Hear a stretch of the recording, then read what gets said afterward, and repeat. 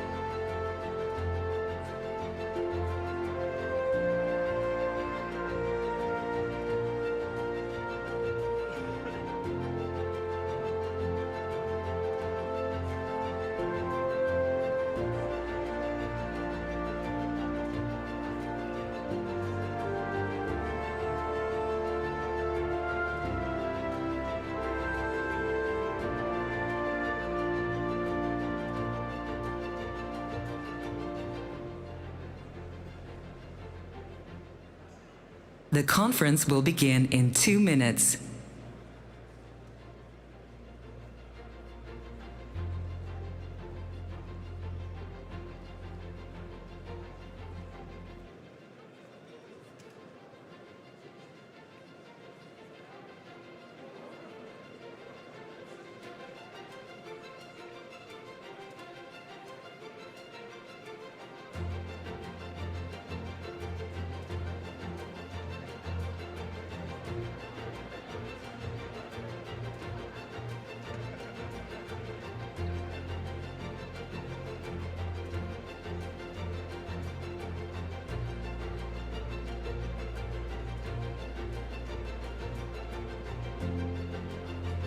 Welcome to the Austrian World Summit.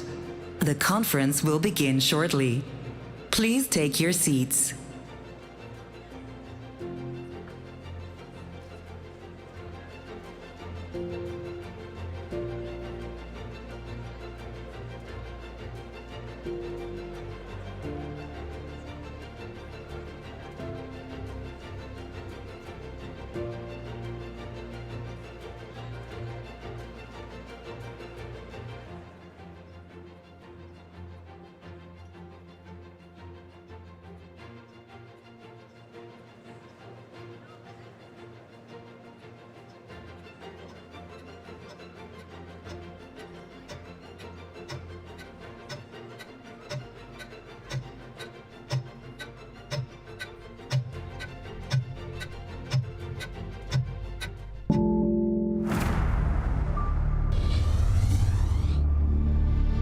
From sustainable goals to real action.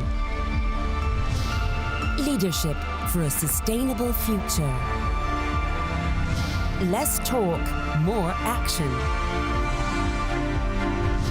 Be part of the solution. Healthy planet, healthy people. Creating hope, inspiring action. We have the power. Be useful. Tools for a healthy planet. Unite in action. Terminate pollution. Ladies and gentlemen, we are honored to have you with us today at the 10th Austrian World Summit.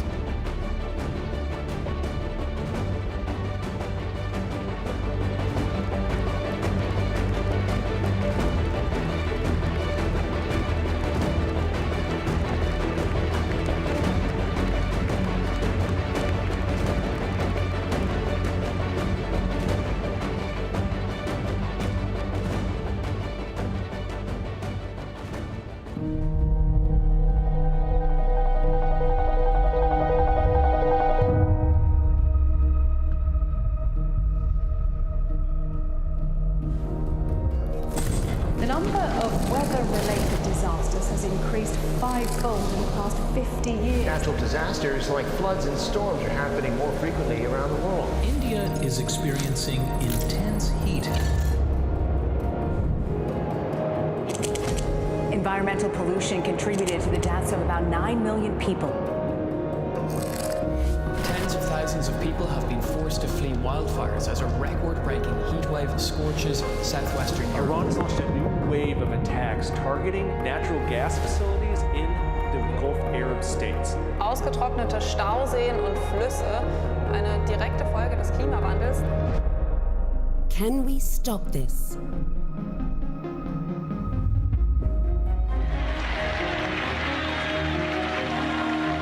Will they be able to sit down together at the table of brotherhood? I have a dream.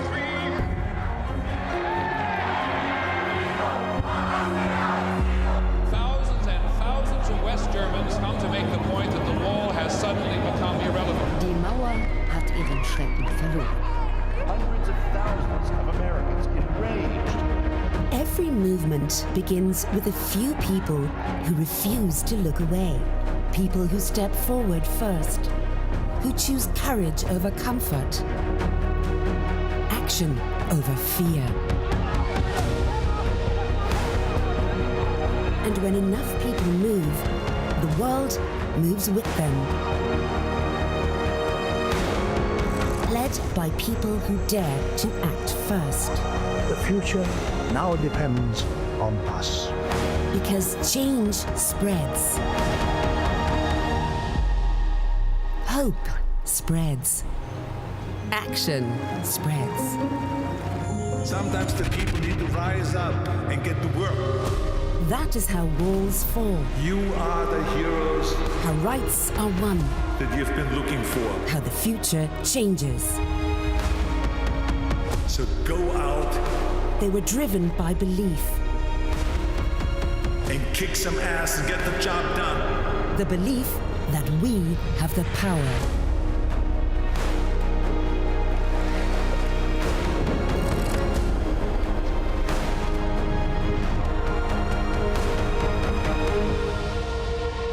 We are unstoppable.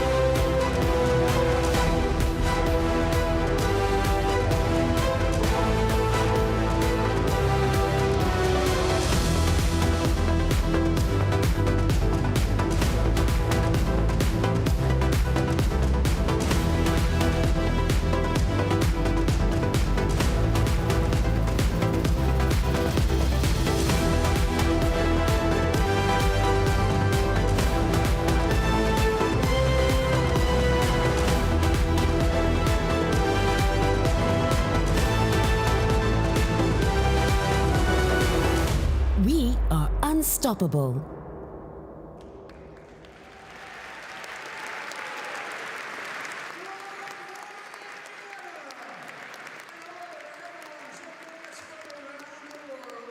It's my pleasure to welcome you to the 10th Austrian World Summit!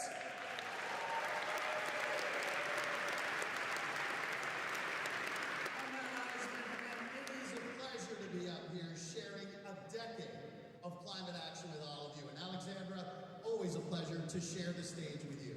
Thank you, Matt. It's great to be back here again with you and with all of you. 10 years of Austrian World Summit. I think that's truly amazing. And I think that needs a round of an extra applause, right? Come on, we're saving the world!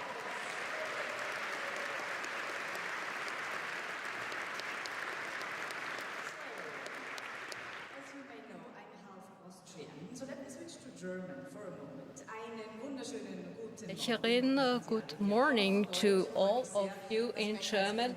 I'm very happy that Matt Eisman and me can guide you through this day at the 10th Austrian World Summit. It is going to be a great day. I would like to bid you a cordial welcome to everyone who is joining us via the live stream. Also half Mexican.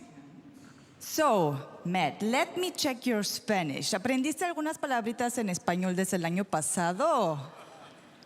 Ah, sí, muchas palabras nuevas, pero ahora, nunca. Nunca. Ningunas. An applause for him. He tried so hard. Thank you, Matt. I think that was great. So let me switch to Spanish for a moment. Buenos días, bienvenidos, bienvenidas. Estoy muy contenta porque vamos a pasar este día aquí en el World Summit juntos y lo vamos a pasar con mucho corazón y con mucha energía.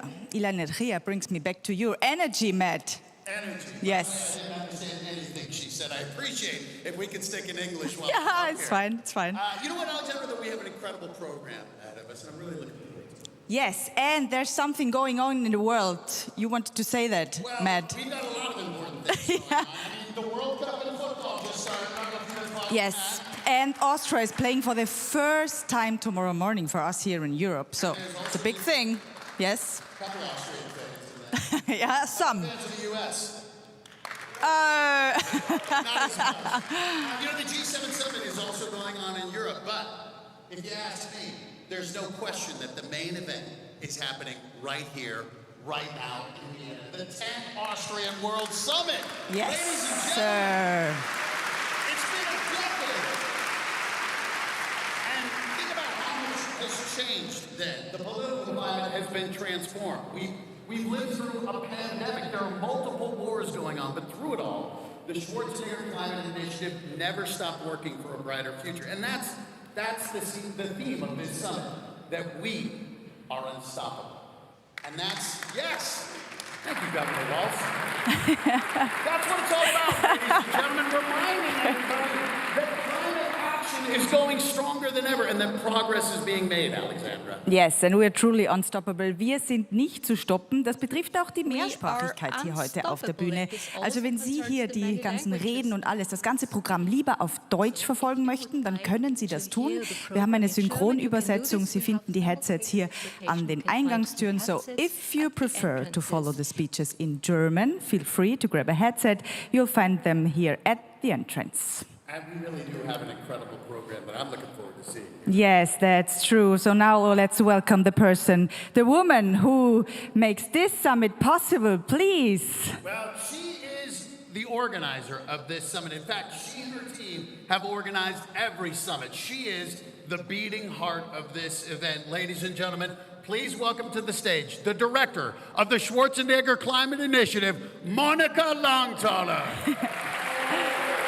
Welcome. Good morning. Good morning. So, Monika, 10 years of Austrian World Summit. I think that feels amazing, right? Share your feelings with us. Wow, yes, a lot of feelings, right? Today I'm very proud, as always, very grateful to stand here on that stage on behalf of my wonderful team of the Schwarzenegger Climate Initiative. I really do have so many wonderful people who are supporting me the whole year, and we all are very proud what we achieved in these last 10 years. We are not naive. We do know there are, as you mentioned, a lot of troubles, challenges in this world, but here at our Austrian World Summit, we always wanted to show the solutions and the opportunities, what you can do as a person, as a mayor, as a head of state, as a director of a CEO, whatever, as an individual, for save this planet and to make our planet healthy again. And we showed these solutions for the last 10 years, and it has always been for me a huge pleasure to welcome not only these wonderful people here in the audience, but of course our speakers. And we are so motivated still, and we get this daily motivation because we are working on a daily basis, not only once a year. We created a whole ecosystem of the Austrian World Summit, and the person who is pushing us and kicking our ass is, of course, Arnold Schwarzenegger. So thank you very much, Arnold, for having you, supporting us.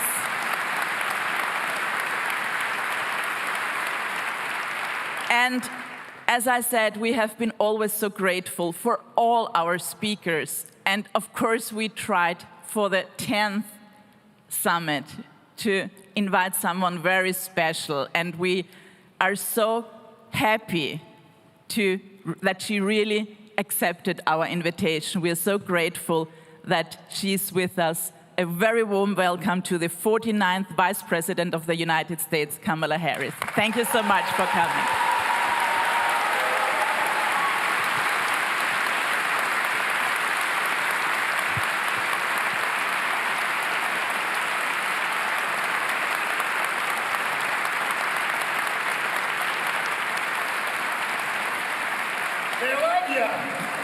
Monica, I don't know how you do it. Every year it gets bigger than the year before. So here's the question. What does the next decade look like? We have so many ideas and projects on our schedule that we can, at least have another decade in front of us. I mean, we stay young, you know, with Arnold, we always stay young. So we will try to do our best. You know, we have different now communication channels, because as Arnold always says, you can have the best solutions. You have to communicate about it. You have to spread the message into the world. We have for the first time also products like merch, where you can go out and it's all eco-labeled, of course. We have for the first time a creator circle, so we communicate very much to young people. We have a special students magazine. We have, of course, our magazine. We have our wonderful Austrian World Summit Solutions Hub. It's, you know, something I just love to do, to work on the field, to do projects on the field, and to show that it works. So there are lots of things to do. We won't stop because we are unstoppable, truly unstoppable. Well, I love it, Monica. You got me fired up. That's a compliment. Well, you're going to be hosting American Ninja Warrior soon enough, but I know you wanted to bring someone special up on stage. Yes, I do. There has, of course, been a very special person, and I may say a friend of mine, who has been supporting us also from day one. Of course, you all know him, and we are very, very proud that he is our Federal President of the Republic from Austria. So, ladies and gentlemen, please welcome Alexander van der Bellen.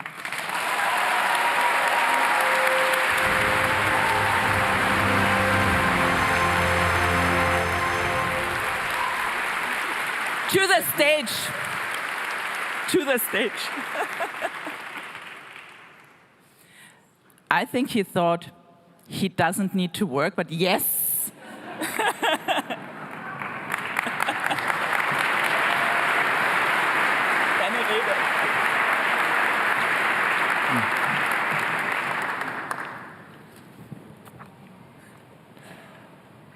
Excellencies, ladies and gentlemen, friends and allies, dear Arnold, welcome to Vienna. Thank you all for coming here to the beautiful Imperial Palace. I know some of you have traveled far, so please allow me to take you even further to a real gem that is famous around the world for its elegance, its grace and its melody, and that is Austrian German. Meine Damen und Herren, ich möchte gerne mit ein paar Fragen an Sie, an das Publikum beginnen. Hat jemand von Ihnen was gegen Gletscher und hätte gerne, dass sie verschwinden? Bitte aufzeigen. Nein. Wer von Ihnen ist dafür, dass die Unwetter immer häufiger werden? Niemand. Möchte jemand vielleicht mehr Feinstaub in der Luft oder dass noch mehr Pflanzen und Tierarten verschwinden? Wie wäre es mit einer Rekordhitze nach der anderen? Eben. Natürlich wollen wir das alle nicht. Ich denke, auch über diesen Raum hinaus werden wir ähnliche Resultate feststellen. Niemand ist für die Erderhitzung. Niemand ist für die Klimakrise. Da sind wir uns einig. So ähnlich wie wir uns einig sind, dass zumindest nach bestimmten Regeln der Mathematik 1 plus 1 2 ergibt. Oder dass wir gerade in Wien sind. Über viele andere Dinge lässt sich streiten. Also ob Tempolimits oder die Spritbreitbremse wirksamer sind oder ob ein höherer CO2-Preis oder gesetzliche Regulierung mehr bringt. Technische Fragen, über die man diskutieren kann. Was aber die Folgen der Klimakrise betrifft, ist alles völlig klar. Sie ist für uns Menschen schlecht und für unseren Planeten Erde. Trotzdem gibt es Menschen, die uns erzählen, dass das alles wenig so schlimm ist. That none of this is really that bad anyway, that there used to be hot days in the past too, or that wind turbines are quote-unquote losers. Maybe you know Trump's quote, "My goal is not to let any windmill be built. They are losers." And if you go from Vienna to Bratislava, you're going to see hundreds of wind turbines that have really proven their worth. So there are politicians that are not concerned with the issue itself. For them it's about profit, power, influence, votes, money. And the best way to profit is, after all, when people are divided. And just like that, an issue we all agree upon is spun into a fairy tale that divides us. Unfortunately, we don't always recognize these fairy tales as lies right away. They often come in the guise of serious information. Or as a message your colleague forwards to you on Telegram or WhatsApp. I will give you a little example. A few weeks ago, a phrase was spread, "Hey, climate change is off the table. It's been cancelled." The phrase made its way from social media all the way to office cafeterias, and this was caused by the IPCC. The IPCC had taken one of its worst-case scenarios of its program. Of course, the climate crisis was not taken off the table by the IPCC. So wherever we encounter it, we must not let such nonsense stand. We must fight back with factual information by consistently pointing out when misinformation is being spread. No, wind turbines are not losers. They generate clean energy. No, renewable energy isn't a threat to the economy. It creates opportunities. No, climate protection doesn't destroy jobs. It creates new ones. Here in Europe, we are realizing right now that we are stronger when we become independent with regards to fossil fuel imports. We realize that geopolitical upheavals like the blockade of the Strait of Hormuz are the real threat to our economy and our prosperity. And we realize that bold climate action offers us opportunities. So let's seize them. We have everything we need: inventive spirit, innovative companies, a strong industrial base, and a well-trained workforce. So the climate crisis is not off the table just because the worst-case scenario has been ruled out. We should actually agree on all of this, just as we agree on the result of 1 + 1. What we should be discussing, I believe, is which ideas work best, what we can learn from one another, exploring, adapting, improving, seeking the best solutions. We humans are really good at that. And that is exactly what we've been doing here in Vienna for the past 10 years at the Austrian World Summit. Thank you very much, dear Arnold, at this point, for your courage, your perseverance, and your confidence. But everyone can contribute something, as a person, as a city, as a region, as a state. Minnesota, for example. Governor Tim Walz is here today. Cordial welcome. Minnesota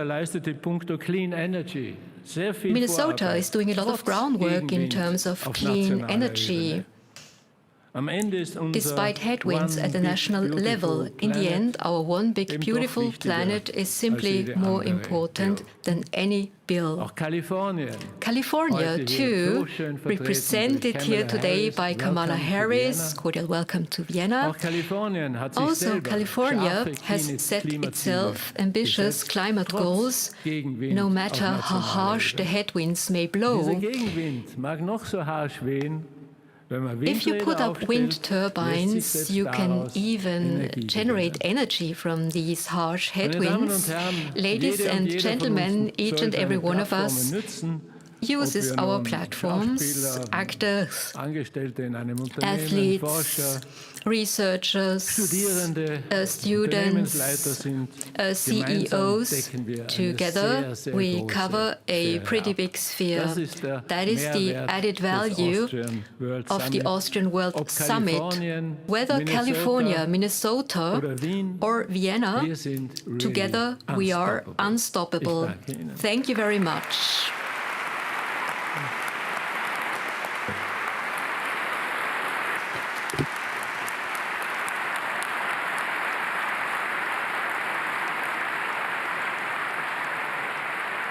Thank you so much, Mr. President.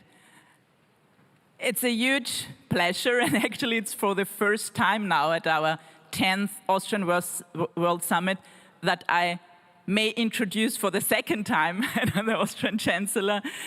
Thank you very much for coming and supporting us. Please, Chancellor Christian Stocker.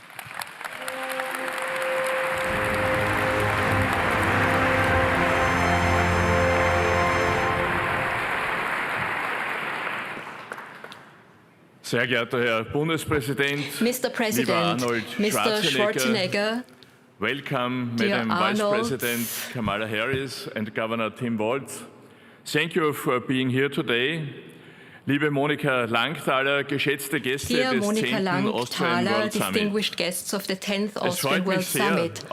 I'm very pleased to be here again this year at the Austrian World Summit. Und zu Beginn möchte ich mich bei meinem Freund Arnold Schwarzenegger für diese Initiative, die Climate Initiative, sehr herzlich and the Schwarzenegger Climate Initiative for the renewed invitation to this magnificent event. Dear Arnold, 10 years ago, you launched the Austrian World Summit, which has evolved into an indispensable forum where people from politics, business, science and civil society come together to discuss the major climate challenges of our time and to identify and advance solutions. especially in a time of fragmentation, when what divides us is often perceived more strongly than what unites us.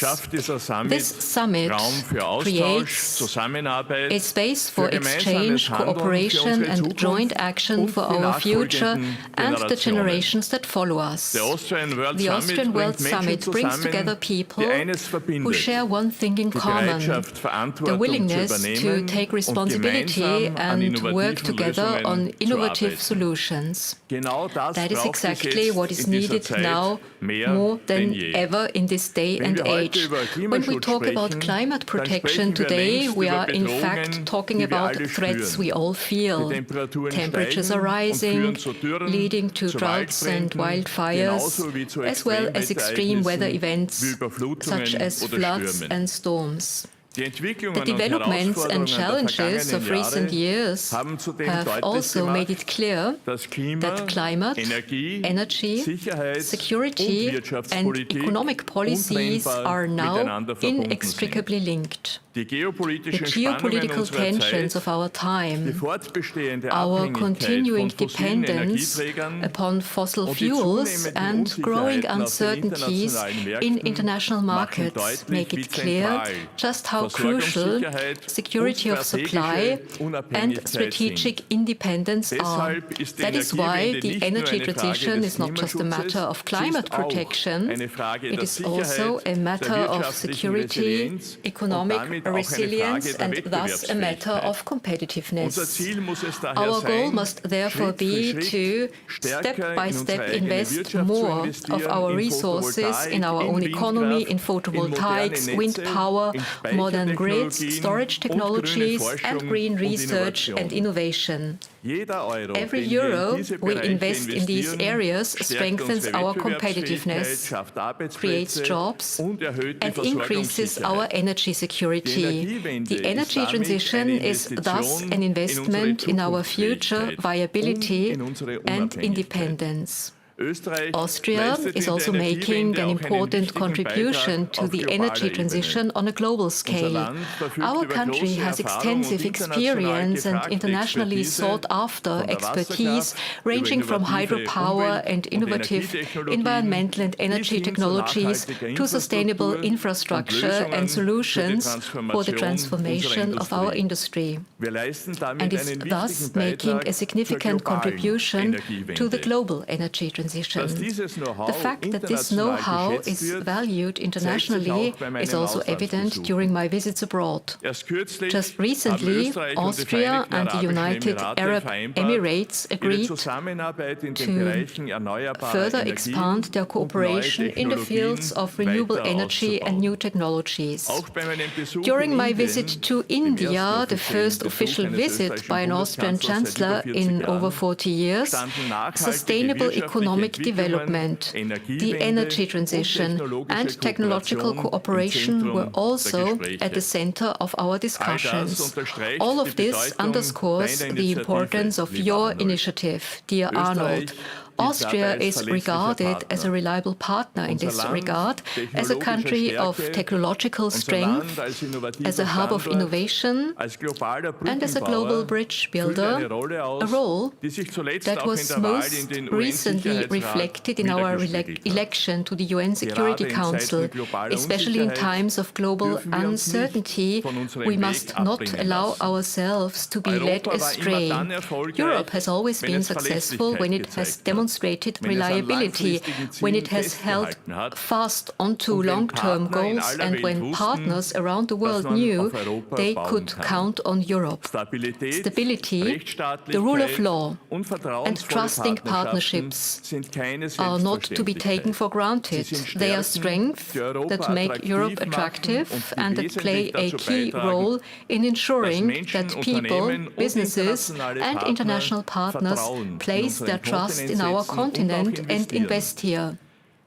However, we will not be able to solve the major challenges of our time on our own. That is why international dialogue is needed, this is why cooperation is needed, and that is why strong global multilateralism is needed. I've always been committed to bringing together different perspectives, reconciling differing opinions, and thereby fostering productive exchange. Sustainable solutions emerge where people talk to one another, listen to one another, and are willing to ponder the respective interests, discuss them, and prioritize what we have in common. This is precisely why the Austrian World Summit is so valuable. Let us continue on this path together in the spirit of our motto, determined, reliable, and with confidence. We are unstoppable and stronger together. I would like to once again congratulate you, dear Arnold, dear Monica, and the entire Schwarzenegger Climate Initiative team from the bottom of my heart on the 10th anniversary of the Austrian World Summit. And I now wish you all inspiring insights, new ideas, and fruitful discussions that will have an impact far beyond the Vienna Hofburg. Thank you very much.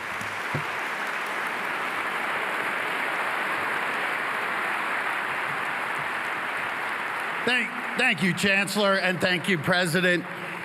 Ladies and gentlemen, I have to say what a highlight it is for me every year to get to be on this stage, especially when I get to bring up this next man.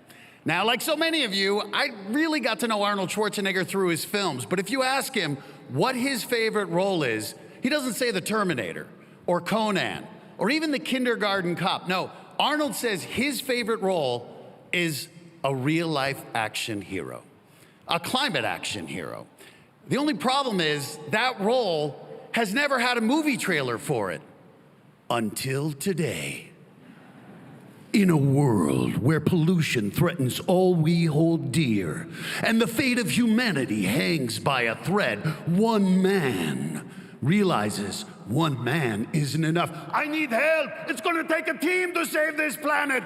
So from around the globe they came, the best of the best, world leaders, scientists, entrepreneurs, and everyday people, all of them gathering in Vienna. Get to the summit. It's how we save the planet. Do it now. Together, Arnold Schwarzenegger and the people of the Austrian World Summit are unstoppable. This summer, they're saying, hasta la vista, pollution. Ladies and gentlemen, please welcome our real-life climate action hero, Governor Arnold Schwarzenegger.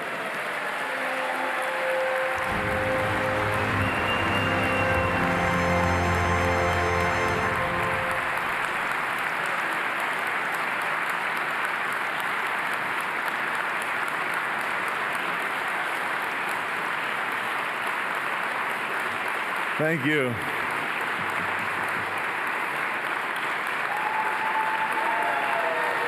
Thank you, thank you.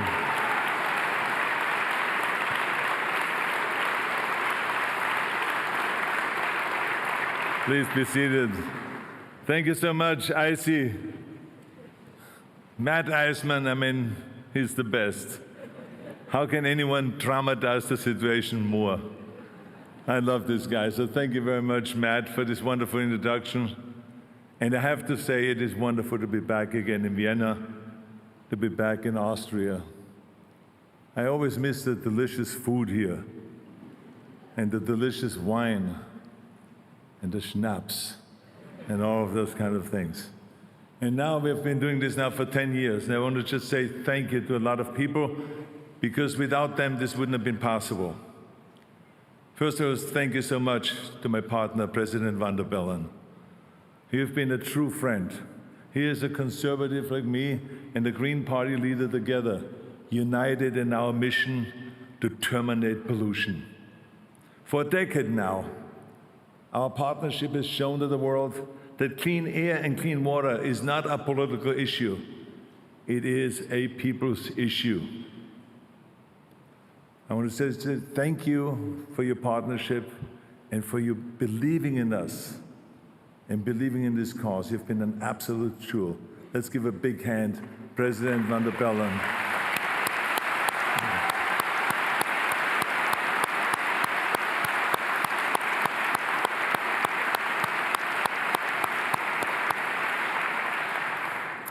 Also, a big thank you goes to Chancellor Stoker. I loved your speech. I mean, it's fantastic. And you know how great it is to have you here as a conservative, not only because you're so supportive of the environmental movement and to create a clean world, but because it shows to the world that conservatives and people from the Green Party and liberals, everyone can work together. This is what you show. So I want to say thank you being here today. Thank you for the great speech that you did. And thank you for the great cigar you gave me yesterday. Man, that was fantastic. So thank you. Big hand to the Chancellor Stoker.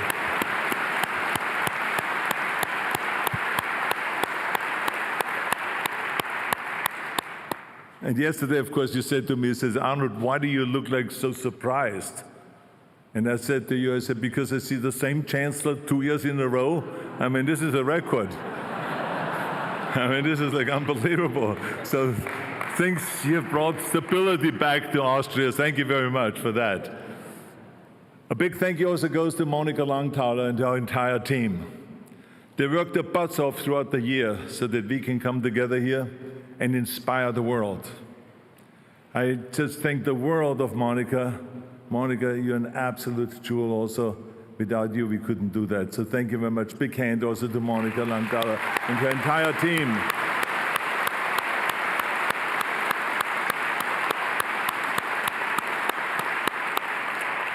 And thank you to Vice President Kamala Harris. Kamala and I come from different political parties.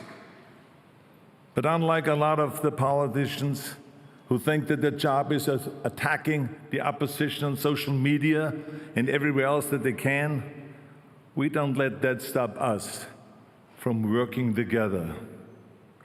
Especially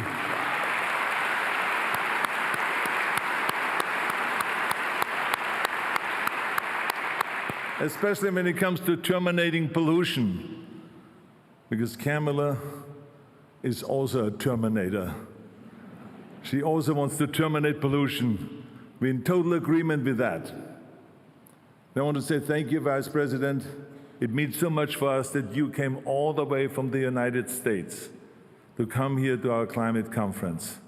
It is really fantastic, and I hope that you can stay a little bit longer so that you can enjoy Austria, to go maybe on a little boat ride on a Danube, or to see the beautiful Stephan's Cathedral, or to eat the delicious Austrian food and enjoy the wine. And of course, we are known for our museums, especially the Schwarzenegger Museum.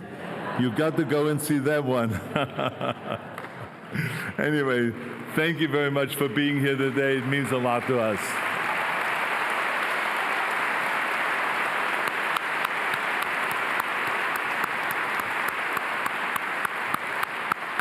Now, I also want to say thank you to all the other speakers and sponsors.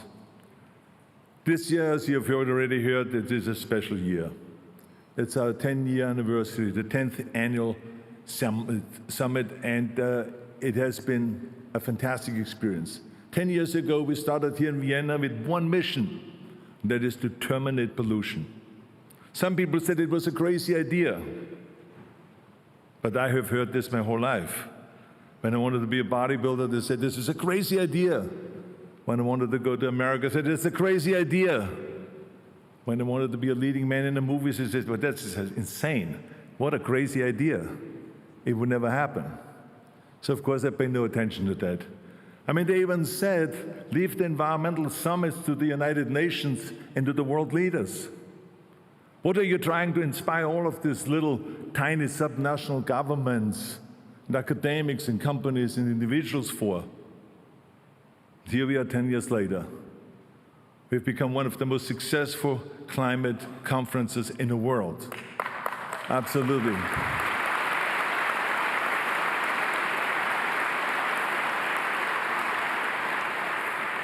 And look who stood here on the stage.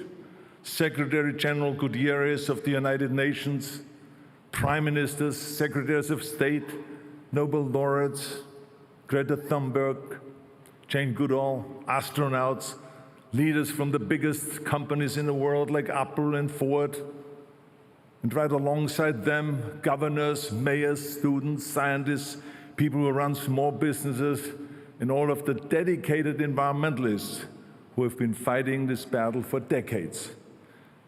We always believed in inclusion. We always wanted everyone together, that we believed that everybody belongs in this fight, because together we are stronger.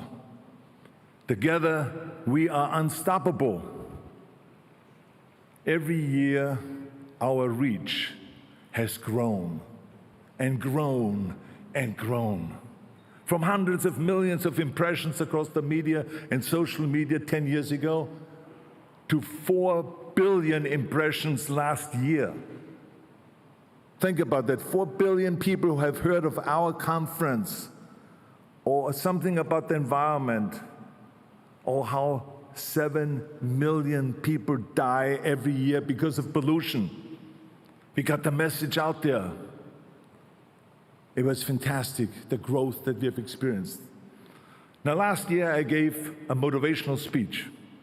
I told it that no matter who is in the White House, we have the power to keep moving forward. This year, as the kids say, I bring the receipts. The clean energy revolution is moving forward. It is unstoppable. A few months ago, the Environmental Protection Agency in America moved and rolled back pollution regulations. Think about that. They rolled back pollution regulations in America, the EPA, instead of rolling back pollution. Their job is to protect the people from pollution, and they did exactly the opposite. And people, of course, came right away to me and said, oh my God, Arnold, how are we going to handle that? Our clean energy fight is finished. And I said, whoa, not so fast. I said, let's look at the Rhodium Group and their numbers. The Rhodium Group is one of the most respected research firms in the country, and they ran the numbers. And they found that even after the rollback, US emissions are still on track to land 26 to 35% below the 2005 levels by the year 2035. See, the administration didn't stop us. They tried. Oh, they try very hard. But we are unstoppable. You see what I'm saying? You know why? Because most of the real work was never being done in Washington in the first place. We have learned that we can't just rely on Washington. That there's one time a Democratic president and a Republican president, and a Democratic president and a Republican president. This goes back and forth. And the policies change each time. So we've learned not to rely on Washington and to keep working ourselves. And the real work was being done by all of you, by the subnational governments, by the states, by the cities, by businesses, by the people who got off their butts and went to work, by technology and innovation. Look what had happened in the world this past year alone. Renewable energy now makes up almost 50% of the global electricity capacity. 50% of the global electricity capacity. In 2025 alone, the world added almost 700 gigawatts of renewable energy. The International Energy Agency expects another 4,600 gigawatts by the year 2030, more than double the previous 5 years combined. Now stay with me on this one here. I love this one.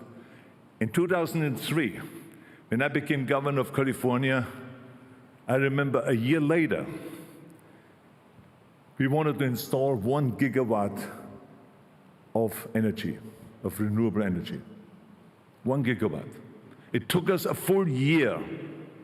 Now in 2026, 22 years later, we are installing that same amount of power in 15 hours.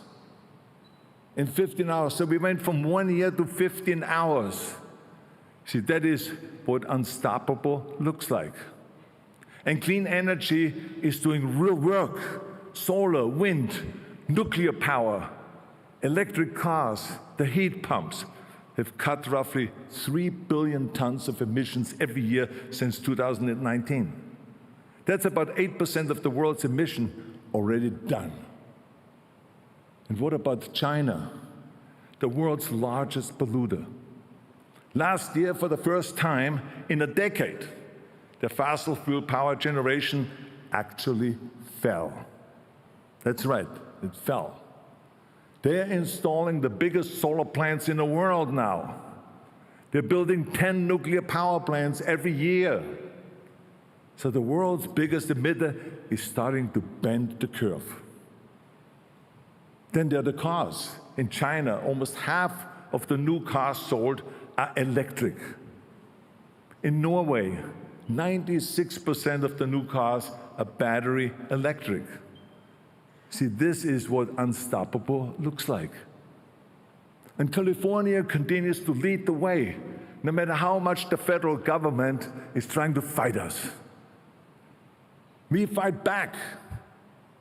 We fight back. Just when I was governor of California, they keep fighting back in California no matter what. And the great work goes way beyond California. How about Texas? They've installed more renewable energy than ever before. Massachusetts is mandating heat pumps and bringing offshore wind online. Uruguay, a small country, runs nearly all of its electricity on clean energy, just like Austria. You know how proud I am of those countries? It's just smart policy and the will to lead. And here is one that should make every fossil fuel executive very nervous. Very nervous. Maersk, the biggest, actually the second biggest freight company and shipping company in the world, they have at any given time 700 huge ships out there. They're delivering products all over the world. And we know that shipping is one of the dirtiest industries on the planet. And Maersk is going to be net zero by the year 2040, 10 years ahead of the rest of the industry. Think about that. They're building methanol-powered ships. They can cut emissions by 90%. Let me tell you, if the shipping industry can move to clean energy, every industry can terminate pollution. 70% of the power to reduce pollution sits at the state and local level. We all know that. Not in Washington, not in Brussels, not in any of those capitals. It's with all of you. You are unstoppable. For years, the challenge of environmental movement has been to sell the people on renewable energy future. And we have done a good job to get the message out there. The day people get it, they want to terminate pollution. And they've seen what happens when we rely on fossil fuels from unstable countries like Russia and Iran. They're not only unstable, but they're using the fuel as a weapon against us. It's not only unhealthy, it is unreliable. The people know the power of self-reliance. They're aware of that because we've seen it firsthand with the cell phones. Remember in the old days when we relied on the phone companies? Well, now we're free. The people know that solar and wind and geothermal power gives them the same power that the phone in their hand gives them. It doesn't just make them cleaner, it makes them independent. It brings the power close to them. It gives us true independence. In a clean energy future, we no longer have to fear natural disasters or wars that would change the oil price and create havoc in our economy. In 2026, the people want clean energy. They want dependable energy. And you look around the world, of course, we have all of the solutions right there.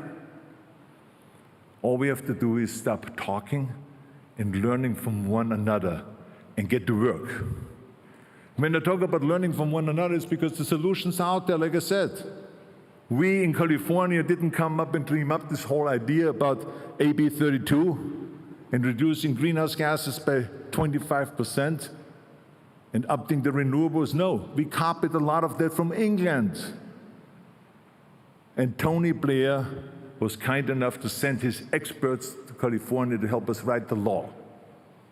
So we copied England. See, that's where the action is. Just look around the world. What do you think? In bodybuilding, I created the curl? Do you think that I invented the bench press? Or the chin-up, or the deadlift? Or the incline press? Or the military press? I know a lot of you are saying, well, what are those exercises? But anyway, it just shows me who is exercising and who is not. But the bottom line is I copied other athletes, other bodybuilders that were champions. So there's nothing wrong with copying. So the solution's out there. So stop hoping, because so many people talk about hope. No, stop hoping. Start changing. You need a vision, you need a strategy, you need a plan, and you need a specific goal and how to get there. That's how you create action and results. It's about action, action, action. The Greeks figured that out 2,500 years ago. I mean, Aesop tells the story of a man whose wagon got stuck in the mud. He drops to his knees and he prays, Hercules, Hercules, please help me. Hercules appears and he says, get up and stop sprawling. Put your shoulders to the wheel. Well, we have the vision, we have the plan, and now we have to just keep working our asses off and put our shoulders to the wheel. Our job is to keep this unstoppable momentum moving forward and to bring everyone on board. Because the people believe that we can change. The people are right. We will build a clean energy future. That I can guarantee you. One city at a time, one state at a time, one university at a time, one company at a time, one person at a time. Let's put our shoulders to the wheel. Thank you very much. Thank you.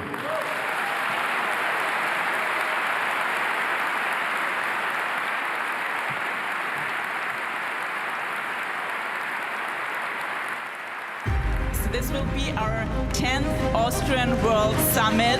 Welcome to the Austrian World Summit! Yes, we do live in challenging times. We do live in difficult times. Climate disruption is upon us. It's climate crunch time. It is not so much hope we need, it is action. The key ecosystem in my life is the forest.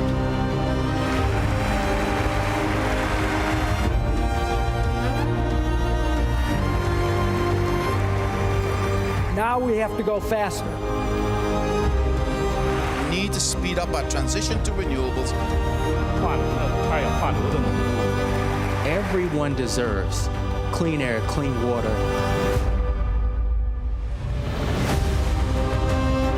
This hat is circular economy made out of waste. If we don't act, we are criminals.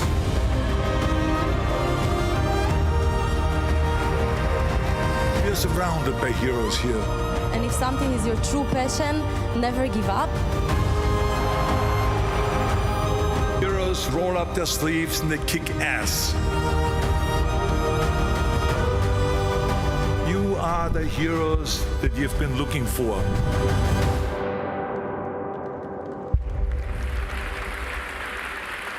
Ladies and gentlemen, we are very much looking forward to this next panel, and we have a special guest to moderate it. He started his journalism career in his hometown of Los Angeles, and now he's becoming known not just throughout our nation, but throughout the world for his incredible reporting on CNN. He is a man who always knows what the story is. Ladies and gentlemen, please welcome Alex Michelson. Thank you. Give it up for Matt Eisman, ladies and gentlemen. It is a huge honor for me to be here with all of you. Austria is so impressive. My name is Alex Michelson, as he mentioned. I host a show called The Story Is, which is relatively new. It's on at 6 a.m. here in Austria and at 9 p.m. back home in California. And I brought with me two of the best-known Californians in the world to be my guests for this next conversation. Give it up for the 49th Vice President of the United States, Kamala Harris, and the 38th Governor of California, Arnold Schwarzenegger.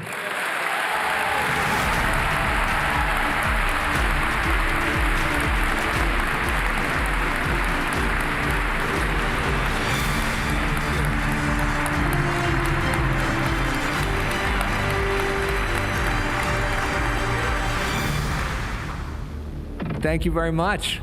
Great to have you here. Great to see you. So there are some Democrats that say Democrats shouldn't lean into the climate issue right now. Why, for you, was it important for you to come here, halfway across the world, with a Republican governor to Austria? What's the message you're sending just with your presence here today? Yes, Madam Vice President, yeah. First of all, I thank you, Mr. President, Mr. Chancellor, for the warm welcome and the words that you spoke this afternoon. I think that what Governor Schwarzenegger has been able to do over these 10 years is the short answer to the question, which is, this is an issue that impacts us all. We are increasingly, as a world, interdependent and interconnected. And when we think about one of the most pressing issues, that is everything from a national security issue, Mr. Chancellor, you mentioned that, to what we must do to care about the health and well-being of children, to how we can think, Mr. President, we talked about innovation and economies and growing economies. The governor has talked forever and done extraordinary work that is internationally recognized. For recognizing the power of local, state, and federal governments to actually not only speak about the harm, but implement bold, innovative policies that within the lifetime of that office holder can have an impact on, again, the economy, the health, and the well-being of the people. All of that to say, this is an issue that should be thought of as nonpartisan. And especially in this year, 2026, it should be something that gives us a sense of encouragement and ambition. As the governor said this, where we should be unstoppable in knowing that there is so much that has already been done and can be done to make a difference in a way that builds industries and creates efficiencies and creates leadership around helping the people see what can be unburdened by what has been. But to that point of that this should be nonpartisan, Governor, in the last 10 years, it seems like everything has gotten more partisan, and including sometimes this issue. What is the message you're trying to send by having the Vice President here, sort of the big message you're sending to the world? Well, I think that the message here is, as you can see, we have people from the Green Party, we have Democrats, we have Republicans, we have people from the Conservative Party in Austria, we have everybody here, because I always said that the only way we can really solve this problem is if we work together. So this is number one. Number two, I mean, Kamala, when she was Attorney General, did extraordinary work with the environment. It's one thing to pass environmental laws, but that someone has to go and make sure that it is going to be done, and that people don't pollute, and that people go and follow the law. And she, when she was Attorney General, she did an extraordinary job really pushed back on the big polluters. So to me, I felt kind of like, I never felt like she was doing that as a Democrat. I felt like she was doing that as a public servant, because she was elected by the people to protect the people of California, right? So, and she did that. She fulfilled her obligation in a perfect way, and so this is why I felt it was very important that someone that believes in that subject would come over here, and also, let's not forget, I was a voter for her. Yes, you did. You endorsed her, yes. Yeah.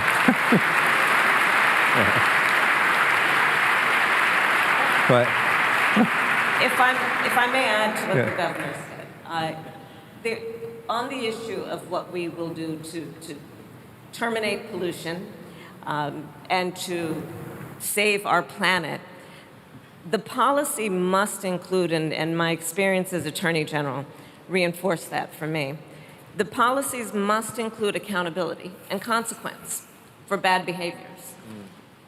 The other piece of it that I think is increasingly becoming important as and how we talk about the issue is centering, as much as anything, the discussion around the needs of the consumer. You know, in the United States right now, politically, there's a whole conversation about are people hushing and not really, especially Democrats, speaking with a loud voice about climate policy. And instead centering it more on the issue of affordability.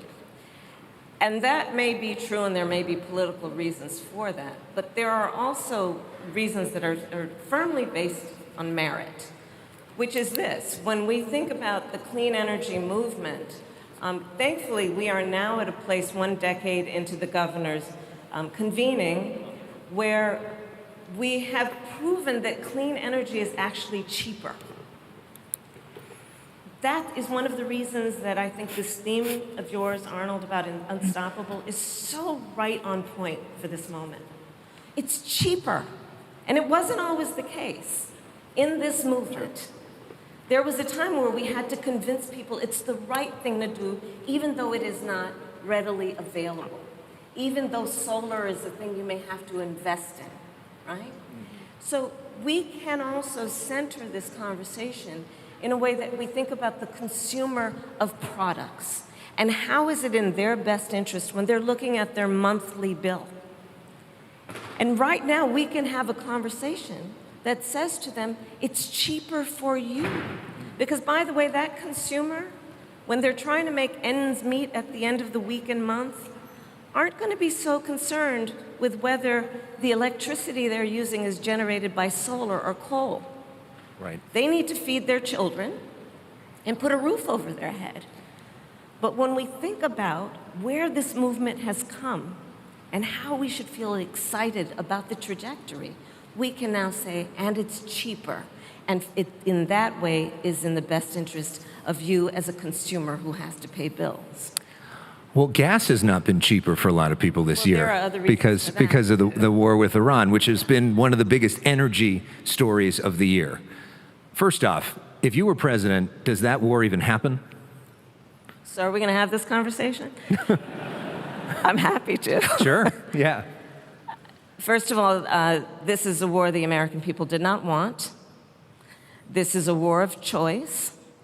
This is a president who has proven himself to be entirely self-indulgent. And we will see what happens in the coming hours and days in terms of the negotiation, and really it's a concept of an agreement and where it ends up. But there is no question that there is a direct correlation between this war of choice and what has happened in terms of gas prices. It is estimated the average American has spent, since the war started, $500 more because of this war. And I will add to that number, to put it in context, the average American is $400 away from bankruptcy for any unexpected expense. So $400 of an unexpected expense could result in bankruptcy for the average American. And this war has resulted in $500 more of expenses, a large part of that because of the gas prices going up. But to be clear, if you were president, you never start this war. Absolutely not. And- Absolutely not. And let's be clear about this. Let's be clear about this. Thank you, Tim. Let's be clear about this.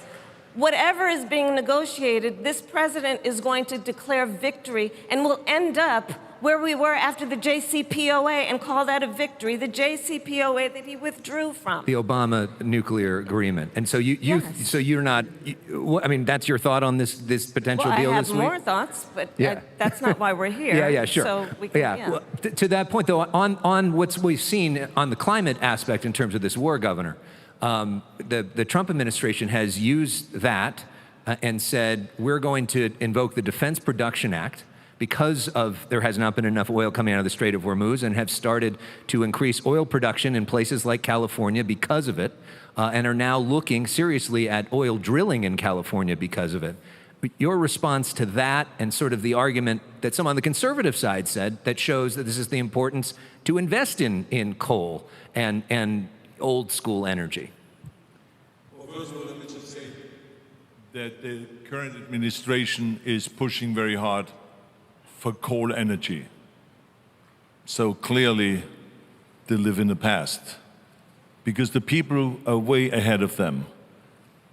This last month, for the first time, renewable energy from solar has surpassed the energy from coal. So it's for the first time ever that this happened in the United States.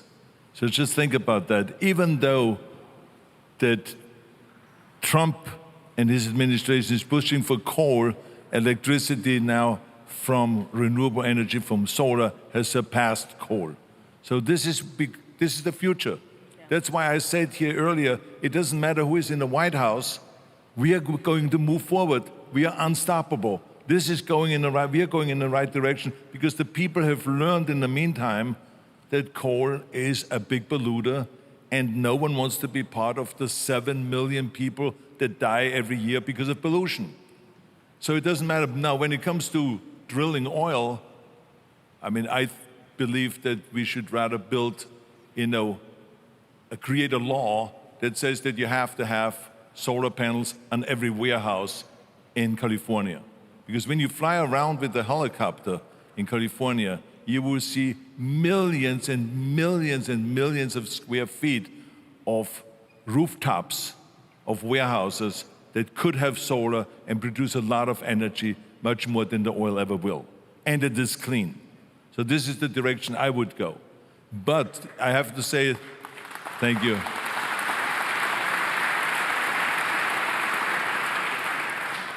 But I have to say that California is making some major mistakes in policy-wise, because they make fuel very expensive. So our fuel is around $2 per gallon more than the average in the United States. And the reason is because the Californian legislators somehow feel like they don't want to have a refinery in California. So the refineries now go to Texas. So now you have to go and ship all the oil to Texas, then you do the refining, and then you go and ship it back again. Well, what do you think what happens when you ship? That creates pollution. So it is absolutely contradictory to what they believe in. So they're a little confused, which is not unusual with legislators, may I remind you. Okay, but I mean, the bottom line is, I think that it needs the leadership to kind of bring kind of coherency in there, and to just say, this is the direction we go. There's a lot of things like that we can do, and because the will is there, California is for the environment. We are leading in the environment. We've been the first ones to pass the strict laws and everything, with the help of this very same kind of legislators, with the Democrats and Republicans coming together, and we did it. And we did something that was became a model for the rest of the world. And like I said earlier, we copied England. They were the model for us. How do you think about that, Vice President, the balance? Because obviously there's the goal to go more solar, to go more renewable going forward, but right now there's a lot of people that have cars that need to get around, gas-powered cars, and there is a debate about what to do about oil in a place like California, other states like that. How are you thinking about that issue, or this concept of whether there should be more drilling? Well, a lot of what has spurred the innovation, I think, is we've been purposeful and intentional in creating incentives. And that is a cycle that feeds itself. I mean, the governor, for example, is talking about renewable energy and solar.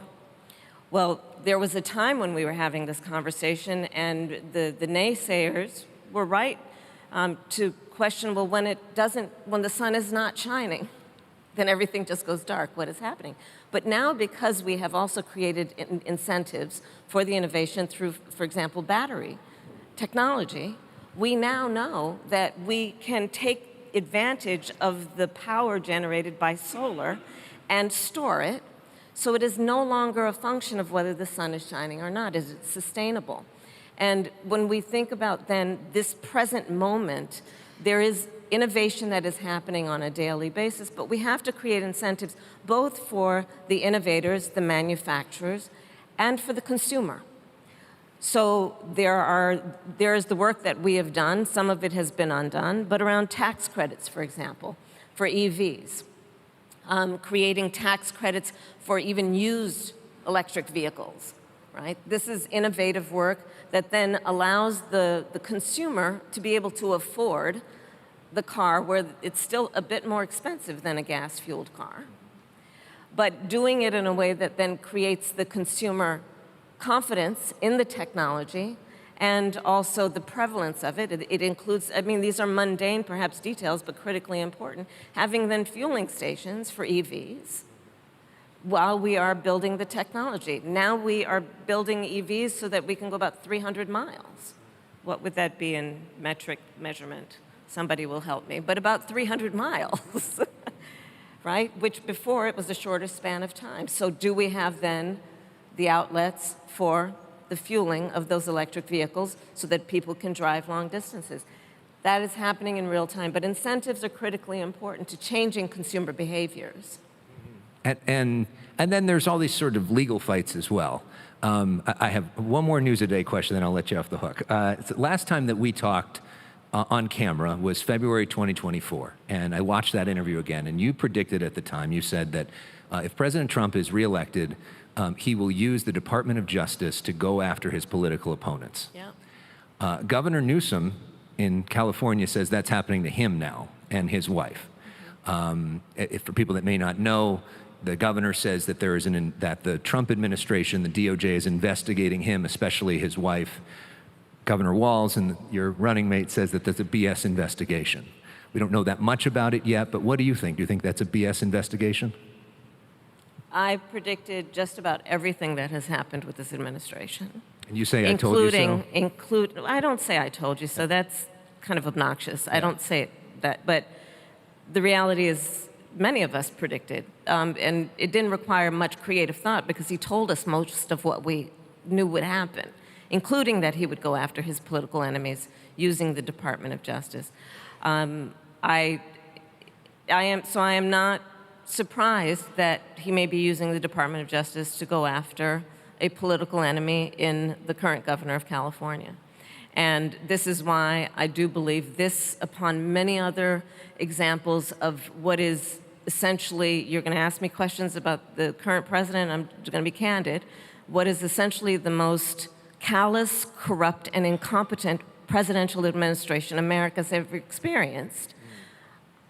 And for that reason, I have no question or doubt that we will win the midterms, and it will be a result of people of every background and political association who will contribute to that outcome. I mentioned to one of the officials here, it's important, and I say this to all of my friends here who are not from the United States.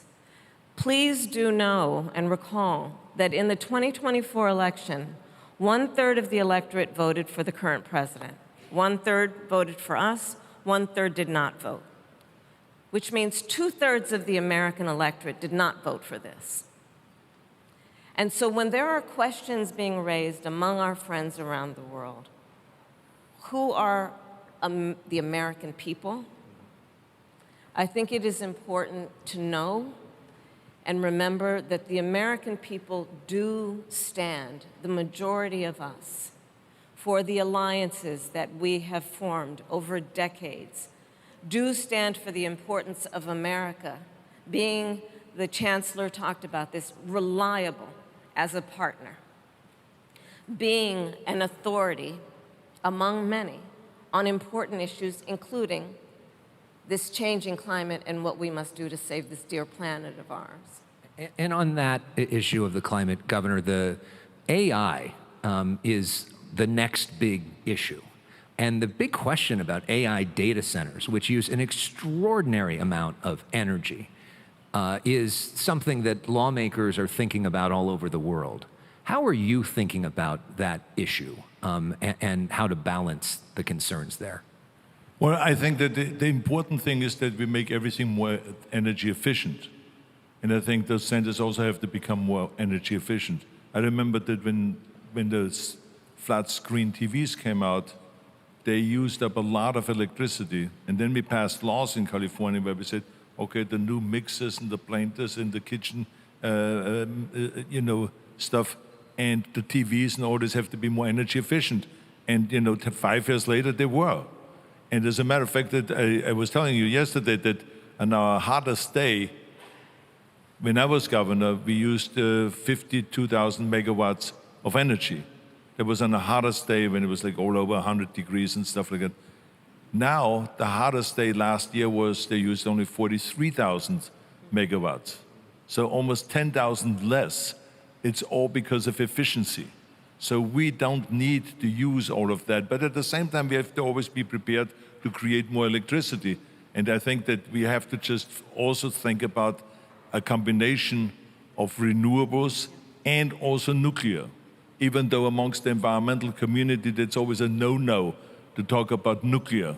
But the fact of the matter is, it is clean energy, and we only had 4,800 deaths because of nuclear accidents, and there's 7 million people dying every year because of pollution.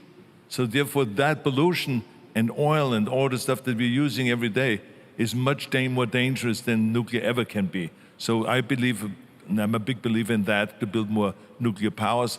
And I think that we have to really be careful not to let us slow down with the permitting process the way we have it in the United States. In Austria, for instance, they just passed laws here where they said we're going to go and move very quickly now when we pass a law and try to create more, renewable energy. Let's go and do it right away. Do our studies and then move forward, and not have it tied up for years and years and years. In California, with the Anti-Inflation Act that they passed during the Biden administration, there's some projects that would take 14 years to finish because of the permitting process. So who is this going to help? When you pass a law and then you cannot move forward and you cannot go and build the solar or the wind or the stuff that you have put out there, and how is it going to help then with your Inflation Act when you cannot act immediately and start spending the money, put people to work and all of that? So it doesn't make any sense. So I think that it is very important that politicians in the future think about reforming this permitting process rather than kissing up to the trial lawyers and having them just keep suing and delaying, and nothing is getting really done because the will is there to do it. So it's just a matter of now following through. You agree with that? Well, I just want to mention the data center piece and what the governor said about renewable energy. I believe that what we should be requiring from a policy perspective is that any organization, corporation that wants to build a data center in a community, that they be required to power it with renewable energy. And that they also be required to invest in what has been a decaying for decades energy grid in America. The energy grid writ large in America was built in the 1960s and 70s. It is old and it is inefficient. And when we look at the specific reasons for then high energy prices, that is among them, which is an old and decaying energy grid. So as data centers are being developed, and there is a certain, just ubiquitous nature of it, it's happening around the country. Tim, you know that. The question should be also, what is the trade-off? Right. What is the trade-off? Well, the trade-off should include that a requirement that it use renewable energy, so it is not sucking the resources out of those local communities, and that they also invest in those communities in terms of the energy grid. Do you agree with him that permitting could be sped up a little bit? Oh, absolutely. How so? Yeah, How do we do that? I say this as a devout and lifelong public servant. The bureaucracy in government is overwhelming in its ability to slow down innovation and progress. And when we look at increasing distrust that the public has in government, I do believe that is one of the reasons.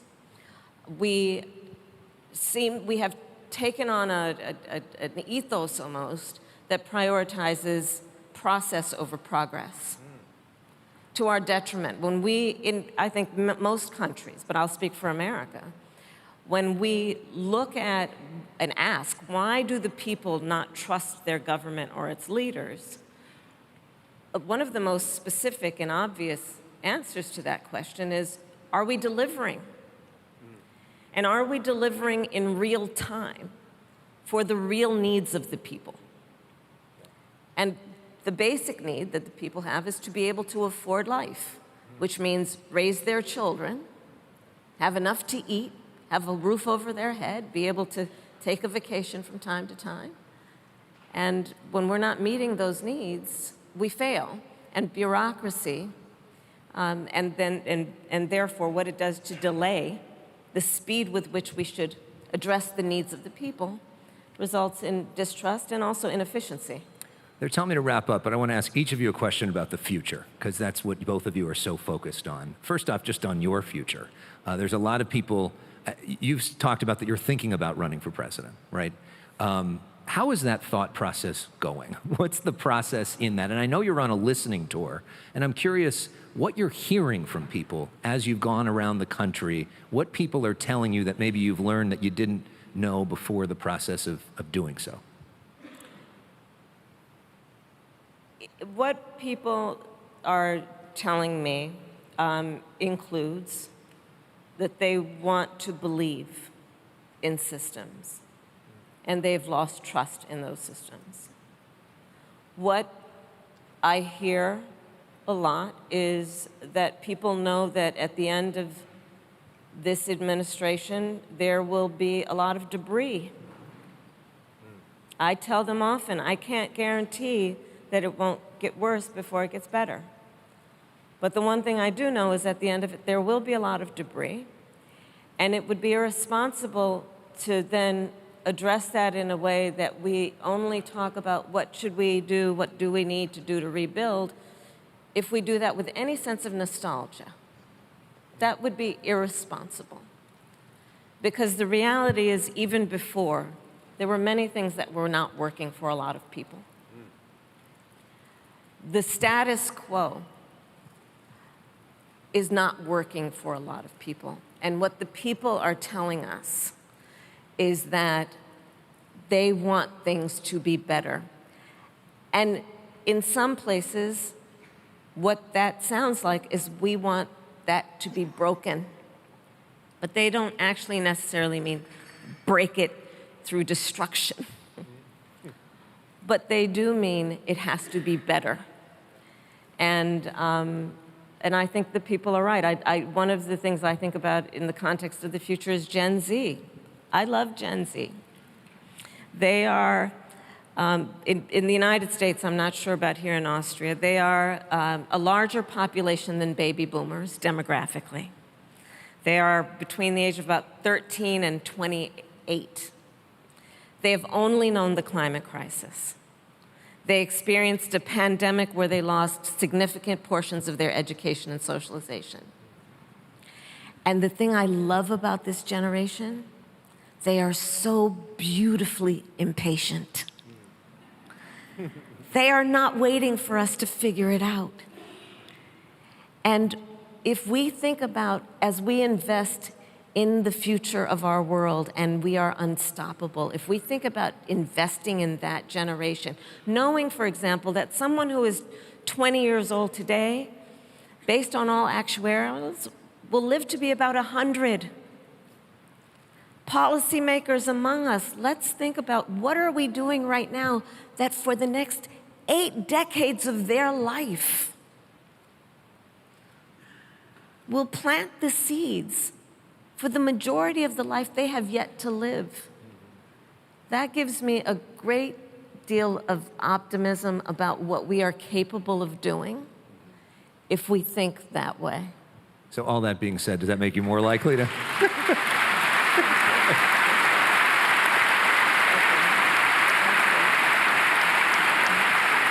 Does that make you more likely to run then? Well, no, you started by asking me what I was going to do next. And what I'm going to do next is get a soccer tort to take home. Okay. All right. Governor, to wrap up with you at your home I just want to add here a little bit something, if you don't mind. Sure. Okay, number one, she's right about the generation. They're seeing all my movies. So this is what I love about them. They're there with twins and with Kindergarten Cop and Terminator 1, Terminator 2, Terminator 6. It makes no difference. Yeah. And so that's just really great. So I see it from both sides. How do we educate them so they go in the right direction environmentally, and how can I make them see my movies? Okay, so this is like, I always go on both tracks. Number two, you talked about her running for president again and all this stuff. I think that we should reveal that I was partially a big supporter of hers and voted for her because she promised me she would do immigration reform. Meaning that an Austrian born can also run for president of the United States.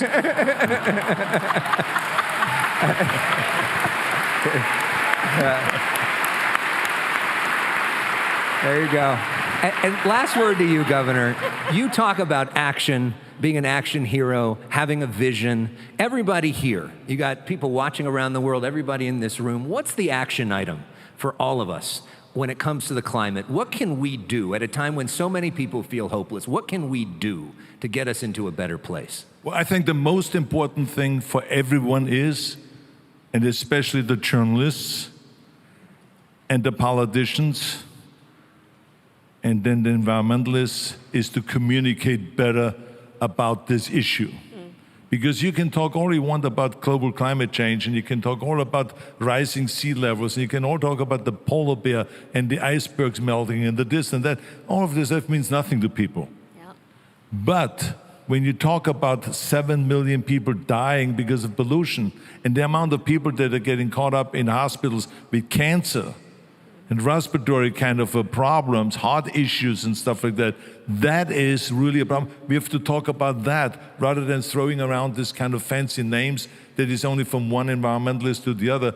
The people are not connecting. I tell you an example. I was, when Kevin McCarthy was a speaker in Washington, he's a good friend of mine, so I visited him periodically when I was in Washington, and he was the speaker in charge of all of the Republicans in the House. And he said, come up for lunch.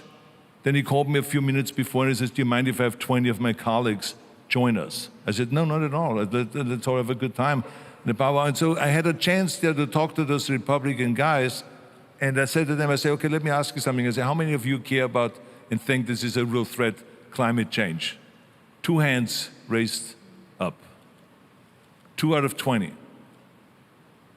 And they felt kind of somewhat reluctantly amongst the others. They looked around guilty that they raised their hand in the first place. Then I said, well, how many of you believe that we should fight pollution? That pollution is a real threat? All of them raised their hands. So now if you go to the Republicans and say, okay, let's fight pollution rather than let's fight climate change, everything changes. And immediately now you have people working with you because you have something in common, because the very fact that the Democrats say there's climate change, they have to say there's no climate change. That's just the way it works. But when you go and you talk about the health aspect and about pollution, that's when all of a sudden they started connecting and they were raising their hands. So it just shows to you the way it works. And when we do polls, it always is like below 50% when you talk about climate change, what is the people's interest. But when you say pollution, it goes way above. It goes to 50, 60, 70% sometimes in the polls. So I think we have to communicate better. I talk about it all the time. I mean, I've literally seen Biden, when he was doing his State of the Union, he was in the middle of the speech. And then he said, let me talk a little bit about climate. I said, about climate? What about pollution? Why wouldn't you want to talk about pollution? So to me, the 3 minutes or 4 minutes he talked about climate, to me was a total waste. But here he has the whole world watching. So someone that wrote his speech should have known that the new way, or the real effective way of communicating, is to talk about pollution. We got to terminate pollution, because when we terminate pollution and when we get rid of pollution, then there is no climate change. There will be no heating of the earth and all of this, the temperatures going up and the melting of the glaciers and the sea level rising. We got to go to the source, the pollution. And pollution comes from fossil fuels. So we got to go and get rid of fossil fuels and replace that with renewable energy and with nuclear power and with all of those kind of new technologies. That's as simple as that. To me, that is the issue that has to be addressed. And the journalists have to learn how to kind of shift gears and not continue talking about climate change and about climate and using all this, climate justice and all of this kind of thing. It's like it goes right over people's heads. Let's go down to the facts. Pollution. Let's terminate pollution. And you do that so well. I always end on a cultural question, so real quickly, what is your favorite Arnold Schwarzenegger movie of all time? Terminator. Terminator. There we go. So we're all going to terminate pollution together in that spirit. Thank you both very much for the time. It is so great to see you. Thank you. Give it up. Vice President Kamala Harris and Governor Arnold Schwarzenegger, ladies and gentlemen.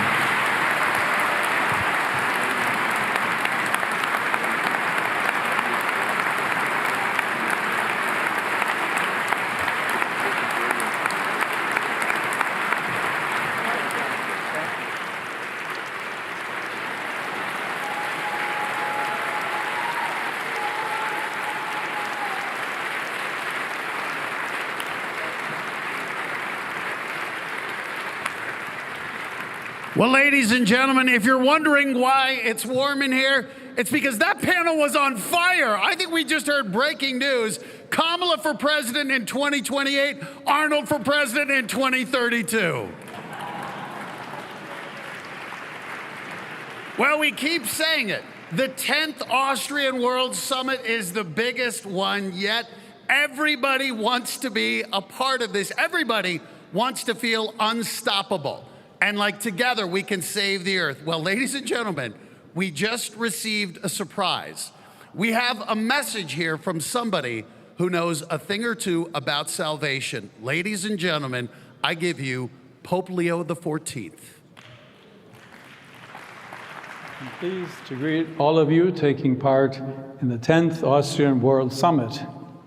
Sustainability, integral ecology, and care for creation have been concerns for many decades.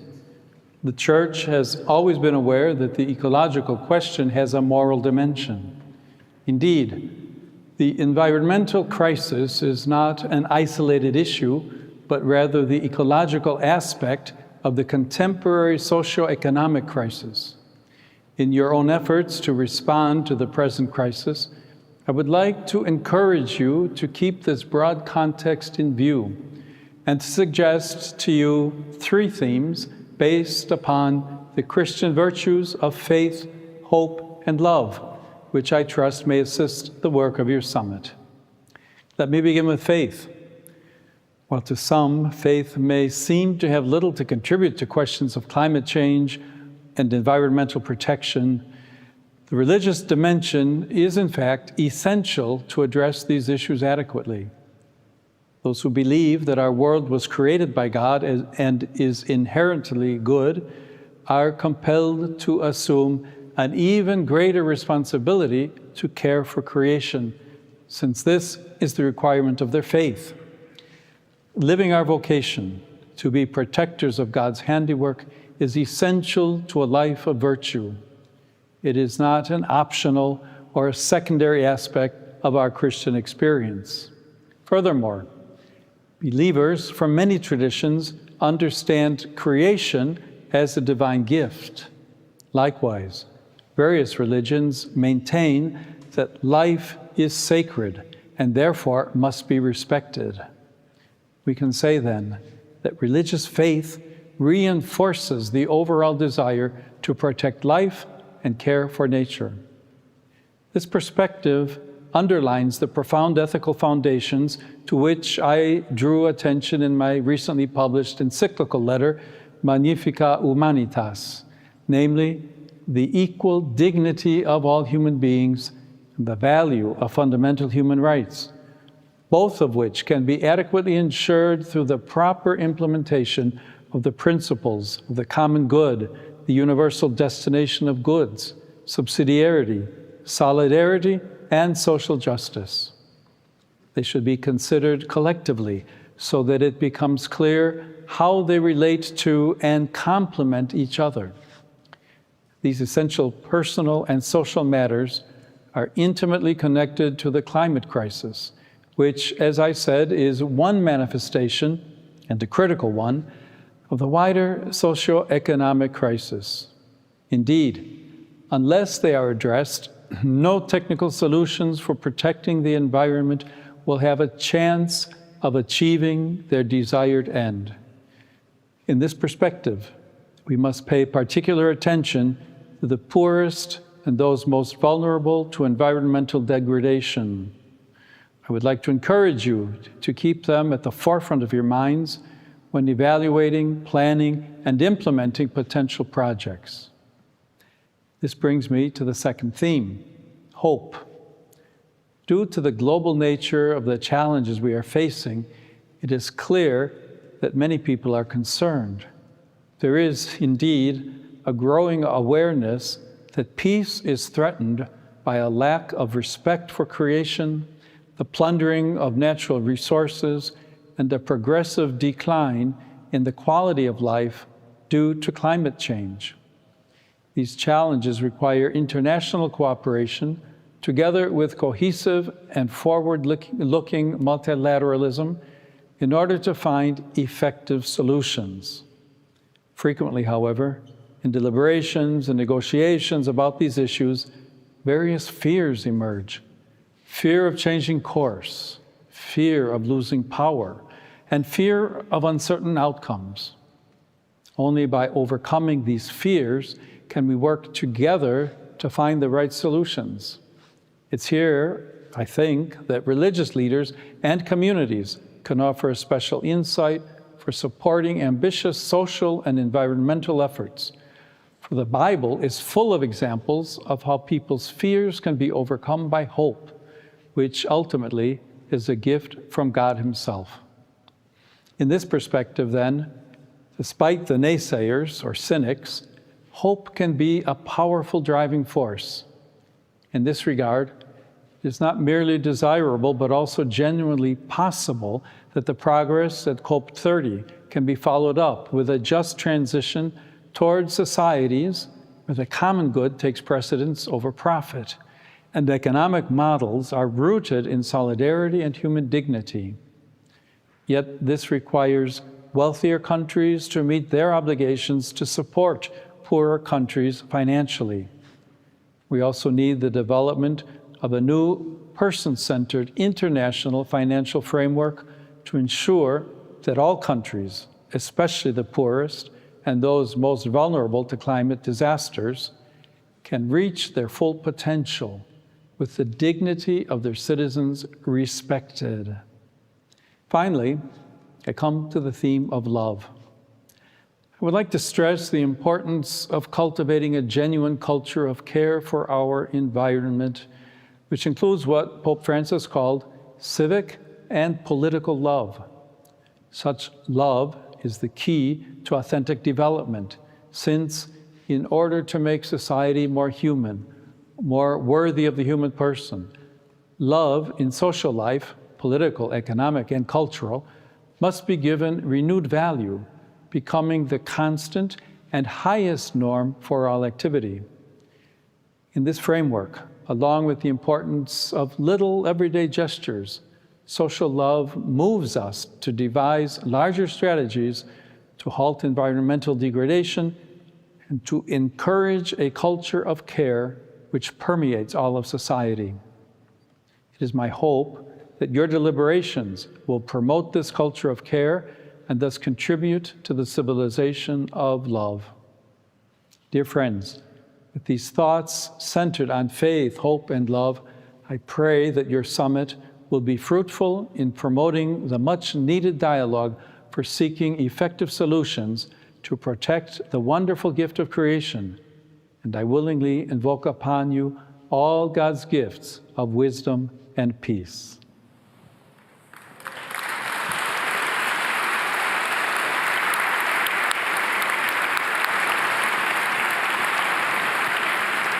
So, the message of the Pope was clear. Climate action does not happen overnight. It takes people who keep going. And that brings me to our next panel. Climate action is not a marathon. It's a sprint. It's not a sprint, it's a marathon. That's the right way. That's why you were looking at me like, what? So, climate action is a marathon, not a sprint. And Hannelore Veit, my colleague, is already here on stage. So now, ladies and gentlemen, please welcome the Governor of Minnesota, Tim Walz, and the EU Commissioner for Housing and Energy, Dan Jorgensen. Please. Thank you for being here. Thank you both.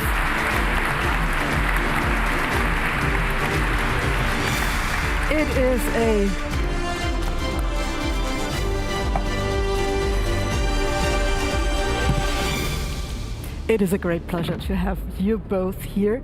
We're talking about climate change and pollution. Yes, climate change, it's affecting us all. Here in Europe, we've had our first heat wave of the year in May, real early. London, 36 degrees centigrade, unheard of. Let me start with you, Governor Walz. Or Walz, as we would say here in Austria, and I believe that's not so far-fetched because one of your great-great-grandfathers emigrated from Germany to the United States. Minnesota, you're the governor of Minnesota. Minnesota is affected by climate change. What is your answer to that? What is the Minnesota approach? Yeah, well, thank you. And Governor Schwarzenegger, thank you for your leadership. Vice President Harris, always good to see you. And Mr. President and Chancellor, it warms my soul to see national leaders speak with such clarity, such vision, such compassion. I don't get to hear that a lot at home right now, so it was wonderful to see that. And the Commissioner and I were just speaking. Has anybody ever had to follow Arnold Schwarzenegger, Kamala Harris, and the Pope onto the stage? So, and I remind all of you who are, you saw what America looks like, those 2/3 from Kamala Harris. I remind everyone the Pope is American too right now, so there is hope. Yes, it is impacting all of us, and Governor Schwarzenegger is making very clear the action lies with all of us. Nobody's going to ride in and save us, but the states in the United States have immense autonomy to make their own decisions, the subnational along with cities. We, Minnesota, are still part of the Paris agreements. We believe in the Kyoto Accords. We followed California's lead, and we're going to reach 100% renewable. Our goal was 2040. We'll reach it by 2035. As my time, we're going to get there. And as Vice President Harris said, it's not only the right thing to do, our energy is cheaper, and we're growing our economy because of it, but the impacts. And I just tell you this, Minnesota, you maybe have learned something about us. We've kind of been at the center of things, and I will be as diplomatic as possible. The current administration in the United States doesn't care much for Minnesota, and I honestly disagree with pretty much everything they do. But what we still have is it's not just disagreement. We have the authority to make an impact. And the reason we have to do that, last summer, due to the Canadian wildfires that were burning, there were several days in the state of Minnesota that the worst air quality in the world, worse than Delhi, worse than Beijing, was in northern Minnesota, in one of the most pristine environmental areas in the world, experienced that. So everything we do, I, as governor, had to issue warnings to tell our children to stay indoors. they could not go outside. So the impact is immense. The impact is real. And as Governor Schwarzenegger said, Republican, Democrat, Green, whatever it may be, parents are concerned when their children can't go outside. So we make those decisions because you can't escape the impact. And while there are folks that think those borders are going to stop that pollution from coming across, it didn't really care that it was Canadian wildfires. It became our issue too, and I think that's the way it has to be approached. Let me just add one little question to what you've said. What about water security? What about food security? It's all part of the same game. Yeah, we're one of the... Minnesota was the place where a man named Norman Borlaug came from, the father of the Green Revolution. We produce and are a top 5 leader in agricultural production.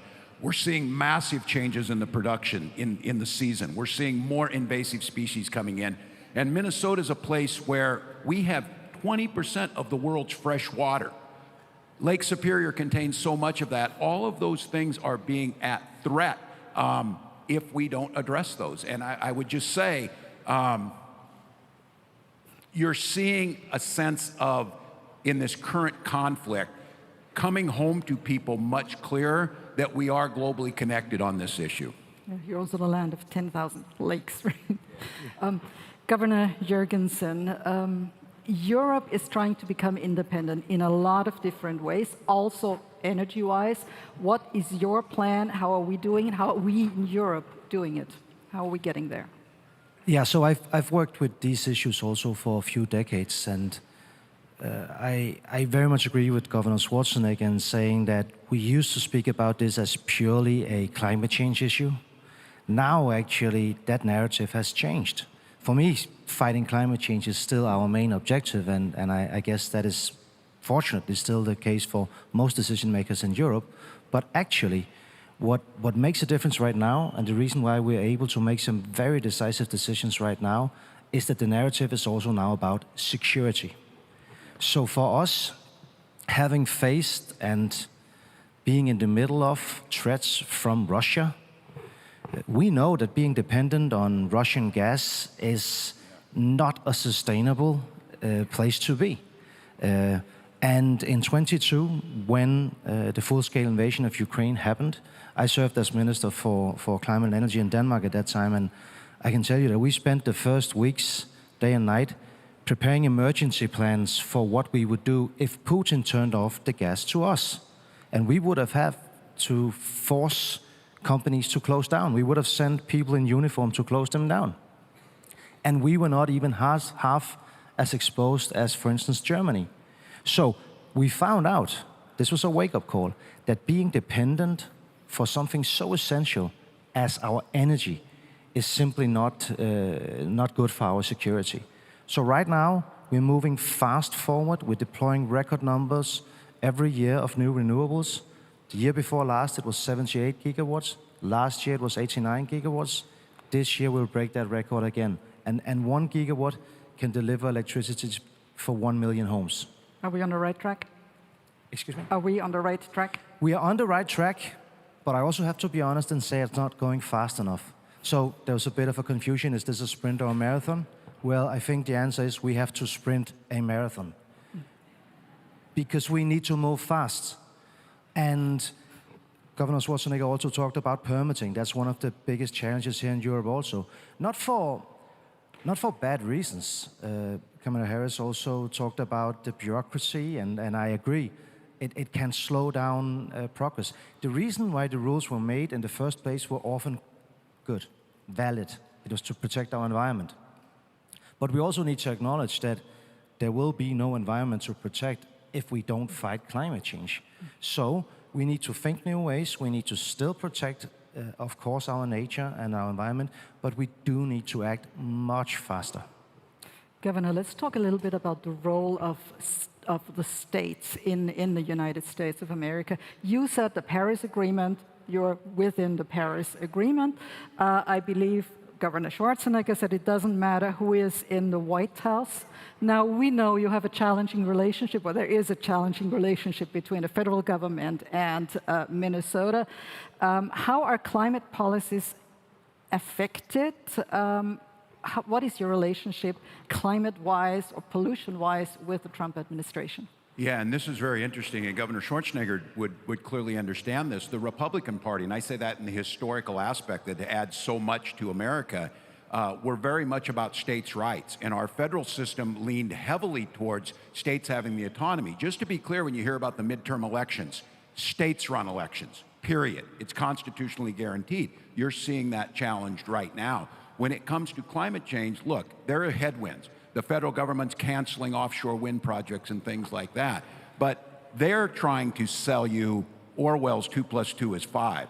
Our business community understands that we need to move forward. They know it's inevitable. This isn't just a nice thing to have. We need to move to renewables. Just like the commissioner was saying, we recognize that none of our wind in Minnesota, none of the 98% of the energy we're getting from renewables goes through the Strait of Hormuz. That is a good thing. So we made policies. We set the climate goals. We set every decision we make in Minnesota goes through a climate action framework. We do not build roads without going through that. And I agree with Kamala Harris on this one. When we do that, we slow things down sometimes. We get too stuck in the minutia of permitting, but we have the ability to do that. States are moving forward on it. There are states across this, and California leads, and we follow them. We followed California's clean car initiatives, meaning now instead of 5 models of renewable EVs being sold in Minnesota, we can get all of them because we set that as a tone. The market is dictating that. And so while the administration may try and push back, we may not get the grants that the Biden-Harris administration gave us that made a huge difference. The private sector is still investing. And again, if you want to build those data centers, you need to do it with clean energy. You need to do it where you can protect the waters. Minnesota's going through this too. So states have immense power to do this. States are the drivers of this, and this is the tension you're seeing in America. It's federal government versus the states, but on this issue of climate pollution reduction, they can say, we've reduced this and we don't care about climate. Doesn't change one thing in Minnesota. We drive forward, we're going on, businesses are doing it. So that's the hopeful side of this. And I think the example of Texas, people think of Texas as a conservative bastion, they're building. They have a lot of wind energy, actually. Yes. Thank you for saying that. I believe that is not widely known here in Europe, that states really have a lot of power. Let's talk about Europe again. By 2050, Europe wants to be climate neutral, still wants to be climate neutral. But there are also some countries in Europe, some of the 27, they are not as easy to convince of that or to persuade. How do we achieve our common goal? Well, that is of course true. We have different views on this in different member states. I will say though that this is changing. Exactly for the reason I mentioned before. Because even if you don't believe climate change is the most important challenge that we have, which I do, but even if you don't, still, it's really not sustainable to keep being dependent on outside energy sources like fossil fuel. Right now, because of the crisis in the Middle East, we pay in Europe 645 million euros extra for our energy. Not per week, per day. We don't get one single molecule more. So the answer for us is more homegrown energy, and that is renewables. So there's 2 factors that decide how cheap energy is in Europe. We always say that we pay 2 to 3 times more for our energy in Europe compared to, for instance, China. But that's actually not a very accurate way of depicting it, because that's an average number and nobody pays the average. Fact of the matter is, some countries in Europe have very low prices, others quite expensive prices. And the 2 factors that determine this is, 1, how much renewable have you got? 2, how connected are you to your neighbors? Because having a grid, like Vice President Harris talked about, having a grid that is actually well-functioning, that's capable of giving the flexibility that you need when you do have renewables in your system, is essential. So that's what we're working very hard on getting right now. And I do think we will succeed. We're negotiating a new grids package right now. We, from the Commission side, have proposed to increase 5 times our budget for supporting interconnectors between countries. And when we do this, we will be much better situated to actually support this rollout. So to wrap it up, one short question and short statements from you, please. Where do you see yourself, ourselves in 5 years from now? Governor Walz. I'm with the governors. I'm with the Vice President. This is going to happen. It's inevitable. We are unstoppable in this. I think we're going to get there. It has been slowed down.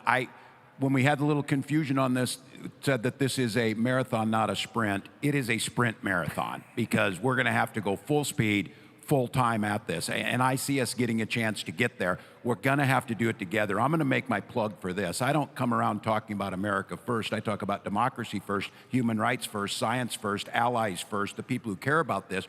We're going to have to figure out how to work together. And this, just to be clear, I'll say this as a Minnesotan. Thank you for all the support the people of Minnesota received over the winter as you see things happen. We see the value, and I'm incredibly grateful for the European Union and the vision they take and the work they do together. Those are models that many of us in many of our states follow along with you. So I see a hopefulness. I was a public school teacher, and I supervised the lunchroom for 20 years. I am an optimist. I am an optimist. If you get through those days, you can get through anything. We will get there. We will get there. It may get worse before it gets better, but it is inevitable we get there. We have to. I really. Governor Jorgensen.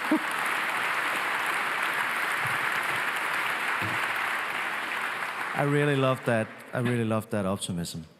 I was reminded when there was a small clip with Martin Luther King. He didn't start a civil rights movement by giving a speech calling, "I have a nightmare," right? He spoke about hope and dreams and how the world can change. And I do believe that we need to stay on that course. And I do believe that looking at the facts, yeah, there are some very, very disturbing facts of what's actually happening with our climate and our planet. And that is reason for nightmares. But on the other hand, we are selling more electric vehicles than combustion engine vehicles now in Germany. Who would have ever thought? We are seeing how young people are starting to eat more vegetables and less meat to save the climate. We're seeing how our energy systems are transforming fast and not delivering more expensive energy, but cheaper energy for people.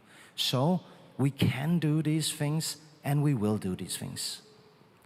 Governor Jorgensen, Commissioner Jorgensen, Governor Walz, thank you so much for your inspiring input. Thank you. Thank you both.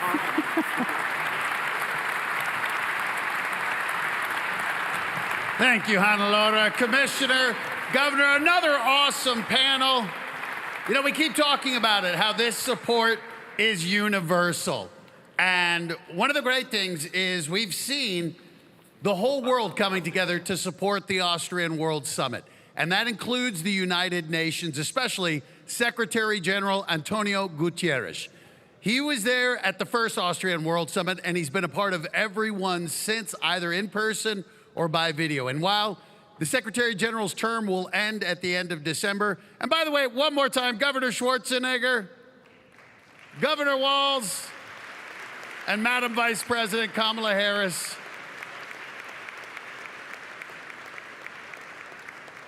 So as I was saying, Secretary General Antonio Guterres has been a part of this since the beginning, and his term ends in December, but we look forward to having good relations with the United Nations. But ladies and gentlemen, for the last time, let's hear from the UN Secretary General Antonio Guterres. Excellencies, my thanks to President van der Bellen and to Arnold Schwarzenegger for your leadership. For 10 years, the Austrian World Summit has rallied leaders, innovators and citizens to drive climate action forward. That mission is more urgent than ever, as the climate crisis enters a dangerous new phase. The world will inevitably overshoot the 1.5 degree limit. But bringing temperatures back below that limit is still possible if we act now. Meanwhile, the conflict in the Middle East has triggered the most severe energy crisis in a generation. Fossil fuels are not just wrecking our planet, they are wrecking our economies too, leaving countries at the mercy of geopolitical turmoil and supply disruptions, and leaving families with higher energy costs, higher food prices, and even greater climate losses. Homegrown renewables offer a way out. They are now the cheapest, fastest, and most reliable source of new power. There are no price spikes for sunlight, no tolls on wind. Renewables are not just the climate choice.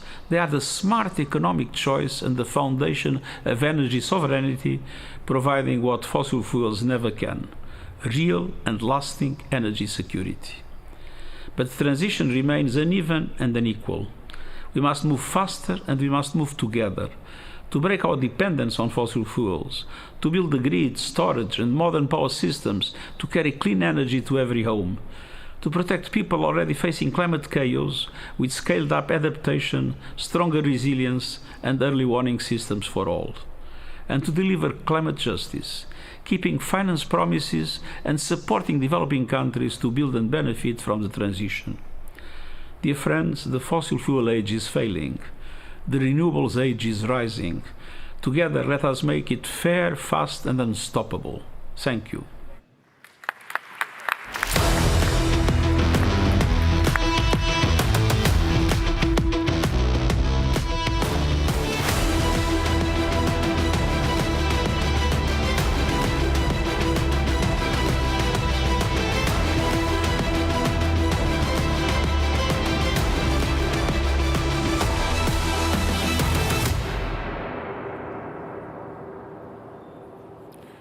Yes, and we are ready for our next panel. Let me call on stage my panelists. It's going to be a really full panel.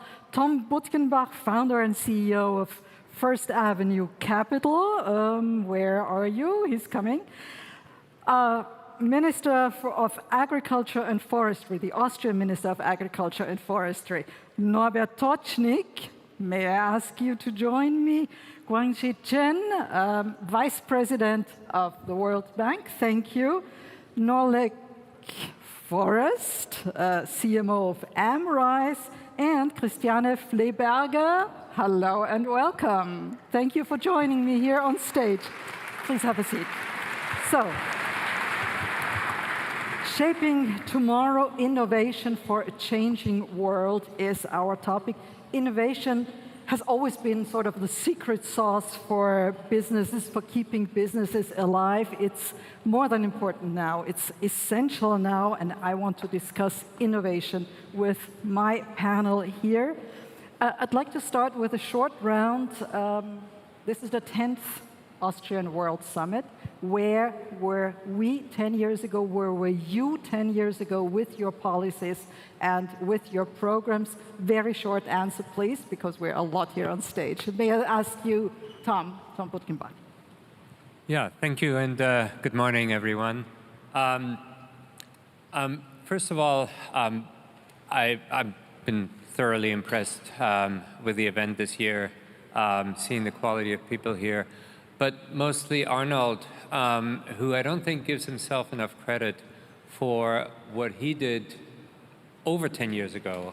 Of really, as Governor Walz has mentioned, California was leading, but it didn't lead by itself, right? It took people who took the leadership. And it was really under Governor Schwarzenegger that California said, let's get off our butts and accelerate the transition to clean energy.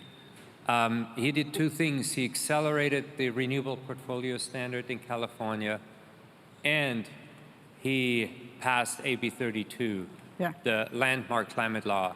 And that helped my company. 10 years ago, we were on a mission to build the lowest cost clean energy power plants. But you started 10 years ago, or more than 10 years ago. My company started 16 years ago. We'll talk about that later. Let me just add one thing. Your company is in California. So just to clarify for the audience. Yeah, my company started in California. We built power plants all across the United States. Let's just get the first quick round through, and we'll talk about this later on. Minister Tocznik, 10 years ago, what were the policies and the programs here in Austria? It was not you as minister back then. Exactly, yeah. But 10 years ago, climate policy was already very important for the Austrian government, and I can give you 3 examples. 2012, Austria developed, as the first country within the European Union, a strategy for climate change adaptation. In 2015, Austria was one of the first countries to ratify the Paris Climate Agreement. And 2018, we adopted energy and climate strategy in Austria called Mission 2030. So you can see of what we have done in the past decade. Nolik Forrest, your company, you're in the building industry. 10 years ago, what did it look like in the building industry? So as a leader in building solutions, we've always been part of all of the climate frameworks ever since the first one was launched at the Rio Summit in 1972. So it's always been part of our DNA to incorporate that in our growth strategies. What I would say recently, what's been happening is an acceleration from the global frameworks to local action. And actually, this global to local sort of dynamic is behind the greatest transformation that our company has been through, with recently our board taking the decision to launch and spin off our North American business as a standalone company so that we can take a localized and regional focus on that singular market. So we created Amrise coming out of that. Amrise is today the largest building solutions company in North America, from foundation to rooftop, really dedicated to local action and making everything that we build matter state by state. Mr. Chen, Vice President for Planet with the World Bank Group 10 years ago. What were we thinking about climate change? I would say that over the last 10 years, a number of significant changes happening. One is the global recognition that the climate adaptation, mitigation, this is all about smart development. And this is not just being pushed by developed countries, but it's also embraced as a core development challenge for many of the emerging markets. I was in Zambia recently. This is one of the low-income countries, but they passed laws about climate change and green economy as a way to govern their development policies. Second, I would say technology changes, much has been talked about it, solar energy, storage, battery storage, which make it possible for major transition in energy and also electric vehicles. That's possible. And then perhaps emerging change in small modular nuclear technology. That could also be revolutionary. I will add to that one more, is really on the cultural changes. I think the next sessions we're probably going to talk about this food system that I think it was mentioned earlier, is the recognition of all these changes that's required. And this is all happening over the last 10 years. Christiane Fleberger, Head of Retail Banking and Private Banking with Raiffeisen Stadtbank Wien. So Raiffeisen 10 years ago. So sustainability has always been a part of Raiffeisen's DNA. As a cooperative with strong regional roots, we are committed to create a long-term value for our customers, communities, and clients, because our success is closely linked to the development of the region we are serve. So especially 10 years ago, we were founding member of the Raiffeisen Sustainable Initiative, which developed the first comprehensive long-term climate strategy together with the Austrian Federal Environment Agency.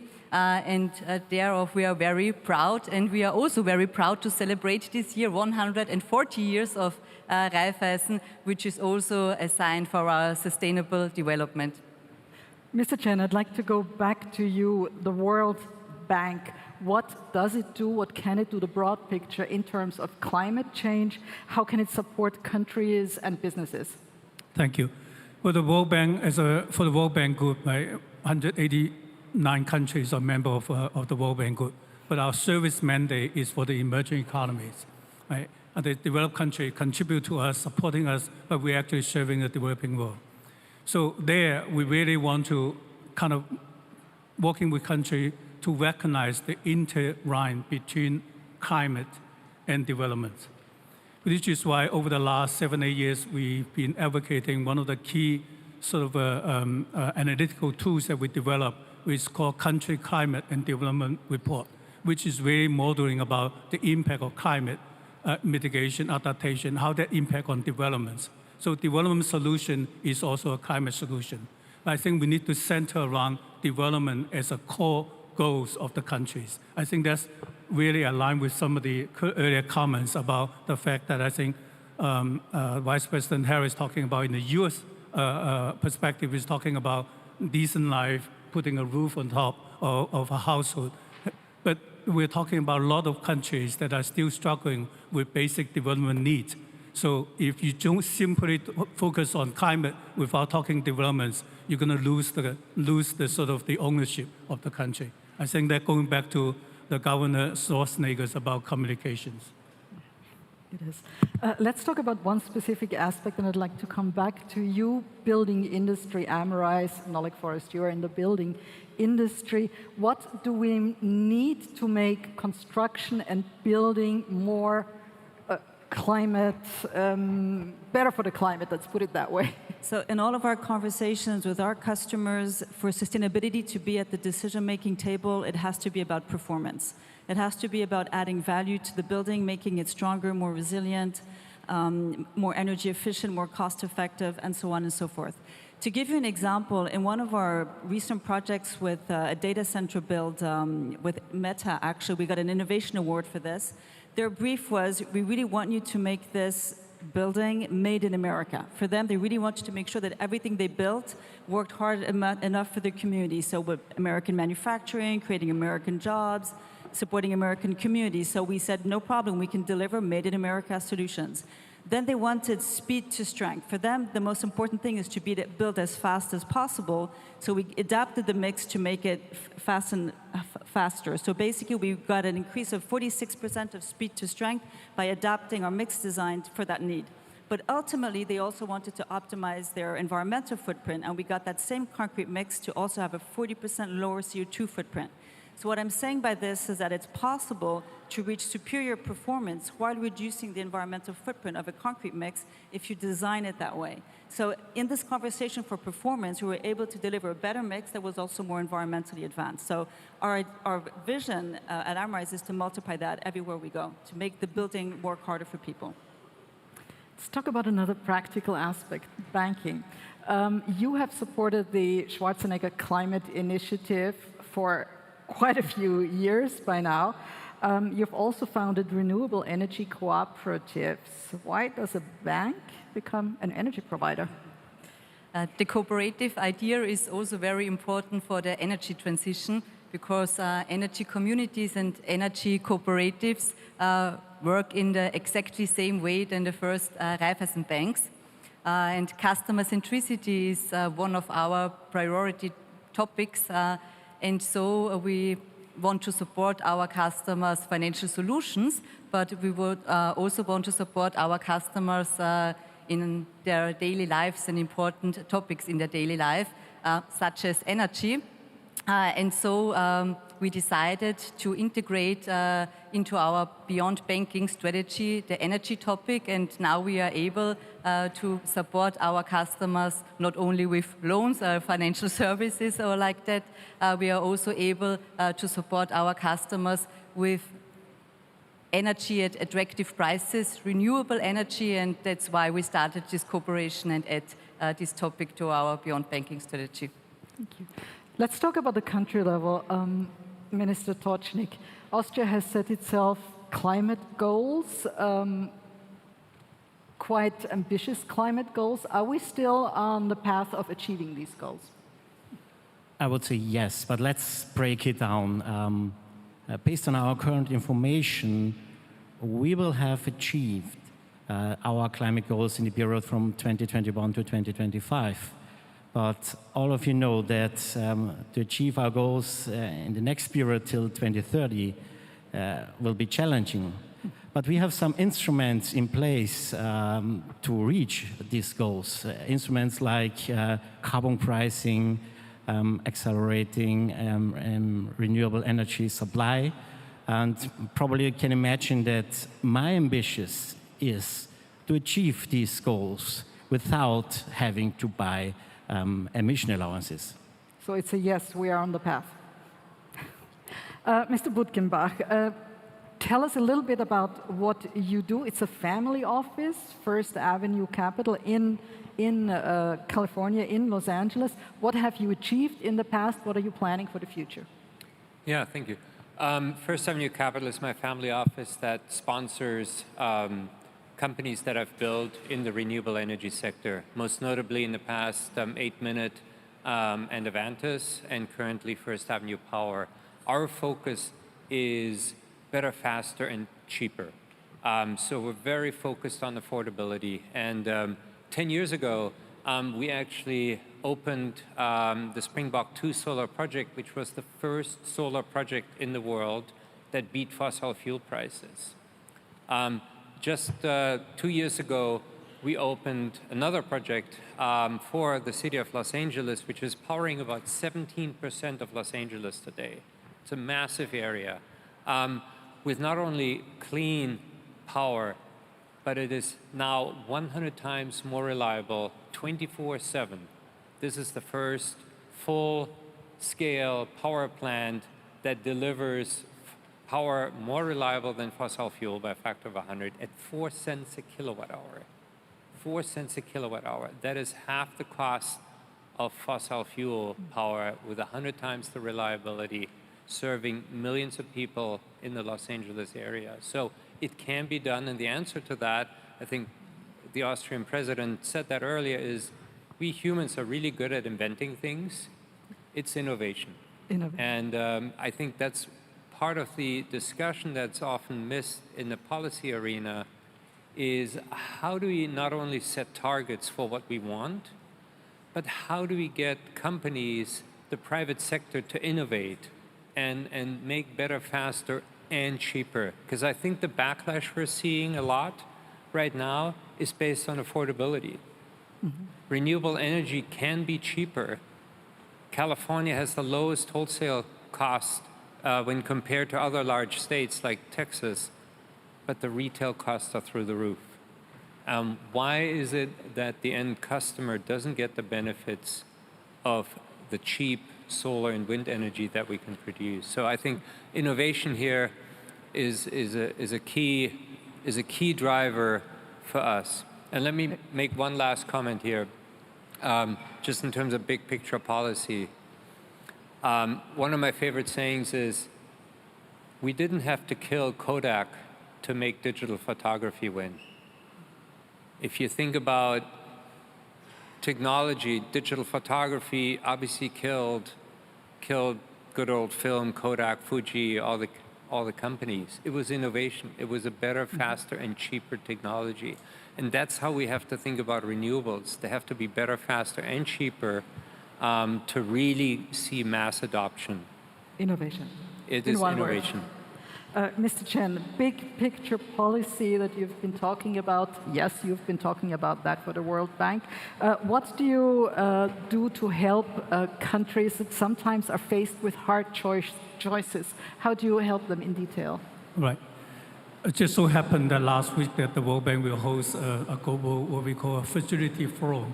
It's basically focused on sort of hotspots, country in conflicts for whatever reasons. How do you manage those conflicts? And one of the comments that's shared by the Vice President of Sierra Leone is that countries like Sierra Leone, politicians or policymakers have to make really tough choices because they have limited resources, but the development challenge is so vast.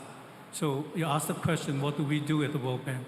I think the key key prerogative is to using all the knowledge, all the financings, all the convening services that we have to make it easier for policymakers to manage those trade-offs in policymaking. So one good example would be, for example, while we're talking about energy transition, all these things, but we still have 700 million people in the world that have no electricity access, most of them in Sub-Saharan Africa, which is why we launched this so-called Mission 300 2 years ago.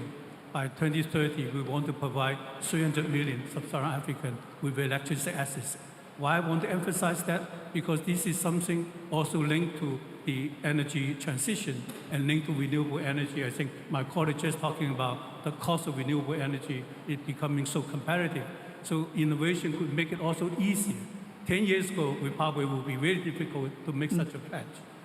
But nowadays, with the mini grid, because you don't need to have a national grid to connect remote area, you can have mini solar grid to actually provide those access to communities that do not have the access. And as you know, without electricity, there's no development anywhere. So that's where we bring in all the tools, knowledge, financing, and also most importantly is that our capital is forever limited.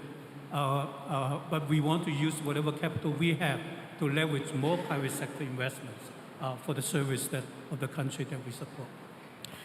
You have given examples. Let's go back to the industry. Can you give us an example of innovative projects, meaningful projects that are on the horizon for you? So we work a lot in an open innovation ecosystem. Obviously, we have our own material scientists, engineers, but we like to partner with the leading academic institutions. Right now, we have a program with the MIT that is actually looking into making concrete serve as a battery. So if you can imagine what that would look like in a future that would be commercially viable, your home can become the battery for your solar roof. So that is full energy autonomy for every single household.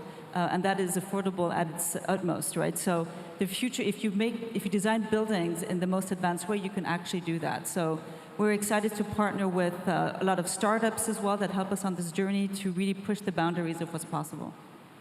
Minister Tocznik, innovation, climate goals need a lot of money. Where does public money go in Austria to help achieve climate goals? Yeah, we have a lot of programs and projects in Austria. I will share some examples.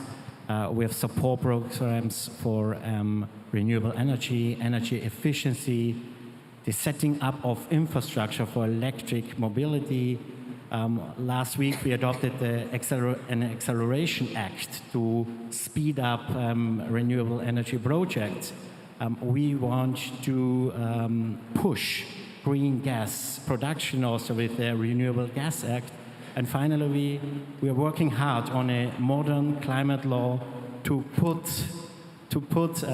climate policy in all aspects of government work. So Austria is trying hard. Tom Butgenbach, we have a feeling here, especially at the moment, in the United States, climate change, renewable energy, all that is not really a hot issue. It's an issue that has been pushed to the back. Give us your insight on that. At the federal level, clearly that's the case. But as Governor Walz and Schwarzenegger have said, the U.S. is really run by the states. It is the United States. It is like Europe, right? It's not what Brussels says. It's what Berlin, what Vienna, what Paris says, right? That is 80% of what happens in those countries. And so California, and you've seen that in many other states, there's a little bit of a, well, you don't tell me what to do. I'm going to do what I want to do. So there's a lot of push against, and we saw that under Trump 1, and we're seeing it under Trump 2 now, where the states go and push back. So while there's some loss of federal support, there is strong local support. But really, I think what has happened that is more important, big picture-wise, in the macroeconomy, is that 10 years ago, renewables were just at the brink of becoming cost competitive. Today, renewables are the cheapest and the fastest growing form of new generation. And that is fundamentally changing the game. And this is across the spectrum. If you think about why Trump won, he won based on affordability. People couldn't pay their bills. And that's from food to healthcare to energy. Energy is the fastest rising cost in the United States, which is crazy, right? If you think about generation getting cheaper, we have to start really rethinking policy, not just saying, here's a climate goal, because people can't connect to climate goals, right? Penguins having a hard time in the Arctic does not relate when you cannot afford to buy groceries for your children. We have to think about policy that says, yes, we want to hit these goals, but you have to figure out how to make it cheaper at the same time. It has to be affordable. And that is the vision for my family office, is to bring massive amounts of clean, reliable, super cheap energy. I think that's the main takeaway from this panel. Innovation can help us make renewable energy, make renewables cheaper, can bring it down to the consumer, can make it possible for everybody to share. Ladies and gentlemen, thank you so much for sharing this panel with us here today. Thank you. Thank you.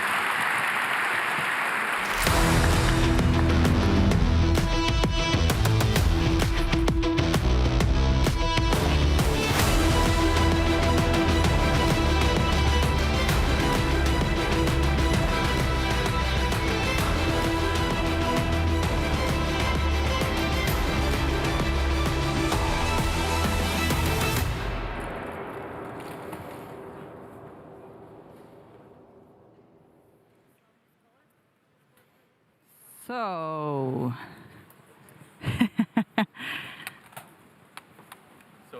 okay, you're ready.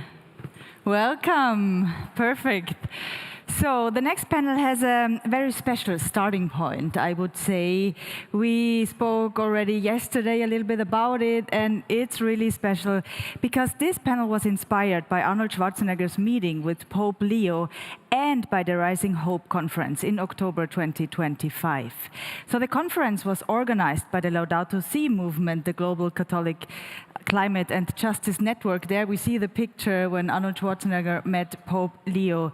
So the question behind this panel is, in difficult times, how do we keep hope alive? And how can faith help people act, like for climate, for nature, and for each other? So please welcome my panelists for today. Lorna Gold, Executive Director of the Laudato Si movement, then Rabbi Jonathan Wittenberg, founder of Eco-Judaism, and Najma Mohammed is joining us. Yes, that's me. But Najma Mohammed should be there, like in a few seconds, the trustee of the Islamic Foundation for Ecology and Environmental Sciences. She's joining us remotely. In a few seconds, I'm sure about that. Let me start with a question for all of you, and let me start with you, Lorna. Faith can bring people together, we know that, but also religion can divide societies. So my question is, how can faith become a bridge when we talk about climate action? Thank you. Oh, we need a microphone. It's not working. I need a microphone. It's not working. It's not working? Well, your microphone is working, right? Maybe you could share it. Oh, there's a new microphone. Thank you so much. Here's a new microphone. Okay, perfect. Thank you. So the question is, how can faith come together to help us address climate change? I think it's a really interesting one. I think that care for our planet is really the common ground on which all faiths can come together. If you think there are many things that divide us, but if we believe that we are here for a purpose and that there's a bigger purpose, whether you call that the divine, whether it's God, I think we can all agree on one thing. Whoever or whatever created us didn't create separate planets for the Catholics, the Protestants, the Jews, the Hindus, the Buddhists, the Muslims. There's one planet, and it's the common ground on which we work and on which we stand. And one of the hidden stories of the past 20 years, and certainly the past 11 years, is the coming together of faiths, different faiths, to start to care for our planet together. This morning we've talked about the need to embark on a marathon and then also a sprint. And believe me, we will only achieve that marathon sprint if we engage faith communities. 80% of the world's population belong to a faith tradition. That's an extraordinary number of people. And over the past 2 decades, those faith traditions have been waking up to the climate crisis, to the ecological crisis, and starting to take action.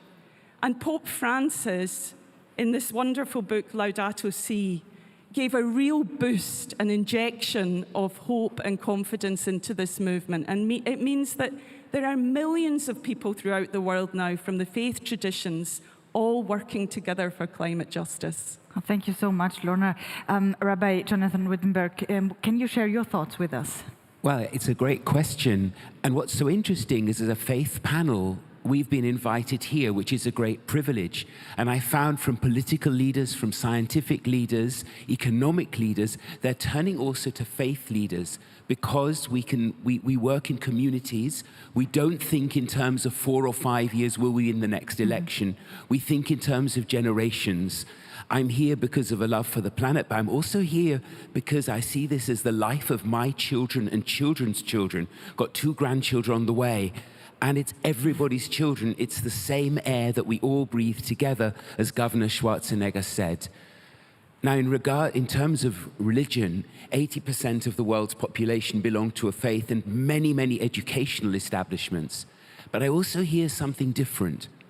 When I'm with people and I listen to their heart, I'm told, when I'm in the world of nature and among the trees, I feel a sense of spirit. Don't know if I call that God, people will say, but that's where I feel connected. How do I honor this? How do I live as a custodian of the sacred in this world? And I think that's a message which appeals alongside the need for economic revolution to evolution of the spirit. And there's a real strength in what faiths have to contribute. Well, Najma Mohammed, now we can see you. Hi, thanks for joining us. Great. Also, for you the question, how can faith become a bridge when we talk about climate action? I mean, I think I want to share something from part of the world that I'm from. I'm from South Africa, so I was born in one of the most biologically diverse, one of the most special places on earth, but also one of the most unequal, and I was born in a time when we were moving towards change, I think to a better world for us in South Africa. And it was incredible how faith was part of that movement for change. And having been engaged in, within my own faith tradition and others over the course of my, 2 decades career as a scientist and, climate and environment specialist, it has been incredible to see, just as the other 2 speakers have said, how faith is not a barrier, but actually, bringing together. It helps. I was listening in on one of the earlier speakers of being able to translate the values into actions and principles. It helps to speak the language of climate and environment, not in science, but in language of the heart, in principles, in the kind of issues that people think about every day. Food security, water security, what do they invest in? How do they travel? So it really helps to make some of the challenging principles often we have as scientists to communicate for behavior change and action, because we speak a different language. You're speaking a language of the heart, a language of the spirit, a language of principles, which I think lands quite differently than when you start giving lots of statistics. So faith helps. Lorna, the Laudato Si movement speaks about climate and justice together. So let me ask you, why is the climate crisis also a justice crisis? What would you say? Well, I think we've heard a lot about this already this morning, that what concerns many people is whether they can put food on the table, whether they have a home. And the climate crisis really is a climate of justice. Pope Francis used a phrase which I really love, which is we need to listen to the cry of the earth and the cry of the poor. And these are deeply interconnected cries that challenge us not only to think about, to switch, let's say, from being concerned with development to being concerned about the environment, but being concerned about both at the same time. Somebody once said to me that environmentalism without justice is gardening. And I think that there's often a risk when we think about spirituality and climate change that it becomes something like gardening. It becomes something like beautifying, making our church grounds more beautiful. It's very important for biodiversity to do that. But it's also about having moral courage. And I have to say I've been very impressed by Pope Leo since he took over from Pope Francis in being so forthright on this topic and having that moral courage. And I think that it's incumbent upon all faith leaders to prioritize issues of climate, issues of injustice, and really at this critical moment in world history to speak up and to speak out in favor of science and in favor of climate justice. So Rabbi Jonathan Wittenberg, eco-Judaism brings climate action into Jewish communities. Can you share with us some examples of projects? Absolutely. So I just want to note, though, that Pope Francis Laudato Si spoke to the whole world. It spoke to me as a Jew. He quotes the Hebrew Bible time and time and time and again. And climate justice as well, because we haven't spoken about the vast cruelty there is, the cruelty of hunger, the cruelty of war, and the cruelty we humans expose all other non-human life to in this world. So that really motivates me, it motivates my community. We work in education from the primary level up to our rabbinic leadership. We work in lobbying in the British Parliament and also as part of international fora, because what religion can do, it still has some moral credibility in spite of everything in this world. Religion has a tradition of speaking truth to power, and it needs to do so forcefully and without fear, and that is something our community has begun to do and needs to do more of. But we've also found that local speaks worlds, that again and again, I see this in the Jewish community, I see this in faith and non-faith communities. This is where I live.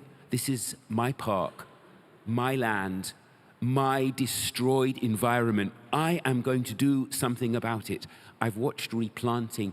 I am actually a marathon runner, though not a marathon sprinter. I'm very slow.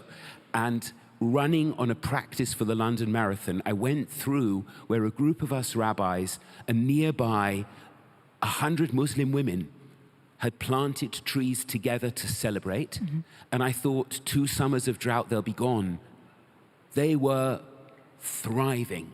That's what faiths can achieve, and that's what hope achieves, because you put your roots deeper and deeper and deeper, and you keep on going. Speaking about what faith can achieve, Najma, many people want to help, but they do not know where to start. So what is one simple thing faith can teach us about caring for the planet?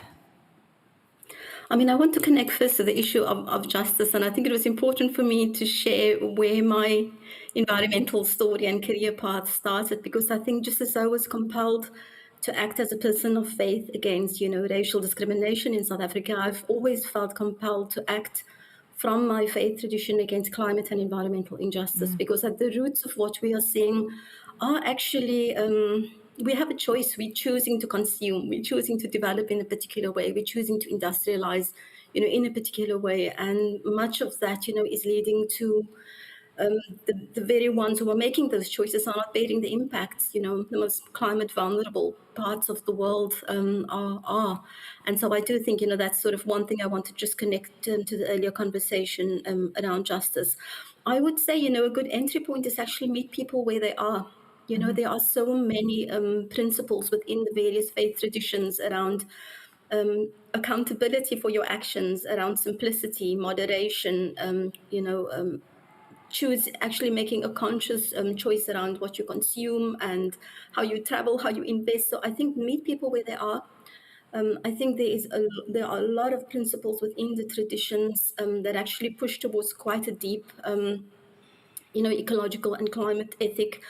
I mean, there's something that was life-changing for me. I remember, as a young child, being in a mosque and hearing a verse being recited about the fact that all of creation, it communities just like human beings, even though we do not, understand that. And I think within many faith traditions, there's a kinship with nature. It's not just an instrumental relationship with nature. We get food, water, clean air, but there's also a relational dimension to that, and we often don't tap into that. We just assume that people don't care, but actually there's a very deep relationship of love, of care, of kinship that's deeply rooted in many faith traditions. And so I do think meet people where they are, discover what's meaningful, to them, and try to understand, their language, and the principles that can, motivate and move them towards climate and environmental action. Yes, so we have talked about faith, responsibility, and climate action. At this point, I want to bring in another voice. Richard Gere has sent us a video message for this panel, so let's take a look. Hi, everyone. This is Richard Gere. I'm sorry I can't be there with you in Vienna today for this important World Summit. Today's panel addresses a very relevant topic, purpose and our planet, how spirituality drives climate action. And when we look at our world today, it's so easy for all of us to feel completely overwhelmed. Climate change, environmental degradation, conflict, corrupt and extremely unwise leadership, division can make us feel small and irrelevant, make us wonder whether our individual actions can matter, whether we matter. And yet, perhaps this is precisely the moment when our actions matter the most. Of course, actions rooted in wisdom, skillful purpose, and hope. A purpose understood as a quiet but powerful inner orientation toward reducing suffering and cultivating happiness for all beings. Hope as a choice, something we create through the way we live and the way we relate to each other and to the world around us. One of the most powerful teachings of my teacher, His Holiness the Dalai Lama, is that we are all deeply and completely interconnected. None of us exists in isolation. Even quantum science confirms this. Our well-being depends on the well-being of others and on the health of this beautiful planet that sustains us all.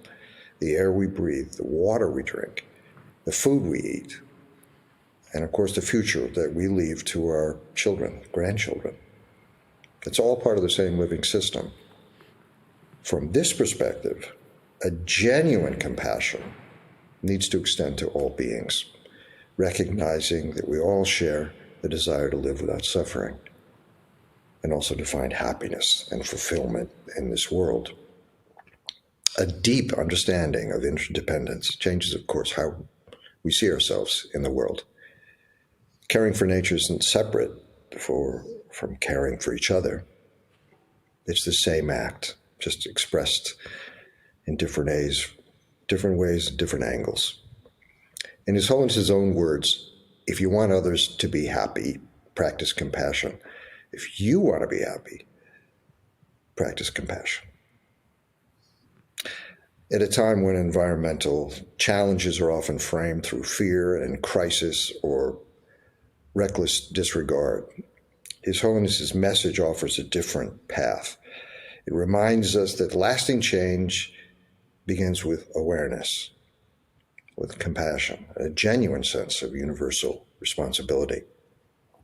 When we understand that our futures are completely intertwined, environmental action becomes a personal and human responsibility. It becomes spontaneous, a spontaneous expression of care for each other and the planet. I want to share with you one of my foundation's most important projects, Sierra Amar, From the Mountains to the Sea. This was born in response to the threat of unchecked development in one of Mexico's richest ecosystems in the Pacific Coast region of Costa Alegre. Sierra Amar brings together scientists, conservationists, entrepreneurs, of course, indigenous communities, and local and national governments, all brought together to show that conservation and responsible development can go hand in hand. But this all starts with a deep listening and dialogue with the local people. It's only then that we can effectively regenerate ecosystems, protect social well-being and livelihoods, and foster long-term sustainability. Sierra Amar offers a living example of how environmental stewardship and human prosperity can advance together in genuine partnerships, hopefully inspiring other successful projects around the world. These challenges that we all face are real, and so is our capacity for wisdom, compassion, and skill, and collective action. We can handle this. Each of us has a role to play, and each of us can contribute in our own way. And perhaps that's my deepest source of hope, knowing that even in difficult times, we can choose to care. We can choose to act, to create the world we want and deserve. When we care for one another and for the earth, purpose and hope transform into action. A better future is not something we wait for. No, it's something we actively create right now, together. Let's do it. Thank you. Richard Gere, ladies and gentlemen.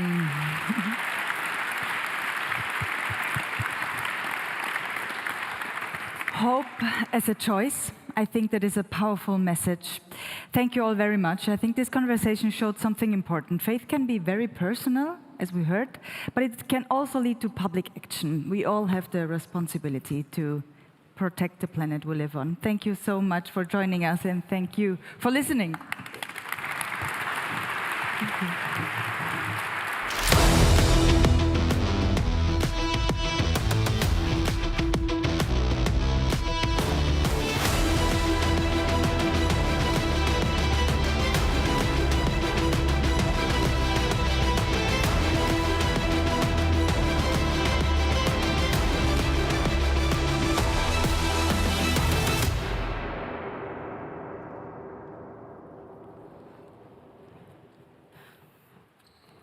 Thank you, Alexandra. And we are into our next panel. We'll talk about food. What we eat is very important.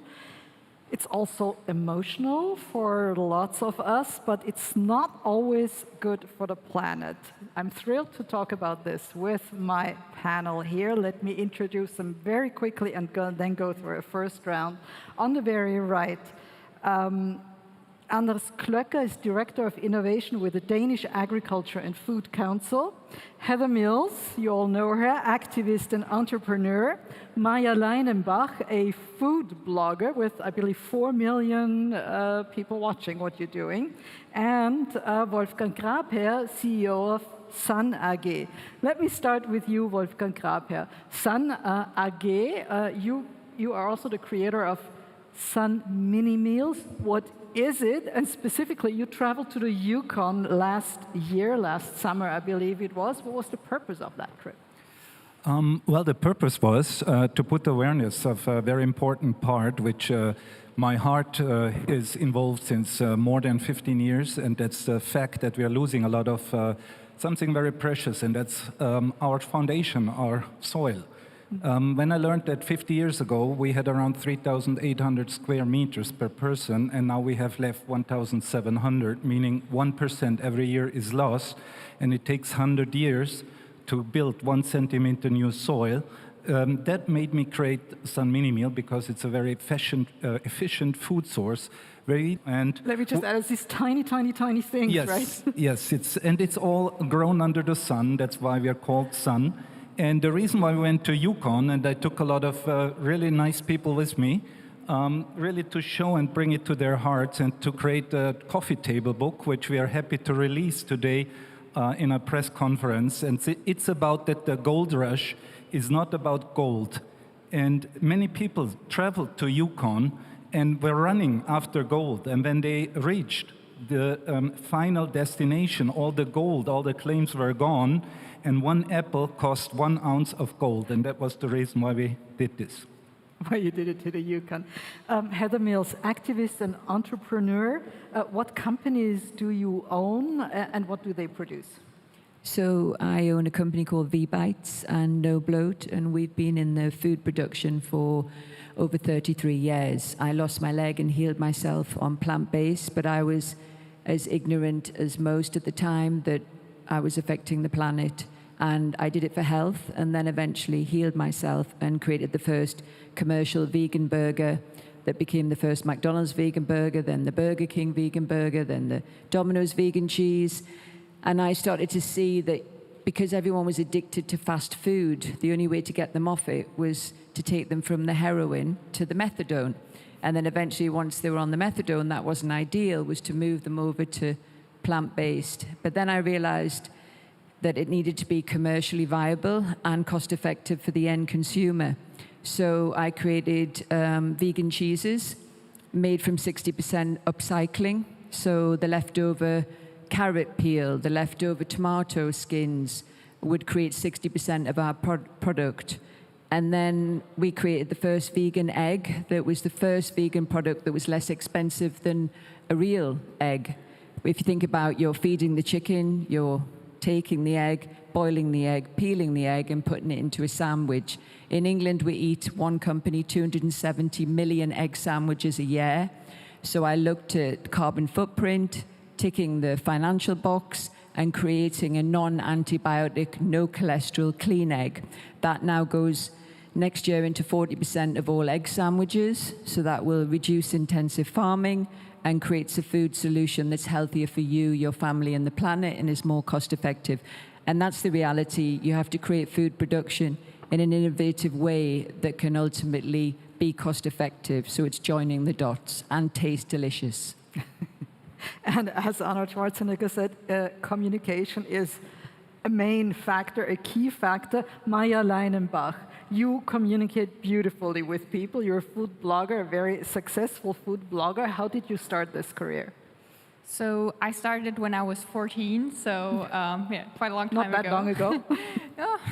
And back then I was still in school, and I had to do a school presentation about how food impacts our environment, especially what we eat. And I was a bit struck by the information I found and by how much we can do by changing what we eat.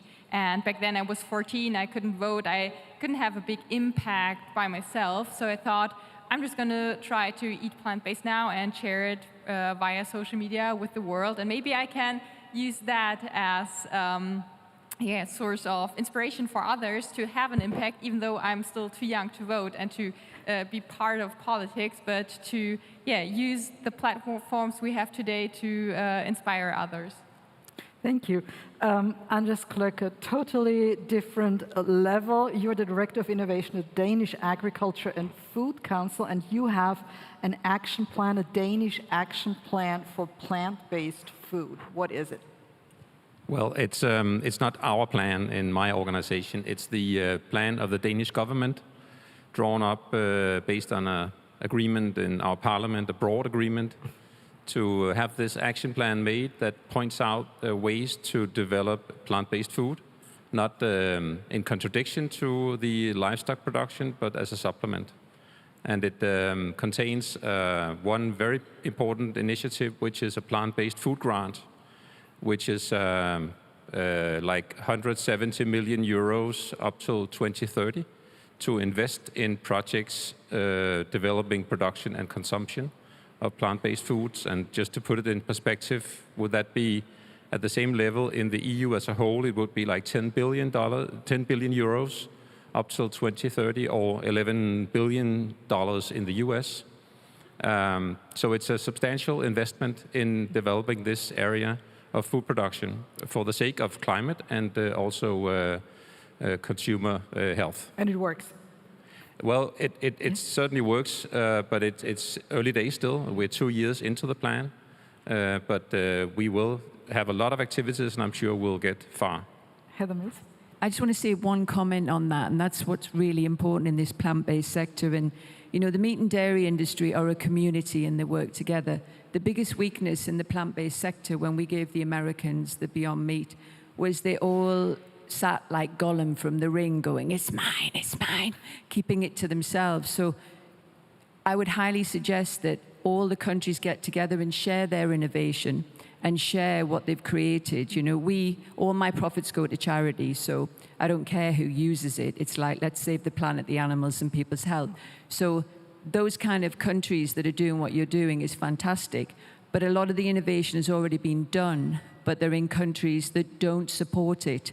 So if you need any help to not waste money creating something that we already did 20 years ago and are now creating what is required for the next 10 or 20 years, then communication, as Arnold said, is key. And the problem in the plant and environmental and vegan sector is there are lots of bubbles and they need to join together. It's a bit like if Britain followed Singapore. just on key things. If everybody started communicating and saying, oh, I'll take that because that's genius from your country, I'll take this from that, we would help the climate, the animals, and the planet. That's just a question to you. Do you have any plans of exporting your model to other European countries? Yes, we are unstoppable. Of course. Yes, actually.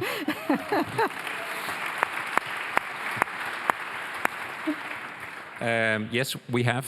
We have built an alliance in Denmark called the Danish Plant-Based Diplomacy. It's on an initiative taken by the Vegetarian Society of Denmark, who invited an organization like mine. I represent the farmers and the food companies, and honestly, they are predominantly based on the livestock production for many, many years. So it seems like a counterintuitive move to build an alliance across so different organizations, and we are more organizations as well. But it really works to have a dialogue, and we still respect each other, and we have room to maneuver according to our own interests, but we want to do this together. And this has turned out to be, I feel, a very interesting scene from many other EU countries' perspective, because we see a lot of confrontation in this area. But we can get much further if we cooperate, and so we travel around into other EU countries, and we have designated workshops, seminars, roundtables to convey the message and to transfer our best experience on how to move ahead with this policy in all the countries. And also the Danish government has committed itself, based again on a broad political agreement in our parliament, to move to work towards an EU action plan for the plant-based food development. Convey the message. Yes, please. Convey the message, you said. You have a lot of experience with conveying the message. What is the best way to motivate people to actually make conscious decisions when it comes to food?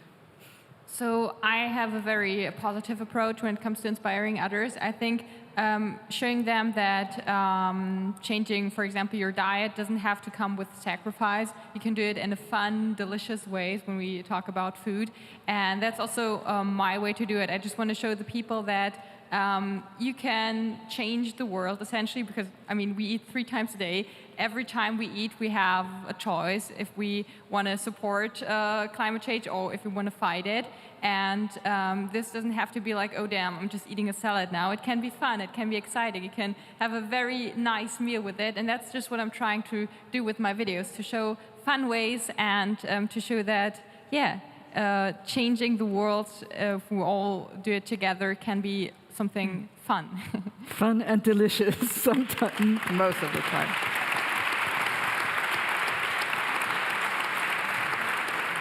Heather Mills, how do you motivate people? How do you motivate people to actually follow? I mean, when I first lost my leg and became vegan, I was like, you got to do this, you got to do that. And people thought I was crazy back in 1993. So I started playing with food in the kitchen, and exactly what you said. I would, date people that weren't vegan and then feed them great food, and then they became vegan, and then I'd move on to the next one. So you just kept feeding them. This one I'm happy with, by the way. But I would just create the product. So when I met my current partner, he loved McDonald's, he loved Burger King, he loved this. So I just created those junk foods in a healthier way and then moved them on. And that was the solution to the problem of people having an emotional connection to their food. So when you're young and you're sitting around the table with your family, it's such a wonderful social communicative connection that when you're told when you're older, you shouldn't eat that schnitzel, you shouldn't have that, you shouldn't eat this, people then don't do it, they don't listen, and they don't have the willpower.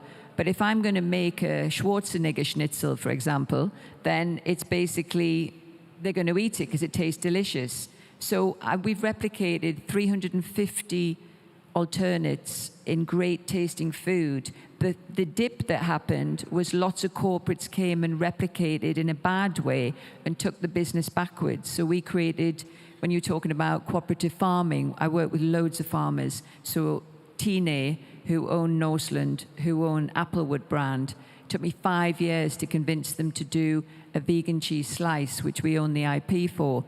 We drove it through the supermarkets. It sold more than the dairy cheese. So they got a piece of the vegan pie and suddenly are investing more and more into plant-based innovation. So that's how we do it. Give them the solution, and it has to taste great and be cost-effective. Simple as that. Sounds great. Wolfgang Grabherr, you talked about soil earlier, precious soil, how precious it is. How can you, or how do you want to make people aware of the fact that soil is actually precious? Well, first of all, the motto of last year was be useful. So I founded a non-profit organization myself, and I donated up to 2030, I committed $25 million to put the awareness exactly to where it needs to be, to really tell the people that it is important. So what we've done last year is we created a study where we showed what is the footprint of the normal food, the way how people eat today. And now we show with Sun Mini Meal an option which is very healthy, which saves every little unit, and we have the study, it's 3.5 to 6.5 times more effective, and it saves 1 square meter. So soil is the solution for pollution, or it's one good solution for pollution. And that's what we do. We tell the people it's important to eat healthy, and we make it more delicious. So I agree with Heather Mills, it needs to taste good. And we had a rocky way. Boy, it didn't taste good in the beginning, but I fought it through. And now we have with Swiss chocolate, we cover it. We have a blueberry white choc, and it tastes just delicious. We just gave away 40,000 units on Schalke, which is a soccer club. We've been sponsored for 2 years, and they love it. So you need to have something that people love to make it work. So we're very proud to have achieved that. And we're all looking forward to a vegan lunch later on today. Thank you very much. Wonderful panel. Thank you for joining us here, and it's over to Matt. Thank you all. Thank you, Hannah-Laura. And yes, that panel did get me very hungry. Well, it's the 10th Austrian World Summit, and as we said, everybody's celebrating. Happy 10 years, Austrian World Summit. We are unstoppable. Healthy planet, healthy people. Be part of the solution. Be a part of the solution and terminate pollution. Unite in action, we are unstoppable. We have the power. Every one of us, we are unstoppable. Happy 10 years, Austrian World Summit. We are unstoppable. Well, you can see sports has been a big theme today. Obviously, the World Cup is going on. But one of the things that the Schwarzenegger Climate Initiative started 3 years ago was an event called Pump for the Planet. Now, this was meant to be a one-time thing that would encourage people to incorporate environmentally friendly habits into their daily life. But it was so successful that it has now become a permanent part of the Schwarzenegger Climate Initiative. And what's been amazing is the athletes we've had turn out to support this campaign.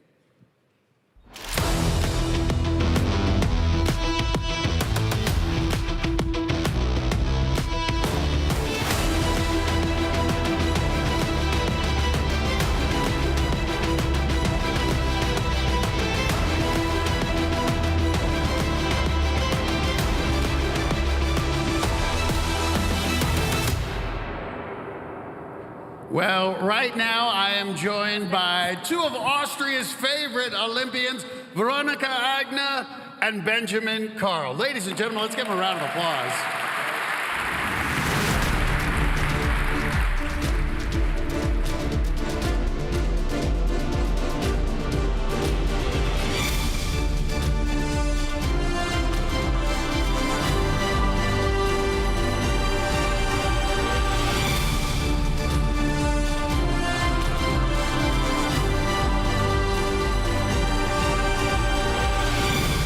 We we wanted to bring you on stage so you could see your incredible introductory video. So Veronica, I want to start with you. And first of all, let me say thank you for doing this interview in English because my German is not very good.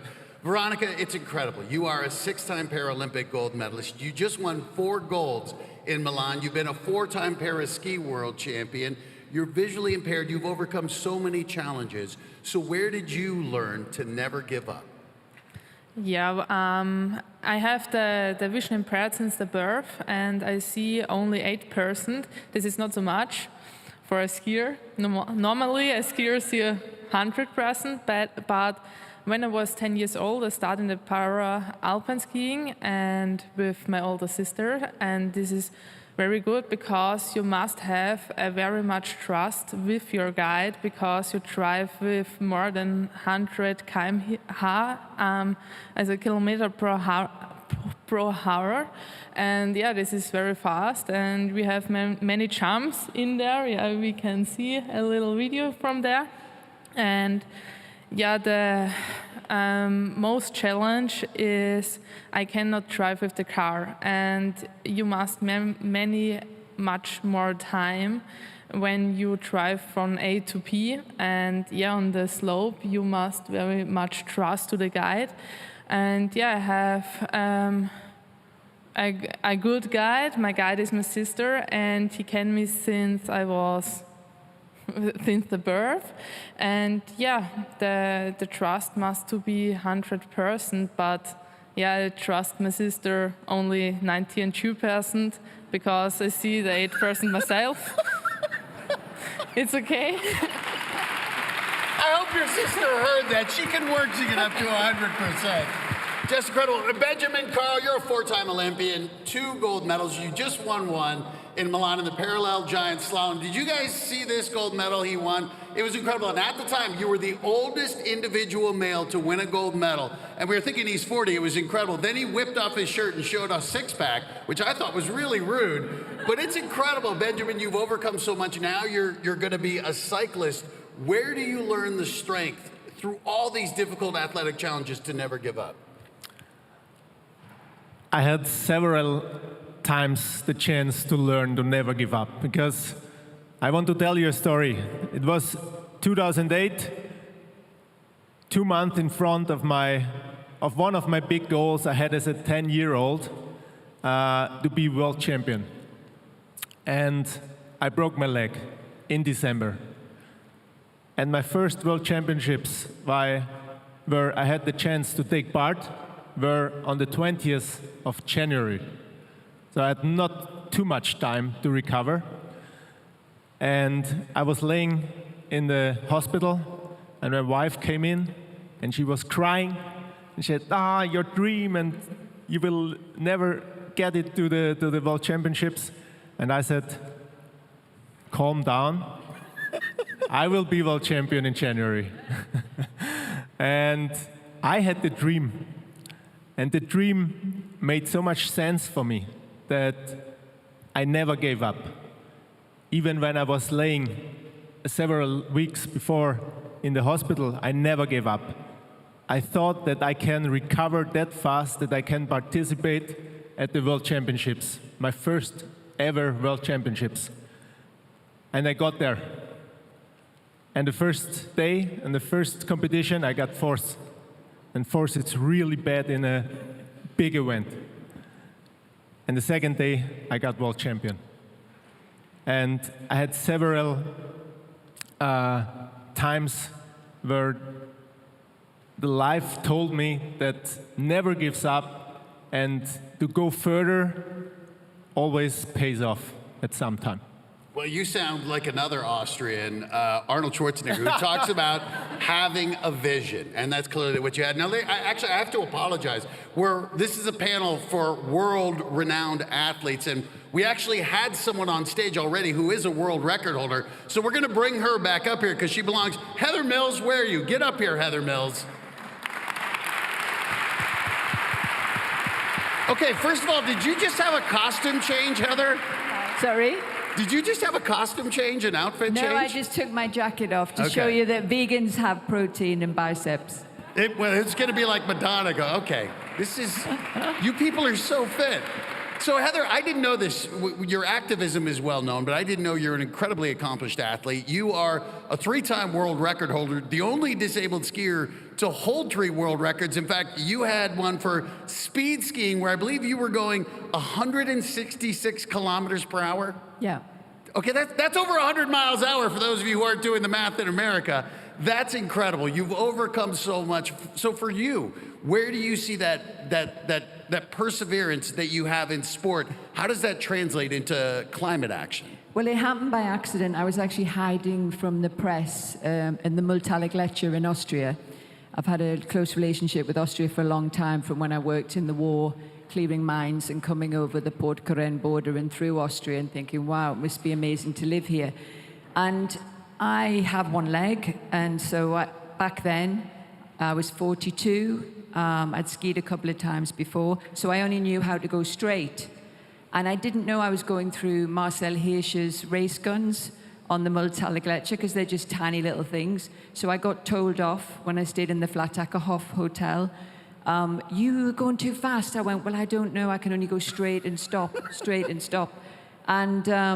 And then I said, I only have one leg. And they said, you should be a speed ski racer. I said, I'm 42.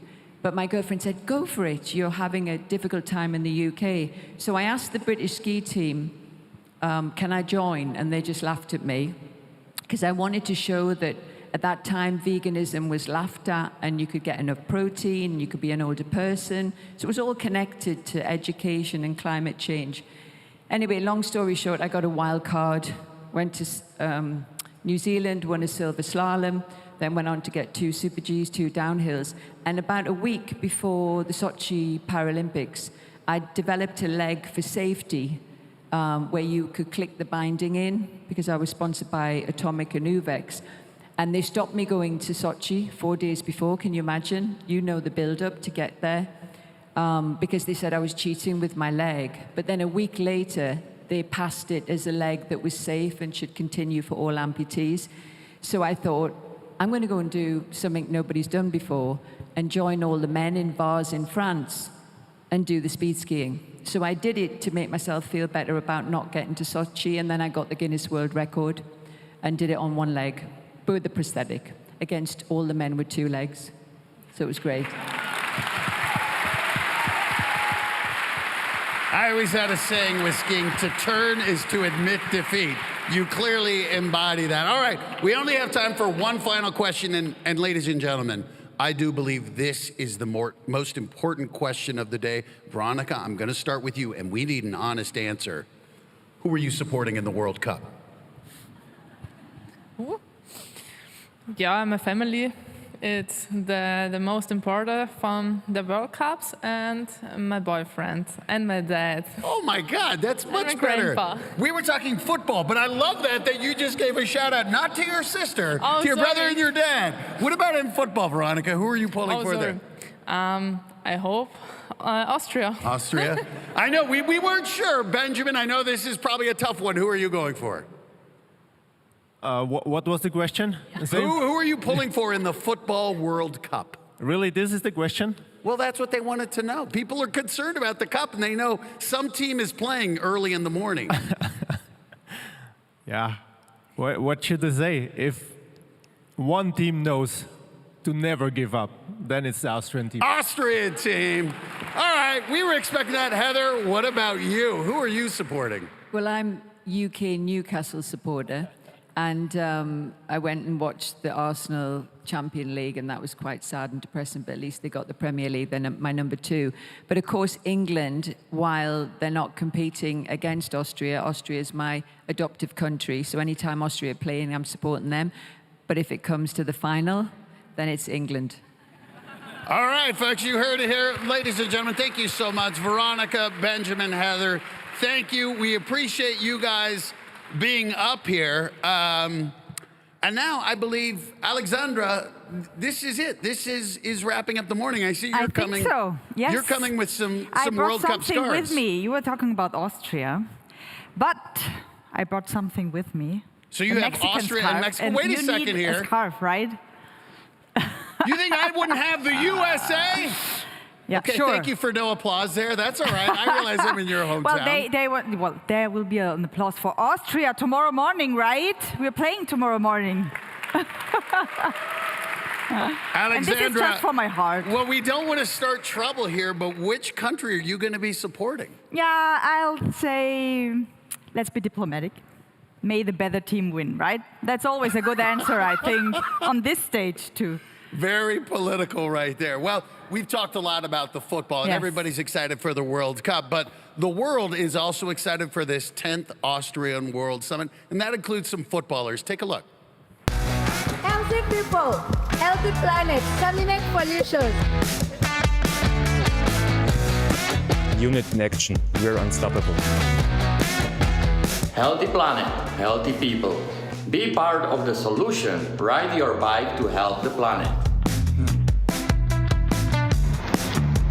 Be part of the solution and terminate pollution. Healthy planet, healthy people, terminate pollution. Progress happens when we decide it must. Happy 10 years, Austrian World Summit. 10 years of the Austrian World Summit, ladies and gentlemen. This is going to wrap it up for the morning. Alexandra, I know this is where you say goodbye. What stood out for you? What do you want to say? I want to say that it was great. It was great working with you, with the whole team, and with this audience. I'm so thankful. Thank you. It was an incredible morning. We heard from the vice president. We heard from governors. We heard from the Pope. We heard from leaders. Ladies and gentlemen, we always want to hear from you. Right now, it is time for lunch. Let's all get some food. And for those of you being here in the afternoon, it's going to start promptly at 2 p.m. And I will see you then, because we can promise we'll be back. Yes, full of energy. Thank you so much. Where are you? There. Oh, thank you.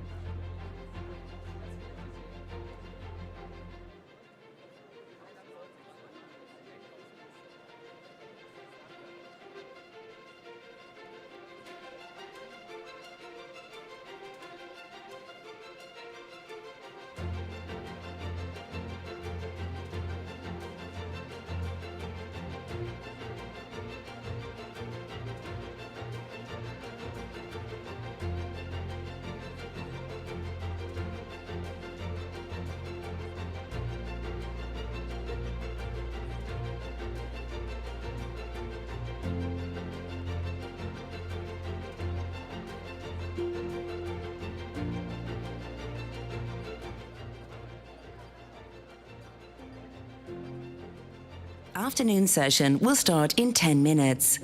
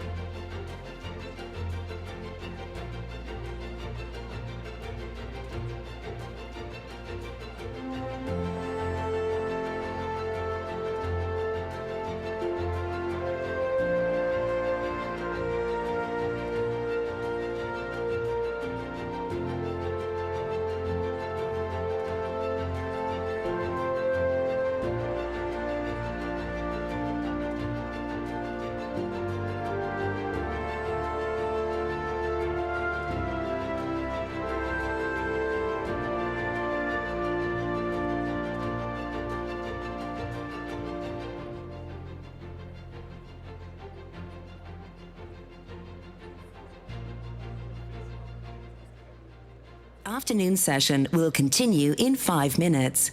Please take your seats.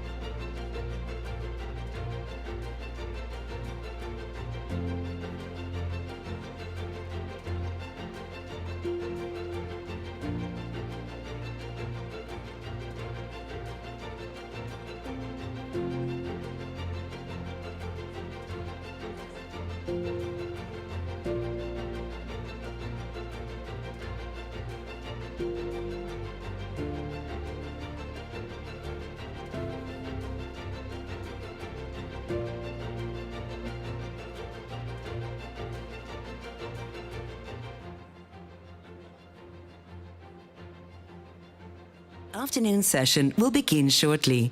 Please take your seats.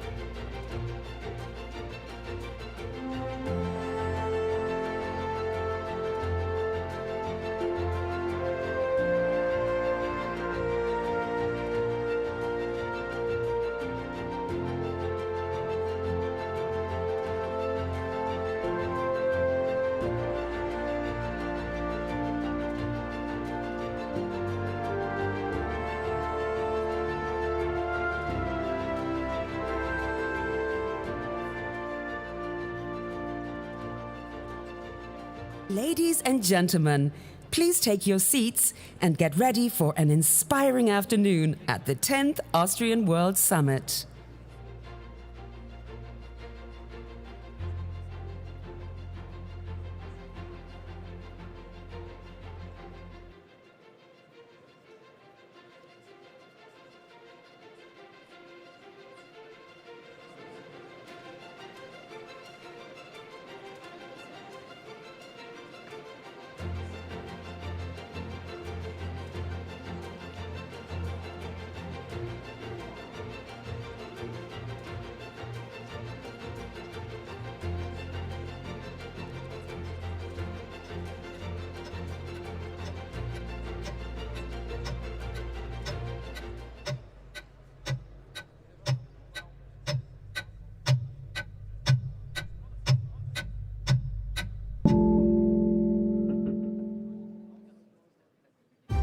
This will be our 10th Austrian World Summit.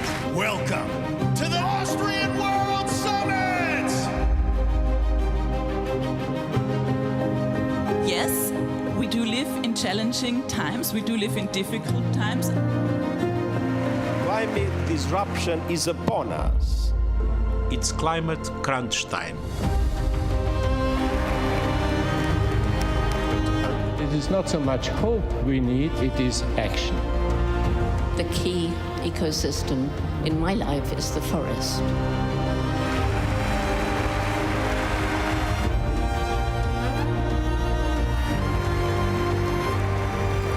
Now we have to go faster. We need to speed up our transition to renewables. Everyone deserves clean air, clean water.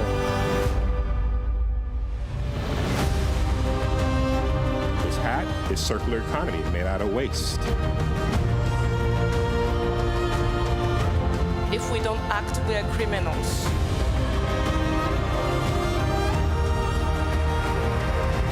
We are surrounded by heroes here.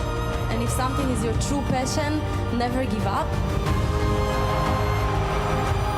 Heroes roll up their sleeves and they kick ass.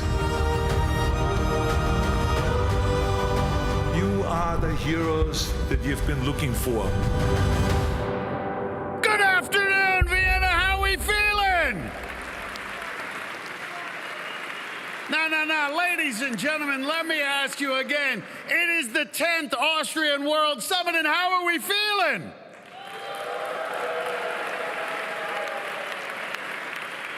I'm Matt Eisman. It's always an honor to be on this stage. Now, how many of you were here this morning? Make some noise. Clap your hands if you were here this morning. Now, how many of you are just joining us this afternoon?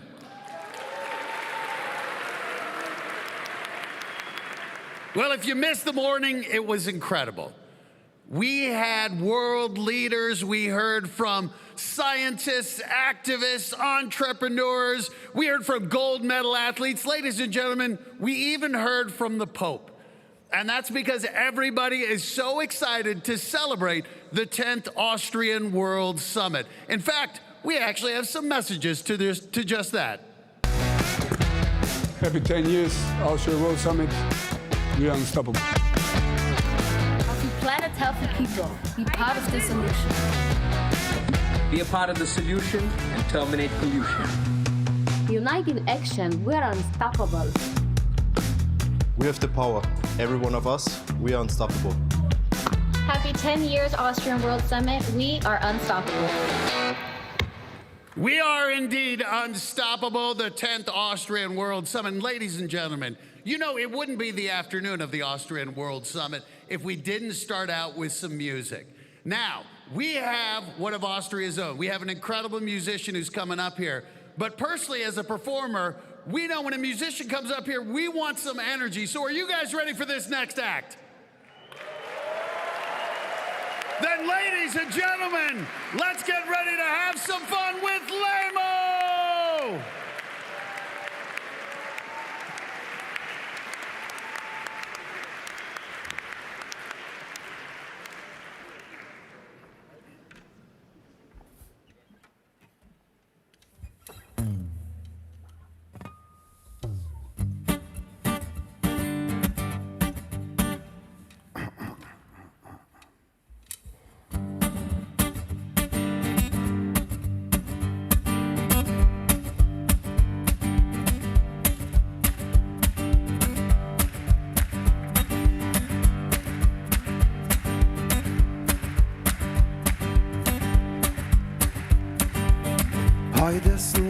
Tag, um große Dinge anzugehen. Du sitzt im Hamsterrad, komm stark aus und lass es stehen. Mach alles neu. Na, na, na, na, na, na, neu. Bequemlichkeit als Argument, tut mir leid, das kenn ich schon. Du bist der Präsident einer Prokrastination, mach alles neu. Na, na, na, na, na, na, neu. Zieh den Kopf aus dem Sand, nimm die Beine in die Hand, overweg deinen Arsch und tu es. Ob du es willst oder nicht, gib dir selber grünes Licht, overweg deinen Arsch und tu es. Hey!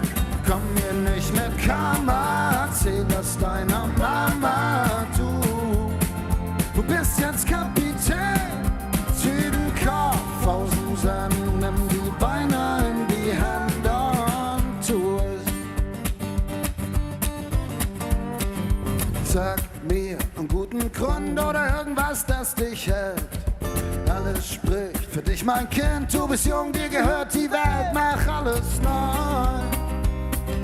Na, na, na, na, na, na, neu.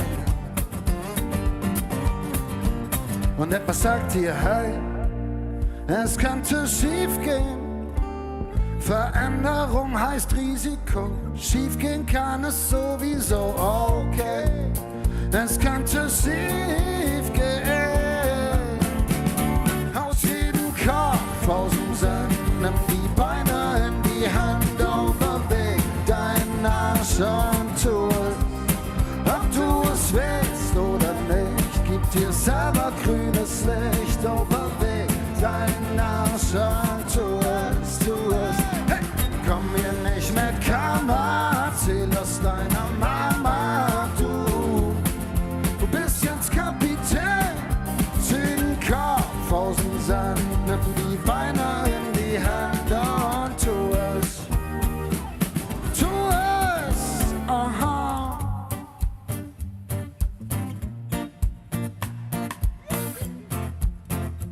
Okay, wie? Hey yo, hey yo, beweg deinen Arsch und tu es, ihr müsst mitmachen. Hey yo, hey yo, beweg deinen Arsch und tu es, ihr hört nichts. Hey yo, hey yo, beweg deinen Arsch und tu es, geht nur lauter. Hey yo, hey yo, beweg. Okay. Hey yo, hey yo, beweg deinen Arsch und tu es. Skibbidi-bip, skibbidi-bip, beweg deinen Arsch und tu es. Okay.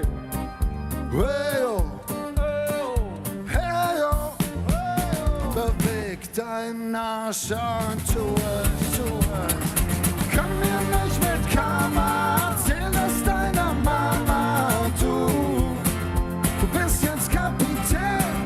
Zieh den Kopf aus dem Sand, nimm die Beine in die Hand und tu es.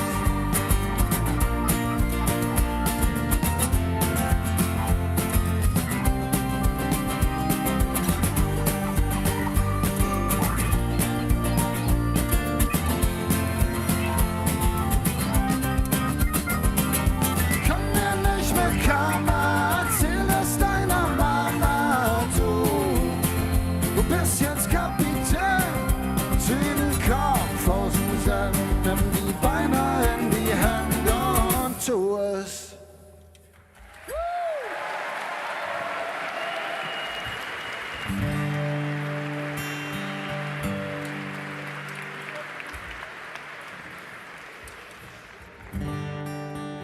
Liebe Leute, schön heute hier zu sein.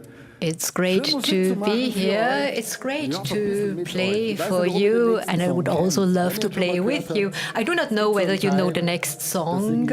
So there is a part where I sing oh, oh, oh, something along these lines. It's just, it's very, very easy. So it's just one vowel, and if you feel like it, please sing along. So the song is called Alte Seele, Old Soul, and it's a little bit about youth that we lost. Hallo, hallo, hier spricht deine alte Seele. Ich wollte mich nur mal melden, erzählen, was mir fehlt, denn ich bin jahrelang schon eingeklemmt hier drin. Ich hab so auf dich gebaut. Hallo, hallo, bitte lass mich noch mal raus. Ich will auch einmal nur die Sonne sehen. Dann höre ich wieder auf. Ich hab dich jahrelang begleitet. Jetzt sitz ich hier alleine und verstaut. Und ich flüster dir ins Ohr, erzähl von reichenden Festen, von Frauen und von Drogen. Ich geb Storys zum Besten, von tagelangen Nächten. Doch wie scheint bist du auf diesem Ort taub. Ich hab dich immer noch so in Erinnerung, wie auf dem Sommercamp in Frankreich, wie du besoffen mit dem Sand speist. Ich seh mir Bilder, wir waren Gewinner mal. Wir hatten uns und Zeit und brauchten auch nicht mehr. Vor uns eine große Zukunft, hinter uns das Meer. Und du hast getanzt wie John Travolta.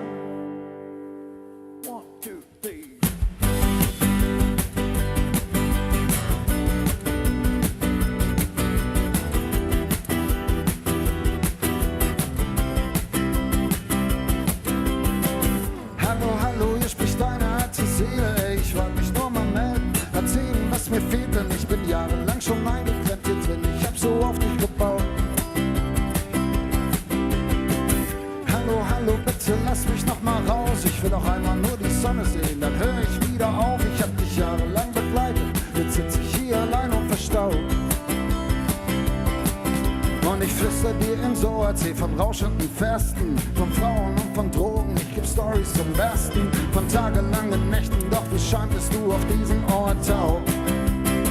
Ich hab dich immer noch so in Erinnerung, wie auf dem Sommercamp in Frankreich, wie du besoffen in den Sand speist. Ich seh mir Bilder, hau wir dann Gewinner mal. Wir hatten uns und Zeit und brauchen auch nicht mehr. Vor uns eine große Zukunft, hinter uns das Meer. Und du hast getanzt wie John Travolta. Hallo, hallo, sag, kannst du dich noch erinnern? Wir sind nächtens über Zäune, beim nackt im Freibad schwimmen, haben uns dann noch im Morgengrauen beim Bäcker was zu essen geklaut. Hallo, hallo, ist das wirklich schon vorbei? Sag, hast du mich komplett vergessen? Das wird jetzt aus uns zwei, du bist von außen schrecklich still geworden, aber in dir drin bin ich laut. Jetzt schrei ich dir ins Ohr, erzähl von rauschenden Festen, von Frauen und von Drogen. Ich geb Storys zum Besten, von tagelangen Nächten. Doch wie scheint bist du auf diesem Ort taub, taub. Ich hab dich immer noch so in Erinnerung, wie auf dem Sommercamp in Frankreich, wie du besoffen mit dem Sand speist. Ich seh mir Bilder,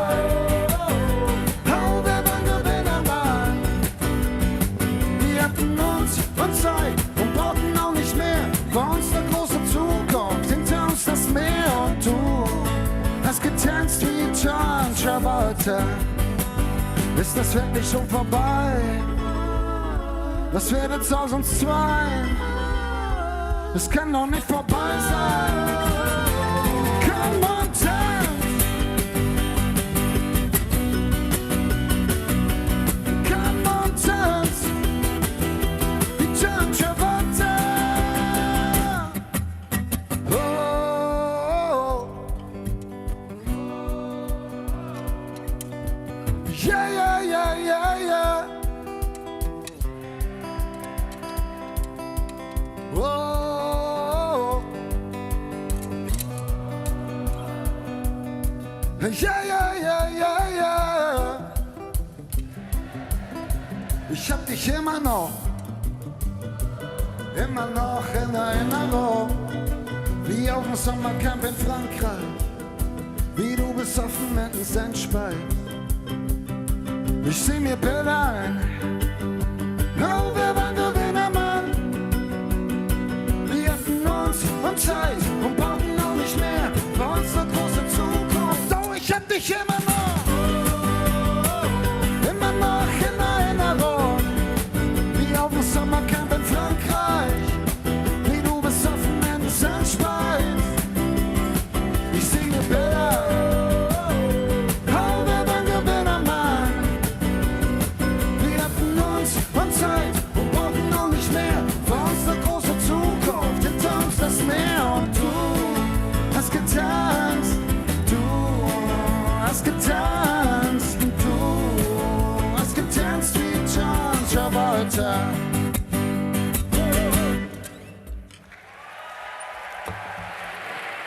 Vielen Dank.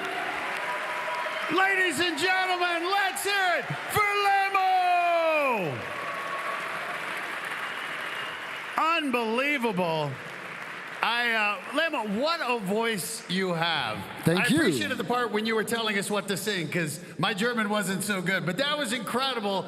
Now, Lemo, it's a thrill to have you here at this 10th Austrian World Summit, but you've been a part of this for a long time. You were at the Climate Kirstag in 2019 and 2020, but what's it like being here for this 10th summit? Yeah, a lot of things changed for me actually since then. I've had 2 kids, so congratulations. Thank you. Yeah, thanks. So yeah, the future of the planet is now even more important to me, and yeah, it feels good to be back. Well, I think you might have just answered this next question, but why you're doing this, but how are you going to show up? How are we going to be unstoppable for this planet, Lemo? Yeah, I think as a musician, the best thing I can do is really just raise awareness and, I don't know, remind people in power to push the right levers, and yeah, that's why I'm here today. Well, you are unstoppable. Lemo, thank you so much. Thank you. I know we're going to see you at the end again, right? Yeah. More stuff. All right, One more ladies and song. gentlemen, one more time for Lemo. Thank you.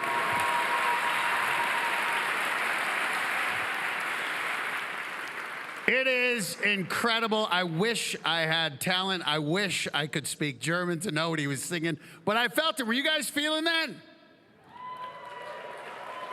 I appreciate the young people in back. The rest of you are used to being talked at. Well, it's been an incredible day here at this 10th Austrian World Summit.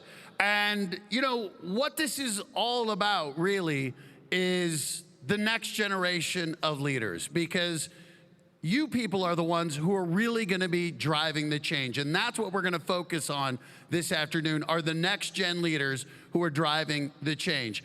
And I don't know if you've seen this, but because of you, and because you're all here, we created this Next Generation magazine. And if you haven't seen it, I encourage you to pick it up. But in there, it talks about a campaign called Pump for the Planet. Now, this was a simple 7-week challenge that was started really to encourage people to incorporate environmentally friendly habits in their daily existence, day by day, week by week, step by step. It's really what this is all about, is learning how we can make a difference in the future. And the great thing about this Pump for the Planet campaign has been the incredible support we've received. Take a look. It's not about being perfect. It's about showing up. I pump for the plan. Every rep counts. Every action counts. I pump for the plan. Okay, now are you people from Austria here? I believe they're going to be representing your nation in the World Cup in a game that's taking place early tomorrow morning. We'll see how they do. Are you guys excited for Austria?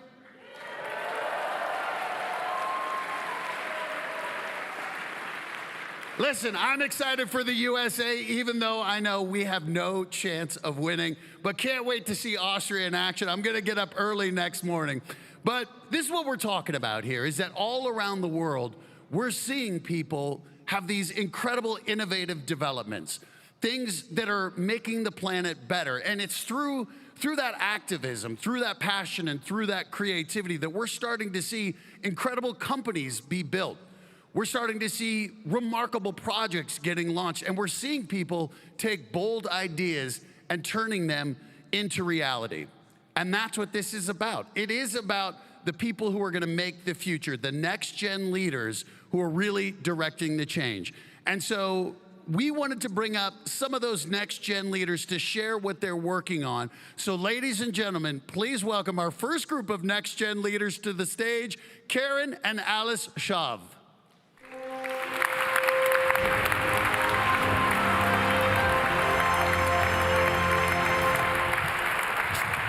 Hello everyone, I'm Alice. And I'm Karen, and what an incredible music act that was. So thank you. Let's start with a question. Who here is wearing some gold today? Please raise your hands. Okay, some of you. Well, guess what? Even if you're not wearing jewelry, you're still most likely carrying gold in your pockets.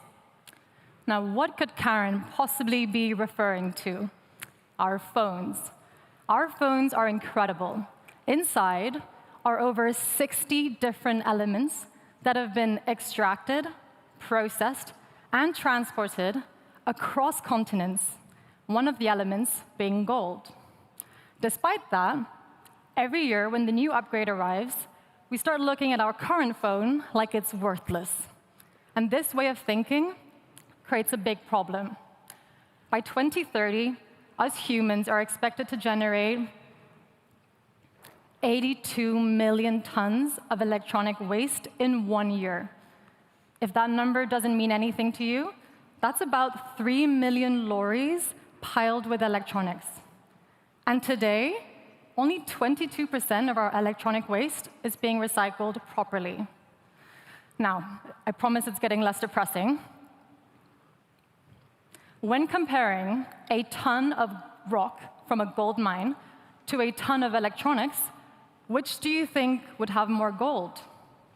Electronics actually has up to 400 times more gold. And remember, gold is one of the most desirable materials on Earth. And at the minute, it's sitting idle. So, if the gold already exists above the ground, why are we still continuing to mine gold at such huge environmental and social costs? I studied environmental engineering at university, and I later worked in the recycling sector, where I was just shocked by how disconnected we are from the waste that we produce. And in short, that's what led my sister, Karen, and me down a road we never expected. We created Inkador, a fine jewelry company that creates gold jewelry from gold extracted from electronics. Now, how do we both get here? It's funny because our parents always put a very big focus on STEM, which is why, like Alice, I studied engineering. But I've always had this more entrepreneurial and creative side to me that I felt never quite fit. So some of my side quests included selling imported candy to all my friends at school. So that was me at primary school. To marketing my watercolor prints online, or more recently, organizing female founder events across London. But my two worlds really collided when I started designing jewelry with Alice on weekends, which very quickly, as you can see, became a lot more serious. It's a place where I can express my creativity whilst also doing something meaningful for the planet. Our engineering degrees taught us to be analytical and to problem solve. On the other hand, jewelry is almost the opposite. It's emotional and it's deeply personal. And it's really within that contrast where we saw our opportunity. Could two very naive sisters take what the world throws away and turn it into jewelry someone could never let go of? So it sounds like a great idea, right? But it's not that simple. There is good recycling and bad recycling, and that difference matters. Electronics contain a lot of hazardous materials. So when gold is extracted informally, that same word, recycled, can hide some serious harm. From toxic fumes and open-air burning to strong chemicals leaching into our soils and water. To recover gold responsibly, everyone needs to take part, and it takes a collective effort. So we've broken this down into 3 steps. Part 1 is the traceable collection of electronics, where phones and laptops are directed into a formal recycling stream rather than disappearing into landfill or informal waste routes. Part 2 is the gold extraction process. We work with specialist facilities that separate different metals from circuit boards using regulated heat and chemistry, and in some very cool cases, naturally occurring bacteria. And part 3 is shifting perception. This is where we come in. Because we believe that the more people understand the electronic waste crisis, the more electronics find their way back to step 1, collection. So our mindset applies beyond gold. For example, the necklaces that we're both wearing today has gold from old laptops, and the diamonds were grown in the Swiss Alps using solar and hydro energy. So since we started 20 months ago, we have successfully sold bespoke jewelry to celebrities. We have also featured in top press publications, and we are currently experiencing a 5x year-on-year revenue growth. But in saying that, jewelry is only one part of our company. When we first started Incador, we asked ourselves, why aren't people recycling more electronics? And then we quickly came to the conclusion that recycling doesn't feel inspiring and it doesn't feel sexy. Am I right? Yes. I'm going to take that as a yes. We all know that recycling is the right thing to do, but in reality, the bin is always hidden at the back of a building next to a smelly bin. But if we want people to build better recycling habits, we need to create a movement that people actually want to join. And that's what we're striving for at Incador, to make recycling desirable. Or as we like to say, to make recycling vogue. And this is how our Tech for Treasure campaign was born. We started a pilot with University College London, placing stylish collection banks across campuses. Yes, we know it's a small contribution in the grand scheme of electronic waste, but we like to think it's a small step forward. What we found from this experience is that if you want to reach the younger generation, it's no longer enough for a solution to just be right. The solution also needs to feel authentic and worth sharing. If recycling looks like an afterthought, people will treat it like one. But with good design and creative storytelling, the younger generation are more likely to get involved. Being invited to this incredible event has sparked a new dream for us. We're in Austria, the home of Red Bull racing. And as you may know, Formula One has recently gone on a sustainable journey. We want to spread our message further, and we would love the opportunity to create the very first Austrian Grand Prix trophy using gold recovered from electronics. So if anybody here works at Red Bull,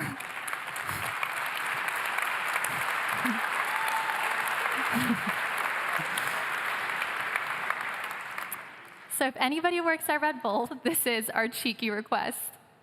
And with that, we'll leave you with one last thought. We hope that the next time you open that drawer full of electronics, which I'm sure most of you have back at home, we hope you don't think of it as waste, but as an ingenious invention with a past and a huge potential to become precious again. Thank you. Thank you. Oh my, Alice and Karen, first of all, you two are ridiculously impressive. I mean, you're scientists, activists, and you're entrepreneurs. That's incredible. And one of the things I wanted to say was, You guys, I love that idea of making recycling vogue because let's be honest, at least in the past, when people picture climate activism, they picture people in tie-dye shirts wearing Birkenstocks. But I love that you guys are making it look fashionable. So that brings me to the question with Inkador, as you look at this jewelry, what's been the biggest challenge to getting people to adapt it? Is it driving it, making it fashionable, or is it really conveying the message that with this jewelry, you're doing something good? Mm-hmm. I think, interestingly, the young generation are loving it, and so we're getting great reception from them. They understand our message completely. It's more, I think, conveying that message to the older generation. Why'd you look at me with that part? That hurt. That was not intentional. Well, that's great. So what are the next steps for Inkador? Obviously, looking for this Red Bull partnership. What's next? We would love to spread our message further. So that could include, for example, using gold in the Austrian Grand Prix trophy. We also know there are lots of very talented Olympians in this space. So we're also wondering if it would be a possibility to also produce the next gold medals out of very cool recycled gold from electronics. Or even just their jewelry. Well, very cool. And ladies, last thing, how can people get in touch with you if they want to follow up and do more? We're on Instagram under Inkador Jewelry. You can email us and also go on our website. Ladies and gentlemen, one more time for Alice and Karen Schaub. Thank you, ladies. Thank you. Thank you. Thank you. I don't know about you, but does anybody feel a little underaccomplished when you hear them speak? Well, ladies and gentlemen, now it's time to learn about our next speaker.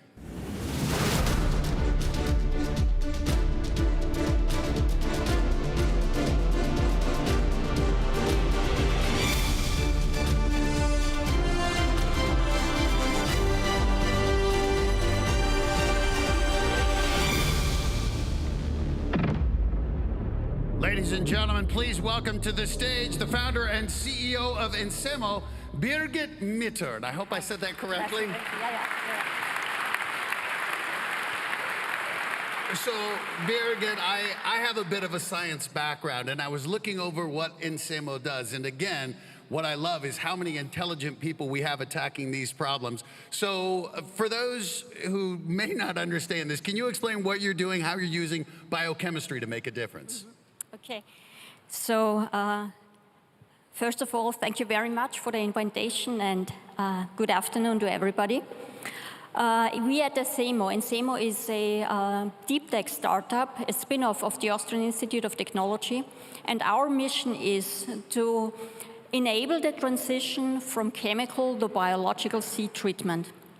And we do this by developing a new seed treatment technology that addresses the key limitation of the application of beneficial microorganisms in agriculture. So the conventional application technologies like seed coating are not suitable because the bacteria die off very often after a couple of weeks or even days. So instead of coating them on top of the seeds, or putting them on top, we inject them into individual seeds. And inside the seed, they stay viable for at least 6 months or more, and they are active when the plant needs them most. And how we do this? We develop and build machines that in high throughput fix individual seeds, cut them open, here you can see the cut, inject the microbial suspension and seal the cut again. And our machines do this about 4,000 times per second. Per second? Per second, yes. How large are these seeds we're talking about? This must be incredibly precise work. It is precise. It's like, our machine currently treats very well soy seeds, so this is maybe half of a centimeter in diameter. So we are here acting at the edge of physics, I would say. You're like Tony Stark here. This is incredible. So we heard from Karen and Alice talk about getting into STEM. Their parents encourage them. What about you? What drew you to microbiology? To microbiology, I always wanted to be a researcher, and I always wanted to know something nobody else knows. And the world of microbiology is still largely unknown. So we know just about 10% of all microorganisms which are living on this planet. And this actually inspired me to study microbiology. And I've been studying the plant microbiome, so all the microorganisms colonizing the plants for about 20 years. And I learned a lot about the importance of these microorganisms in plant health and plant nutrition. And this actually was the motivation to bring this knowledge to application and to bring these plant microbe interactions or make this accessible to farmers for a more sustainable agriculture. So how do you make that transition? As you said, you were a researcher. How do you then become this bold entrepreneur, launch this company, and take it to that next step? What drew you to that? How did you do it? Yeah, actually, I think it was a logical step because, as I mentioned, I saw the potential of microorganisms to substitute agrochemicals in the field, and I really wanted to bring this to application. So the step was quite short to fund the company together with my colleague Nikolaus Pfaffenblichler. And here in Austria, we have a quite good funding regime for startups. So innovative ideas are very well supported in Austria with public funding, but also with private fundings we get. So I think this was the main drivers in setting up this company. Well, so often we talk about feelings and emotional pleas with climate activism. I love hearing logic and science being applied as well. Now, we have a lot of young people here, people who may be looking to follow in your footsteps or maybe to forge their own path. What advice, having gone through this whole process, what advice would you have for the young people here? Yeah, maybe one advice is do not listen too much to advices of others. So go your own way, and please are not afraid of making mistakes, because we learn the most of our own mistakes. And if you have a real idea, then start acting, because everything is better than remaining passive. Very good words there. So you've been on this journey now for decades. The Austrian World Summit has just celebrated a decade. For you, for Ensemo, what would be the next big steps in the decade ahead? What would you, in your dream, love to see? Yeah.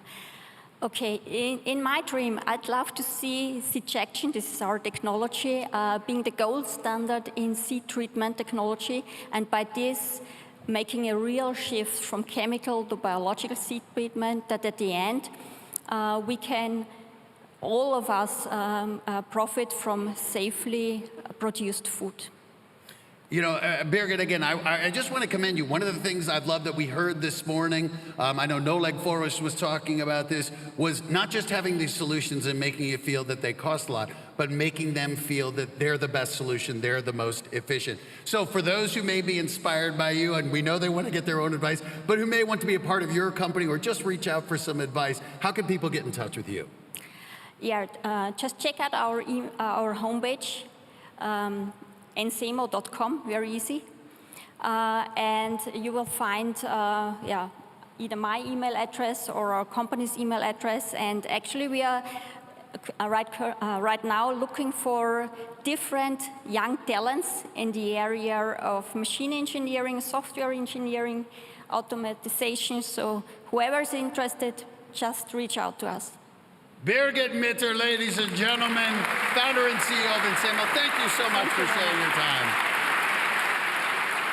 Well, I hope you heard that, young next-gen leaders out there. You're getting some job opportunities here. This is incredible. But now it's time to hear about our next speaker.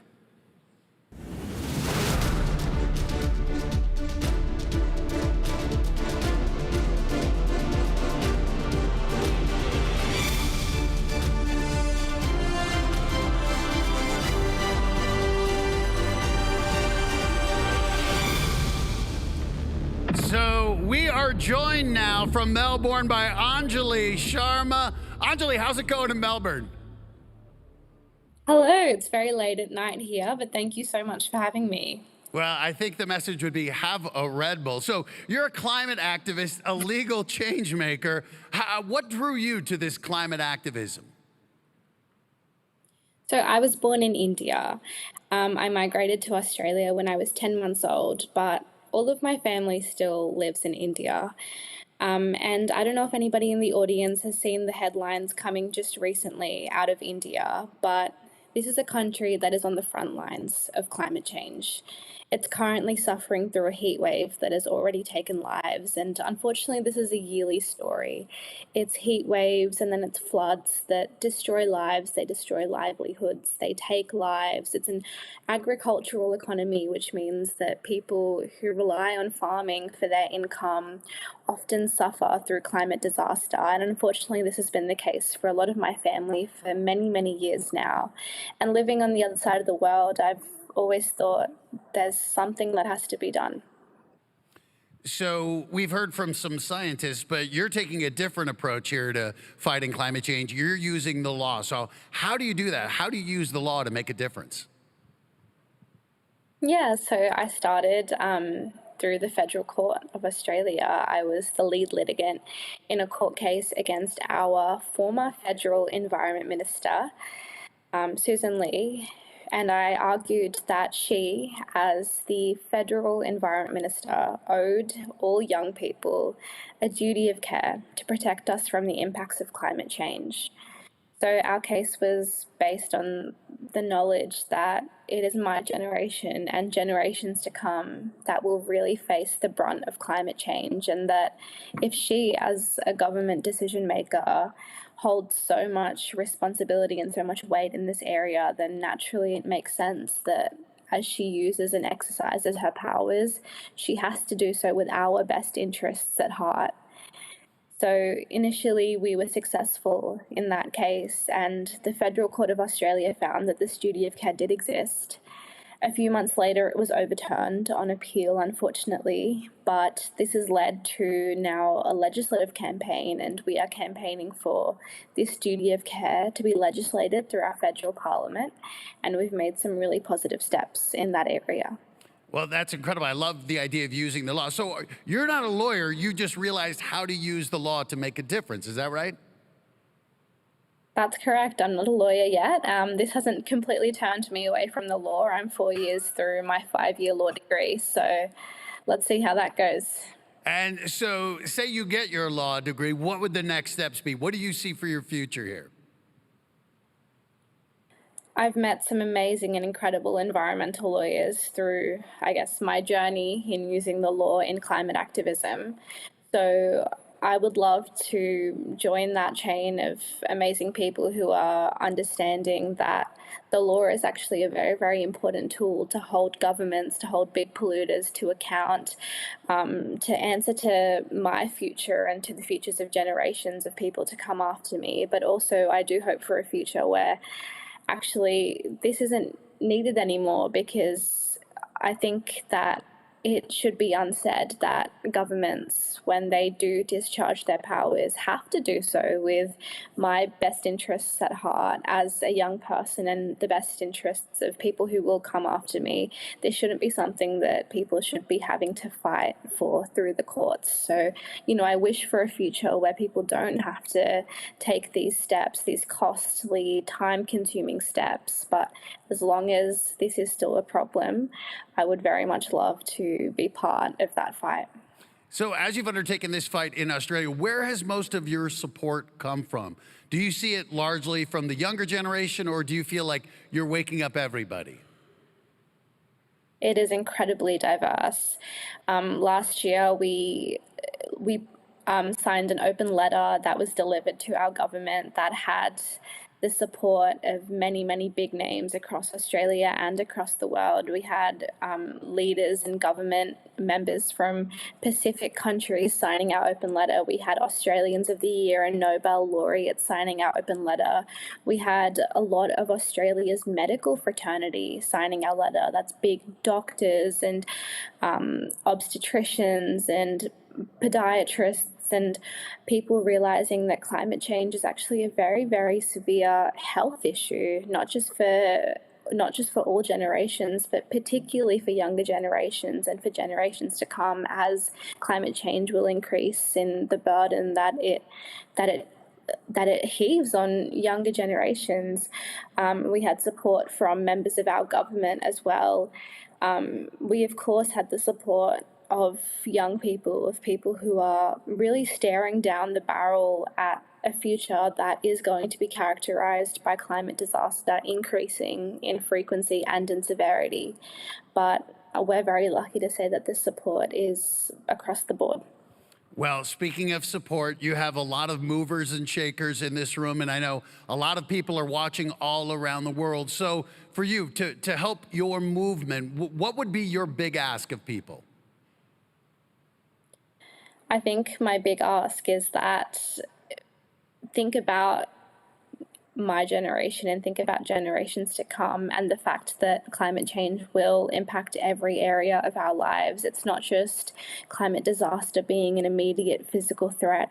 We're now talking about climate change posing a risk to our income, to our food security, as it disrupts fresh produce and the production of things that are really, really vital to our health. We're talking about respiratory diseases, about increased ticks and flea-borne diseases. We're talking about increased stillbirths and people being denied a chance at a healthy life because of climate change. We're talking about housing and housing being affected by climate change. It's not just a singular thing now, it's going to affect every aspect of our lives. This is why we are calling for a duty of care, because climate change is the biggest threat in my generation. And as governments are exercising their powers at all areas of their remits, they should be thinking about how it will impact climate change and how it will impact my future. If there are government decision makers in the room, no matter where they might be from, no matter what level of government, think about how you are exercising your powers and whether or not there is a legislated duty of care for you to ensure that you are thinking about my generation and generations to come. And I firmly believe that there should be one. We're always willing to work with different people and different levels of government to put that in place. Well, Anjali, I could say your legal training is clearly going well because you know how to make a very convincing argument. So the last thing, for people who want to get in touch with you, what's the best way to do that? As any young person would say, honestly, it's social media. We're on Instagram at Duty of Care Campaign. That's 4 words, Duty of Care Campaign. You can't forget it. And we're always able to be contacted there. Duty of Care Campaign. Hopefully people are going to be lighting it up. Anjali, thank you so much for joining us. Thank you for having me. Well, we keep saying it. We talk about being unstoppable, but the theme of this afternoon is driving the change. And yesterday, we already had a big event that is literally about driving. Take a look at this. These are the Jesus Bikers. Now, this is a Christian motorcycle group whose motto is pray, ride, and do good. And yesterday, they came out. They've met Pope Francis. They actually just met Pope Leo XIV, who we heard from today. And of course, the next logical step is meeting Arnold Schwarzenegger. So you can see, this is a custom Harley-Davidson LimeWire electric bike. It's nicknamed the Terminator. They presented it to the Governator. And I love it. This is talking about creativity. So I know they're out there. Let's give it up for the Jesus Bikers and that awesome bike.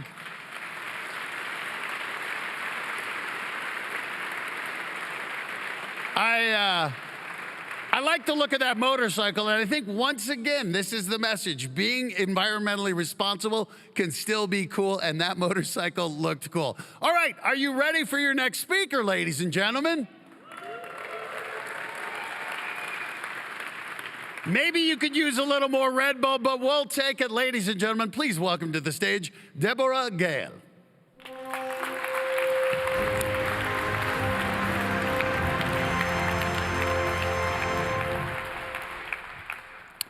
Good afternoon, everyone. I'm Deborah Gale, and I'm the co-founder of Coolbox. Africa does not need saving. Africa needs cooling. This is Mama Ibadan.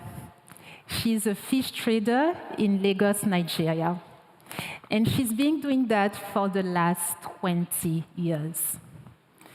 Every day before sunrise, she will go to the market, negotiate with suppliers, serve her customers, and basically work really hard to provide for her family. But every day, this woman, she's faced with one challenge. A challenge that actually does not care if she works hard or not. And that challenge is electricity. Because if you've ever been to Nigeria, and if you know how working in a 35-degree heat environment is, you know that keeping your fish fresh is not luxury.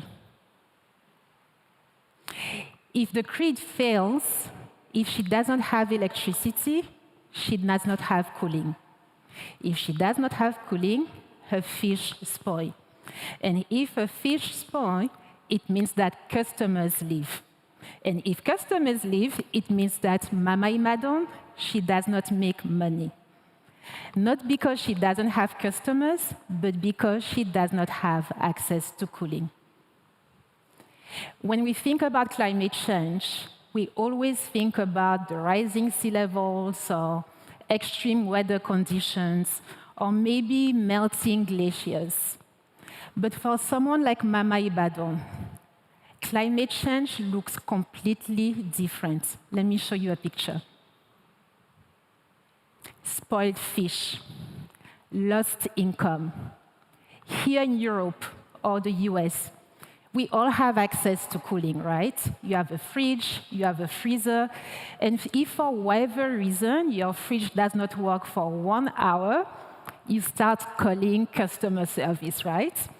If your fridge does not work for 4 hours, you may start, challenging your entire life decision. But unfortunately, in so many regions of Africa, cooling is still very unreliable. 5 years ago now, my co-founder and I decided to solve this challenge. And we created Coolbox, the startup that I run. So basically, we use 2 natural forces, sun and water, and we created a very innovative solar-powered cooling solution. Today, we help small businesses, households, be able to preserve their goods, whether or not the grid is working. But then we realized something. Technology alone does not change lives. Access does. Access to energy, access to financing, access to opportunities. Because when you put all those things together, you can now change lives. If you look at this picture now, the faces of different African women, those are the women that we are helping today. Thousands and thousands and thousands of Mama Ibadans that use our solution to grow their businesses. But then I realized something. We are actually not selling solar freezers or solar fridges to those women. We are actually selling to them peace of mind.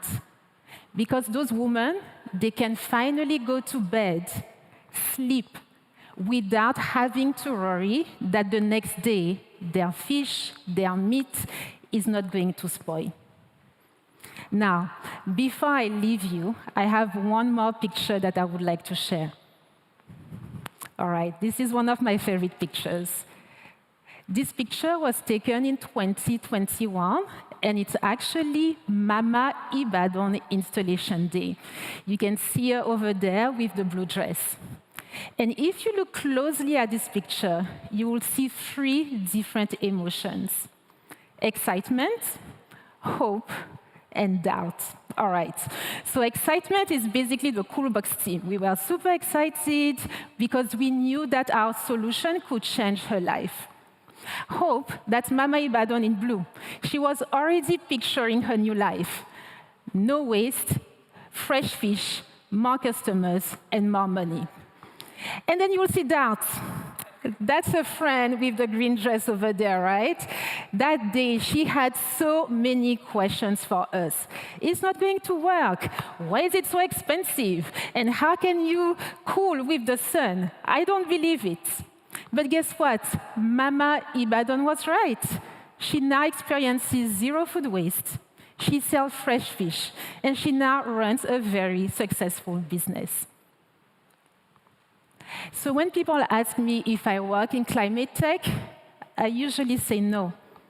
I work in peace of mind. Because for someone like Mama Ibadan, climate action is not a report. Climate action is not a conference.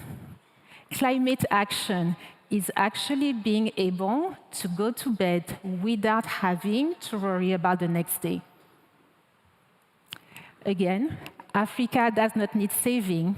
Africa needs cooling. Thank you.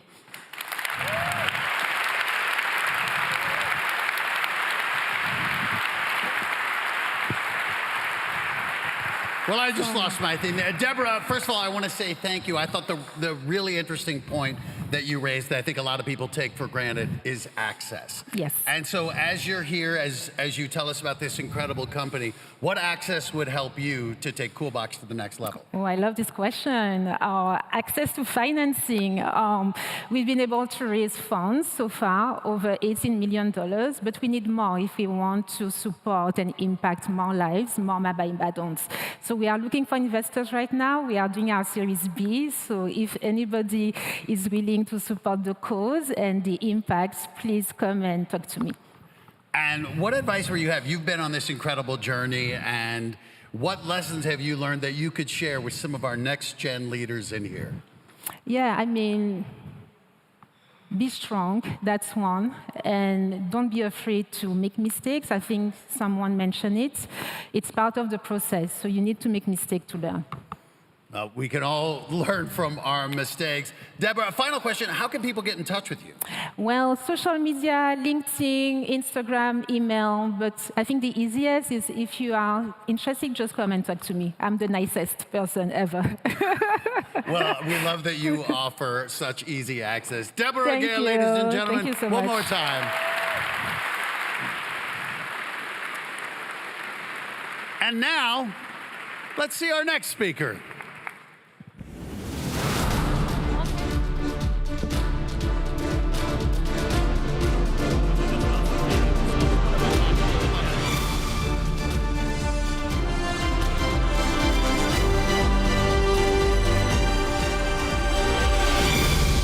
Doesn't that music make you feel like an action hero? Timo Bonahay, you're the head of H2 Global, the Hint.co. So we had a chance to speak last night, and what you're doing is fascinating. So give us an idea about what you're trying to accomplish with H2 Global.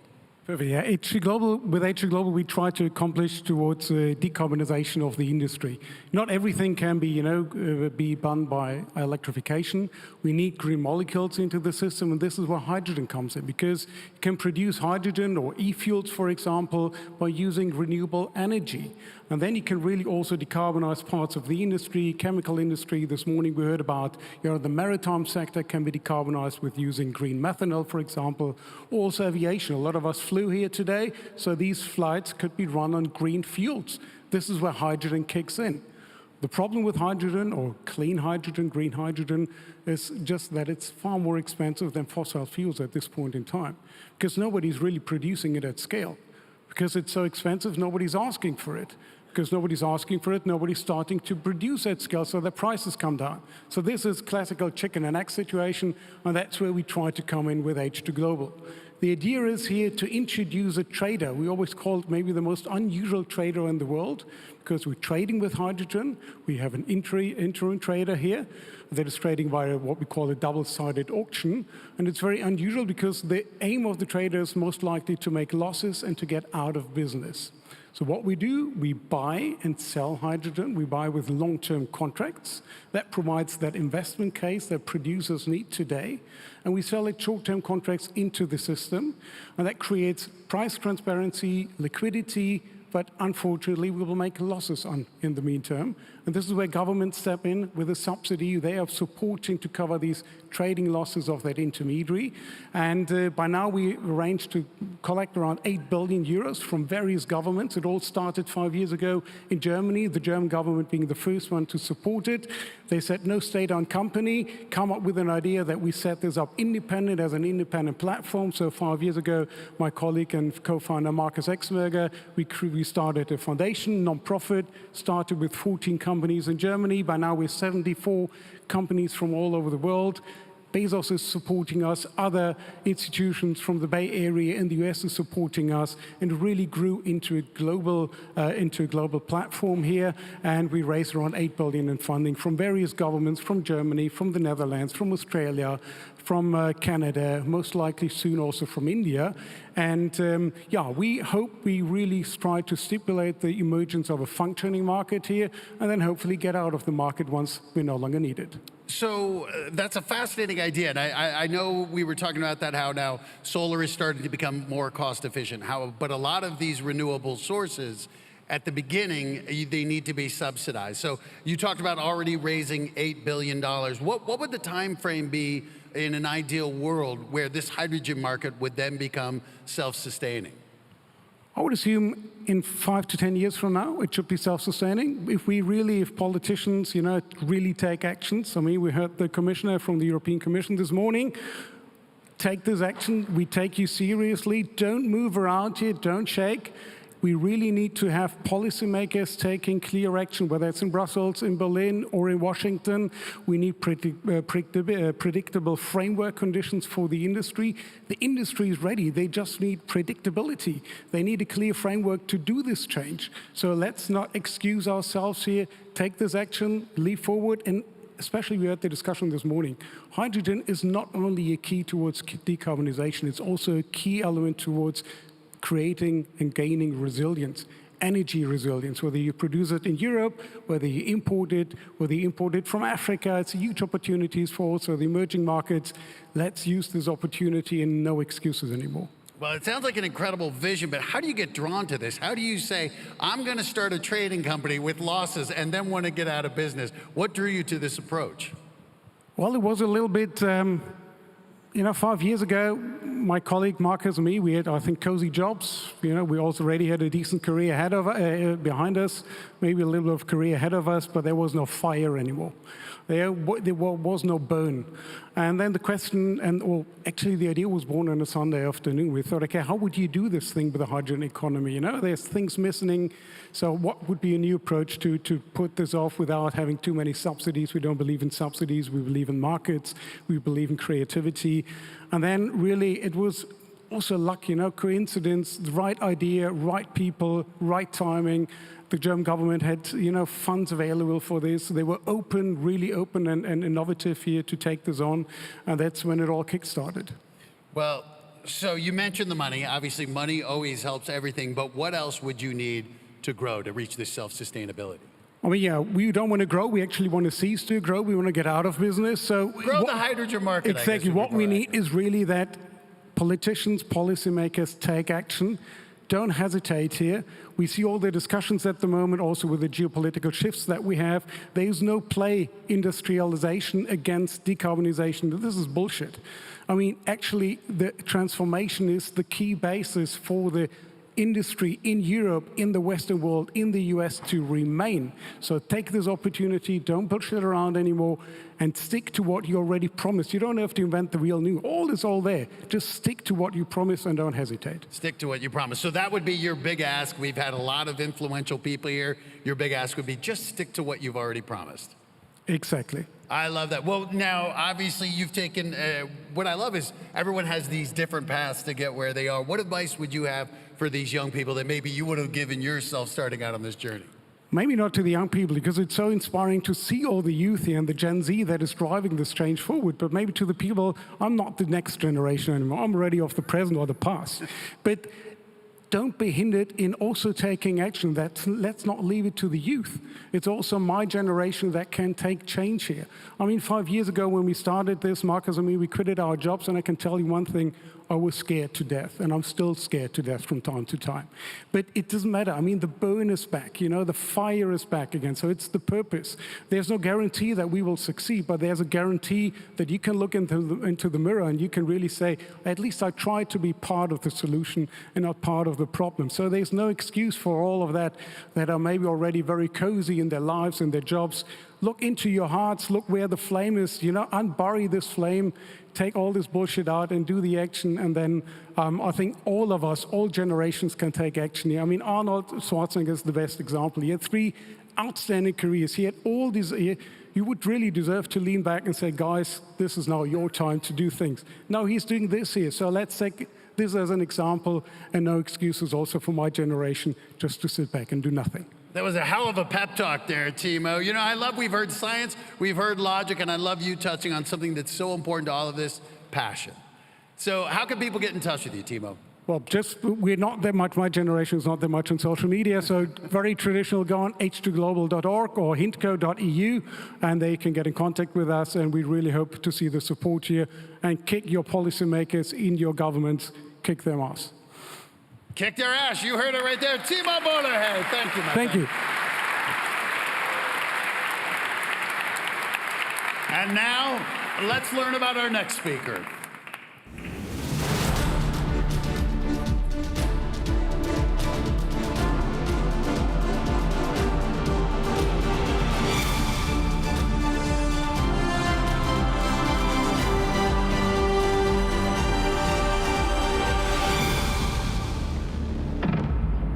Gabriela Cosuso Hernandez. We established early this morning my Spanish isn't very good, but where are you joining us from?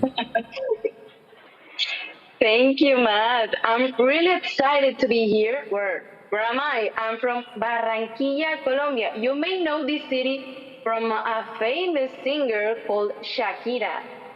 Well, she's been a little busy with this World Cup right now. So you founded a company called Proyecto Acuático, and I hope I'm pronouncing that correctly. So tell us about this company and what drew you to found it. Well, I felt connected to the ocean for as long as I can remember. But I became truly aware of that connection when I was around 7 years old. I remember visiting an aquarium and watching a dolphin show. At least that's the part I couldn't remember the most. And my first thought was not only about the trees or the somersaults themselves, but how would it feel to see this in the wild, in the ocean? And I want to say something. At that time, experiences like that were one of the few ways that I had to connect with marine life. I did not have the opportunities, the access, or experiences that many young people can find today. And that curiosity eventually made me want to learn more directly from nature itself. So a few years later, when I was 10 years old, I started looking for marine biology courses for children because I was excited to learn more. But most opportunities were designed for university students or adults. So between the courses I couldn't reach and the adults telling me, wait to be older, work for university, at some point, I couldn't wait anymore. I decided not to wait. If I couldn't find the kind of learning experience I was looking for, I would create my own. And that decision became Proyecto Acuática. What started as curiosity became a platform dedicated to ocean literacy, to science communication, and to youth engagement. So at the beginning, I wanted to learn more about the ocean. And nowadays, yes, I want to learn more about the ocean. But my purpose nowadays is helping others to discover how deeply connected they already are to the ocean, because people are more likely to protect what they understand and what they feel connected to. That is, so you started this, 10 years old was when this really got set into motion. Oh, I love the idea of the curiosity. So what would be the big goal with Proyecto Acuático? I love that type of question. Why? Because I love to see my future. I'm a person that loves to visualize its future because I see it and it's amazing. Well, I have two dreams. As an organization, is to make ocean literacy accessible to everyone, regardless of their age, of their background, or where they live. Because when I was 10 years old, I didn't find the opportunities designed for children. And in 10 years, I hope to help build a place where no child faces that same barrier. I envision Proyecto Acuática growing into a center for marine research, for ocean education and science communication, firstly in the Caribbean, and I see it like a place where children, where students, scientists, even educators and communities in general can learn, can explore, and collaborate together. Because the Caribbean is recognized as one of the most biodiverse and culturally rich regions in the world. Yet, its voice is still underrepresented in many global ocean conversations. So I would love to contribute to change that. And on a personal level, as a future marine biologist, I also have a personal dream.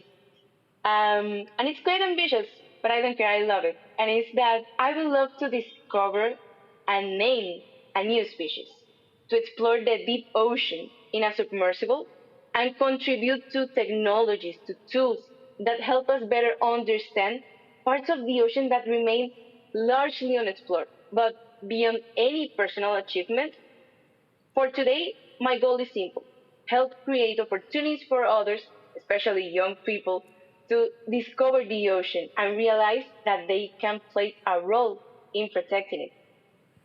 Gabriela, how old are you? Now I'm 18 years old. I feel so lazy. You are just remarkable. And I love your message. I love your message that this curiosity sparked something and led to this passion. Now, one of the things we've talked about all morning long when we're talking about being unstoppable, so much of it is communication in how we get the messaging out. So you're obviously reaching out to young people. What have you found has been your most effective way to communicate to get other people interested in your passion, to have your curiosity for the ocean? Well, I think that when I was 14, I created an educational program because I was almost finishing high school and I saw that, at least in the school that I was studying, that the wave of ocean knowledge never arrived. And I decided to bring that wave of ocean knowledge to the classrooms of my school. And when I started to do these workshops, these cycles, I saw that young people want to know more about the ocean. And with that, I realized something. Many environmental challenges are not only scientific or political, they're also educational. Sometimes people lack information, sometimes they are exposed to misinformation, and sometimes environmental issues simply don't feel close enough to become a priority. And with that work, we saw similar patterns not only in educational settings, but also while building partnerships and trying to mobilize support for ocean conservation, at least here in my context. And over time, through our work at Proyecto Acuática, we began describing this challenge as the triple crisis of awareness: ignorance, misinformation, and lack of interest. Why? Because people can't care about what they don't understand, and people can't protect what they don't feel connected to. And once I understood that, it became practically impossible to ignore. Because every young person who discovers a connection with the ocean reminds me that education can change the way people see the world. And I think that's the thing, that's the situation that keeps me going. Well, I will say, this is the message, education. Your passion is positively contagious. We're talking about being unstoppable. And when I hear you speak, I think we all feel invulnerable, but we know there are hardships. We know there are challenges. So for the people out there who maybe don't feel quite as unstoppable, what do you do when you feel stuck? What motivates you? How do you get through and get back to that unstoppable feeling? I think what makes me unstoppable is determination and resilience. Because every challenge has taught me something important. For example, over the years, we noticed the triple crisis of awareness. And working with the youth, I discovered something. I'm going to say a quote here, and it's that most people say that youth are like a sponge. They absorb all the information. But with the youth that I'm engaged with, I discovered something. What if they can be communicators? What if they can also disseminate the information they learned? We have a network of youth ambassadors, and I'm going to say an anecdote, a short story time here. One of our founding ambassadors, that is from Spain, she's nowadays 10 years old. And an intergenerational event that we have, that actually is going to be this year in July 13th, that is the Shark Convention, she asked to one of the scientists one simple question. Do sharks have personality? What's the answer? Now I want to know. You got me hooked. Exactly. I was impressed. The scientists were impressed. I think the scientist was like, how can I answer to that? So a couple of months later, the scientist, which is one of my friends and partners nowadays, he posted something on Instagram, and he posted that he started a research line based on that question. That is remarkable. Gabriela, you have motivated us all so much. How can people get in touch with you? How can they support Proyecto Acuático? Okay, I love this question. The easiest way is through Proyecto Acuática's social media platforms. You can find us on Instagram at Proyecto Acuática, no capital letters altogether. YouTube as Proyecto Acuática, as normal with the capital letters itself. You can see us on TikTok, on LinkedIn too, either through Proyecto Acuática, that is the account, the professional account, or through my personal LinkedIn profile, Gabriela Casus Hernandez. And you can also reach us directly by email at proyectoacuática@gmail.com. And I want to take advantage of this space to also share a new achievement that it has me really, really proud, and is that also as Proyecto Acuática, Guardianes del Mar Caribe, or Guardians of the Caribbean Sea, has recently been recognized as an Ocean Decade Action and is also part of the Cultural Heritage Framework Program. People can also learn more about our work through the Ocean Decade Actions platform, where our goals, our impact, and content information are publicly available. So if you're an educator, a scientist, a student, an organization, a potential partner, or simply someone who believes in the power of education to create change, I would love to connect, because some of the most meaningful opportunities in our journey began with a simple conversation, and I believe that the next one could begin today. Well, I have a feeling whatever you set your mind to, you are going to accomplish. Ladies and gentlemen, Gabriela Casus Hernandez.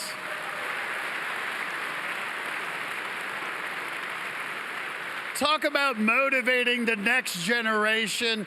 That was incredible. I think we are learning when you start these kids young, you have a lifetime of passion ahead of them. And now it's time to find out about our next speaker.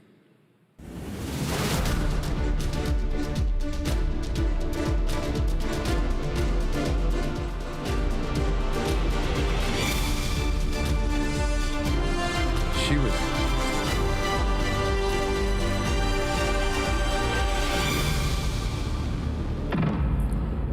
Amy Ma, welcome to the stage. You're the founder and CEO of Danu Robotics. Am I saying that right? Yes, that's correct. Now, I understand you're into waste, or more appropriately, terminating waste. So explain to us what Danu Robotics is doing.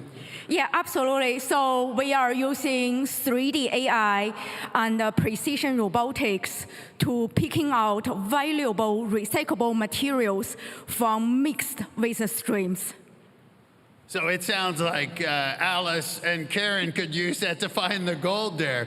So how do you get into something like this, using these robotics to find the valuable waste? What's your background? My background is in AI, supercomputers, and a large-scale distributed system. And I used to working for banks and developing analytic tools to reduce computation time from days to hours. And around 6 years ago, I noticed that the whole society still rely on human sorting, and that was shocking to me, because with today's technology, we can do so much better than human sorting. So this is what drew you in. You're in this scientific background, you hear about this waste going on, and you say, I can solve that problem. Pretty much, yep. This is incredible. I feel so stupid with these speakers. You guys are all so brilliant. So with this process, what's the biggest challenge to this, to getting Danu Robotics spread? What is the biggest hurdle for something like this becoming more widespread? Yeah, I think the industry, waste management industry, is really welcoming the transition from manual sorting to robotic sorting. But for our company's journey, the biggest challenge was to get enough capital to grow fast enough to match with our customers' demand. So as you talk about that, one of the things we've heard about and heard earlier today is you mentioned AI and the use of AI and these data centers. So with the efficiencies, what do you see the challenges moving forward with AI? I think AI is a marvelous tool. It's inevitable. This technology going to impact every aspects of our life. However, ultimately, it's a tool. It's really depending on how we're using this powerful tool. The great power comes with greater responsibility. So when we're using technology like this, we really need to be very intentional, very purposeful, and very disciplined to make sure we apply the technology that really benefit human life, society, and the environment as well. Now, am I wrong, or did you just quote Spider-Man there? With great power comes great responsibility. Yeah. I love you know how to appeal to these kids. So growing up, what did you dream of being? Actually, when I was a kid, I wanted to be zookeepers because I love animals. But when I grew up, I was thinking, hold on, maybe keep animals in zoo may not be the best way to have that harmony with the nature animals. And then I really love engineering, technology, and what can be achieved by technology. And so what started your journey into being responsible with the climate? Obviously, you had it at a young age when you realized animals in cages isn't good. Where did that come from, this idea about saving the earth? Yeah, so around 30 years ago, I watched a documentary about industrial farming. Even at an extremely young age, I know it was wrong. And I saw the really horrible impact of our industrial activities on the environment, on the animal welfare, and also on the society as well. So at that time, I just thought, okay, that's wrong. That's not like what I saw. And that really seeded the idea for my passion for environmental protection and animal rights. Well, once again, just like Gabriella, I feel your passion here, but I have the same question I had for her. You must face so many challenges, so many technological challenges, capital raising challenges, as you mentioned. So what do you do when you're feeling stuck? How do you get back to that place of feeling unstoppable? Well, I think it's don't give up for sure, but I think it's I'm extremely fortunate to be working with a team of a talented engineer who really share the same vision, and with people around you, you don't feel alone. You feel powerful. I love that idea. It's community then. Yep. That's where you get your strength. Yep. Well, so one of the things, we're here, I see the connection with Alice and Karen Shove. What else? We have a room full of influencers, millions of people watching, people who can make things happen. What would help Danu Robotics get to that next level? Yeah, absolutely. If you see any opportunities that in a recycling facilities or building like a lace or in a shopping center, sports events that can using our technology to sorting out different ways to reach out to me.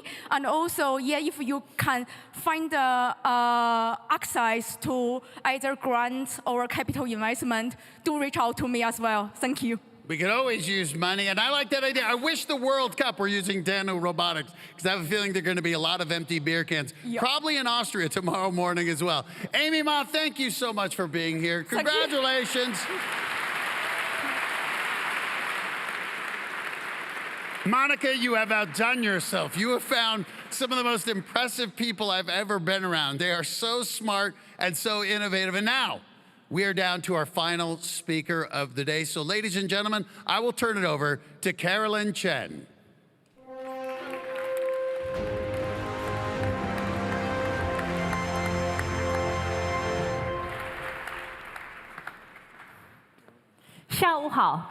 Buenas tardes. Good afternoon. My name is Caroline Chen. I grew up in 3 continents, born in Taipei, raised in Paraguay, and educated in Sydney. Greeting people in multiple languages feels less like a party trick and more like muscle memory. But here's what you really need to know about me. I was a commercial lawyer for 13 years. I made partner in Sydney at a firm where that title meant something. And then I walked away from all of it. That's the part that people always want to ask about. Being a lawyer taught me one thing above all else: how to fight for people who can't fight for themselves. Justice, I understood. I believed in it completely. But somewhere along the way, I kept running into a different kind of injustice. One not in any courtroom, one playing out in our coastlines, our ecosystems, and in the air we breathe. I represented a renewable energy company in one of my briefs in early 2010. Then I started paying attention to the scientists, the activists, and engineers who were building things that no one had ever built before. And then I thought this is where the fight actually is. So I left the law, not because I stopped caring about justice, but because I found a bigger case to argue.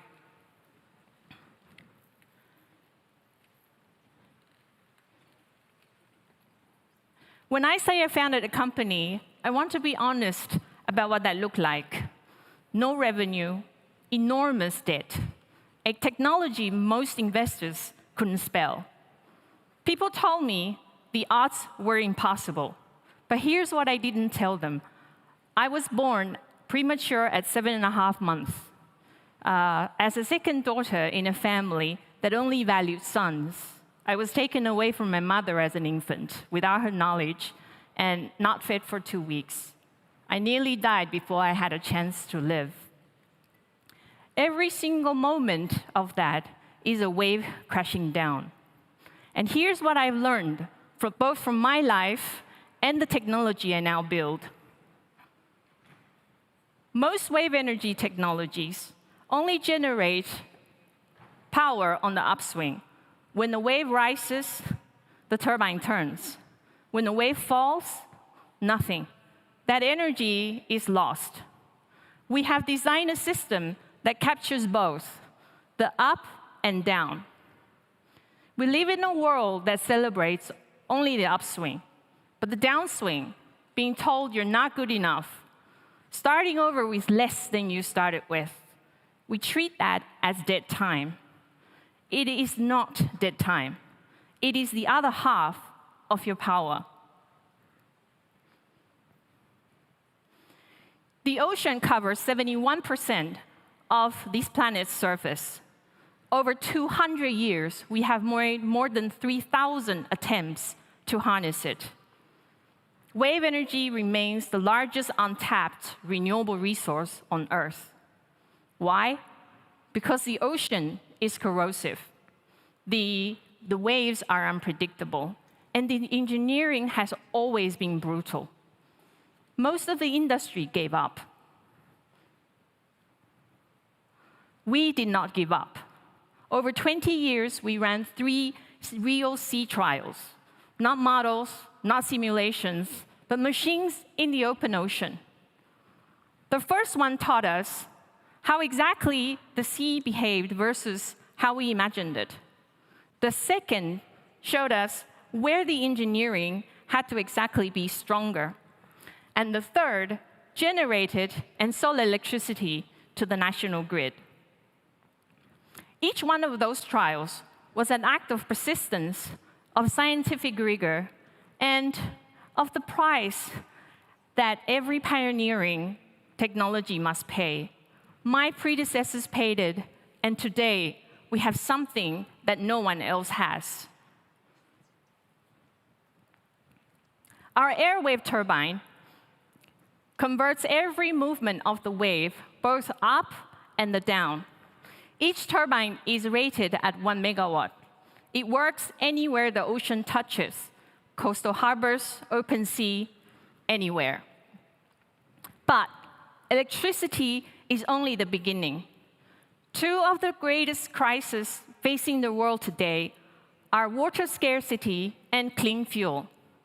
The same turbine that powers the port can desalinate seawater, producing fresh water for communities that have none. And it can produce green hydrogen, the clean fuel that will power the ships and the trucks and the industry that batteries alone cannot reach.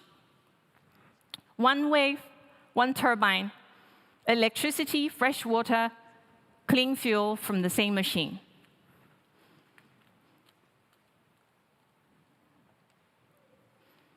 Three things I have learned not from business school, but from a life that kept trying to make me give up. First, never say impossible. When TSMC was founded in 1987, their first chip was 3,000 nanometers. Today, 1 nanometer. That is not progress. That is a civilization changing its mind. Never let today's limitation define tomorrow's ceiling. Second, don't abandon any stage. The funding call, the partnership, they come to the people still standing, so don't leave. Third, mistakes are the raw material of expertise. Each sea trial that humbled us taught us something no simulation ever could.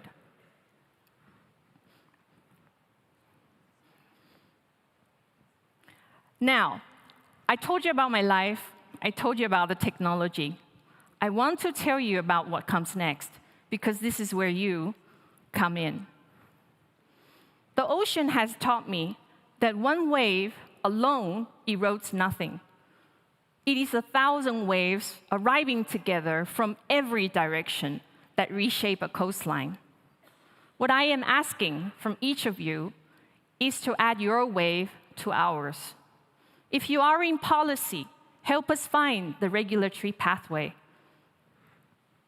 In policy, in finance, let's talk about the first-of-kind port deployment. In industry, your coastlines, your port may already be the site we need. And if you really simply care about this planet, share what you have heard today. Because every conversation you start is energy we don't have to generate alone.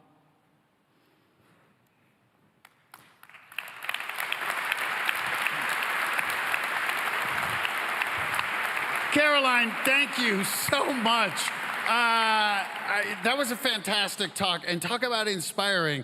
We've mentioned the theme of unstoppable. Really, that has embodied your entire life. I didn't know that about your childhood. We spoke last night. That is truly remarkable. And I loved your messaging, too, about don't be afraid to make mistakes. Be persistent and stick around with your community. So you've already given so much advice, but for the young people here who might be inspired by your journey, what would you say to these young kids? Don't be afraid to ask for resources. You're not the only people in this world. There is us, the older generation, and then there's you. Each one of our actions will affect you. So don't be afraid to demand. Please don't litter. Please stop using one-time use bottles, especially the plastic bottles.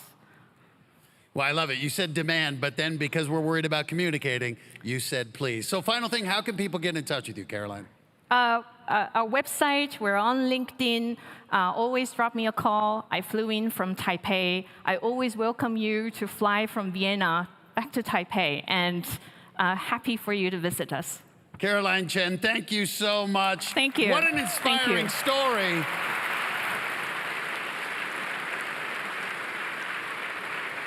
I gotta say, Monica, this afternoon has made me feel very optimistic.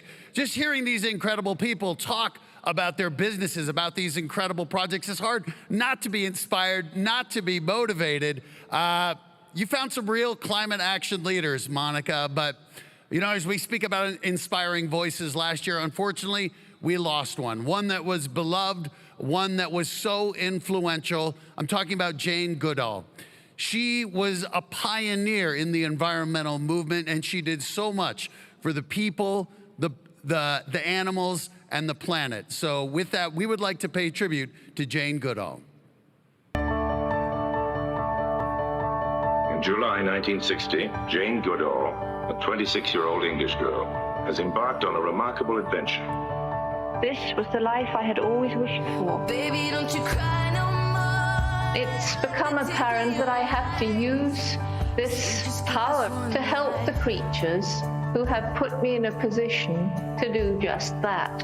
We just get one love. She started something. We are continuing it, and we do not want it to stop. Young people in Roots and Shoots are rolling up their sleeves, talking about what they can do, and they're changing the world. You cannot help but understand how everything's interconnected. Each and every one of us matters. She's a catalyst that connects all of us. Together we can. Together we will save the world. Thank you. When people talking about the theory Mother Nature, I think she is the Mother Nature.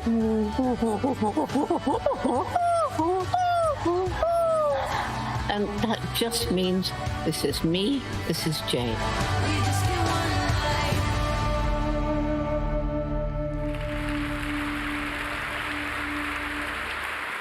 Jane Goodall will not be forgotten, and though she's not with us, certainly her passion and her mission goes on. And I think one of the things that she embodied that I think we're all feeling right now is that feeling of being unstoppable. And ladies and gentlemen, that's what this 10th Austrian World Summit has been all about, is capturing that power, that feeling that nothing can stop you. And if there's anybody who knows about power, it's this next man who I'm bringing back up on stage, Governor Arnold Schwarzenegger. And we're gonna bring up here the organizer of this event, the director of the Schwarzenegger Climate Initiative, Monica Longthaler.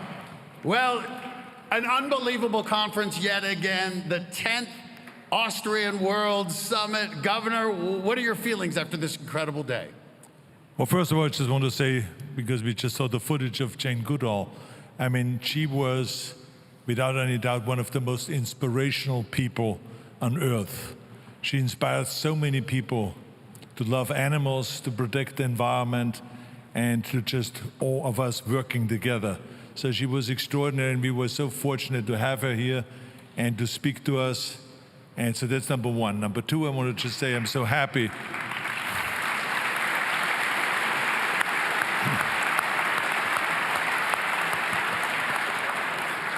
I'm so happy that we have this multi-generational kind of a event here. We have now the youth, the students.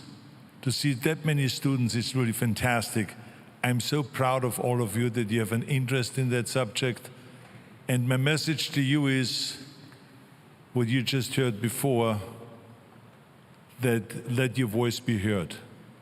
Don't just wait. Don't just sit there.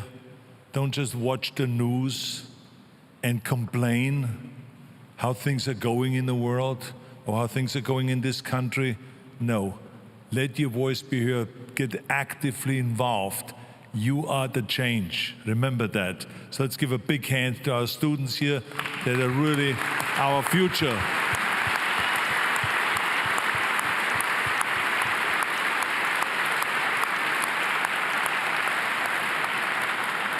And I'm very happy with the conference. This has been the biggest conference that we've had. We've been doing this for 10 years. And every year I say, we'll be back.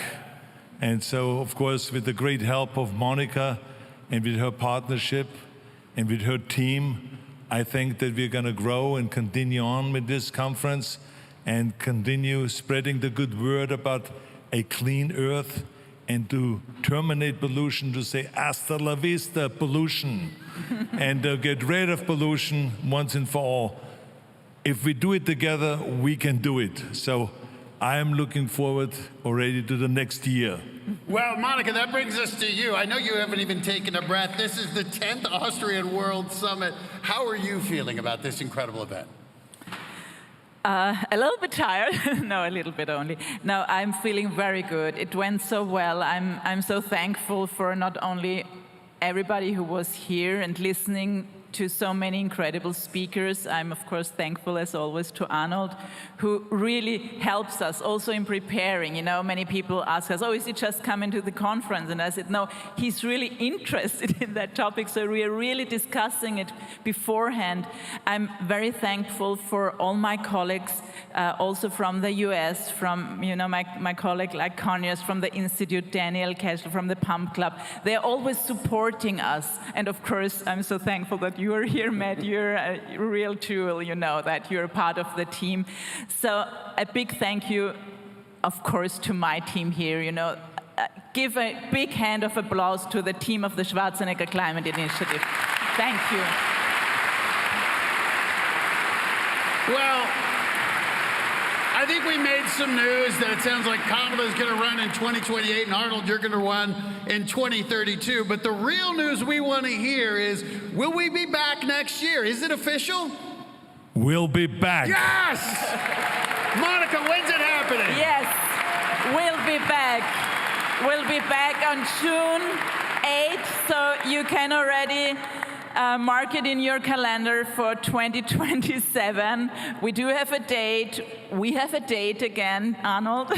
I hope you will come again. You will spread the news. You will see that protecting the environment is a huge opportunity. It's fun, and it's something where we all, when we work together, can really save this planet. So thank you very much. Well, we want to let you know the Austrian World Summit Expo will be going on till 5 p.m. We're about to have a little more music, but ladies and gentlemen, one more time for the two people who've made this happen for 10 years, Monica Langthaler and Governor Arnold Schwarzenegger.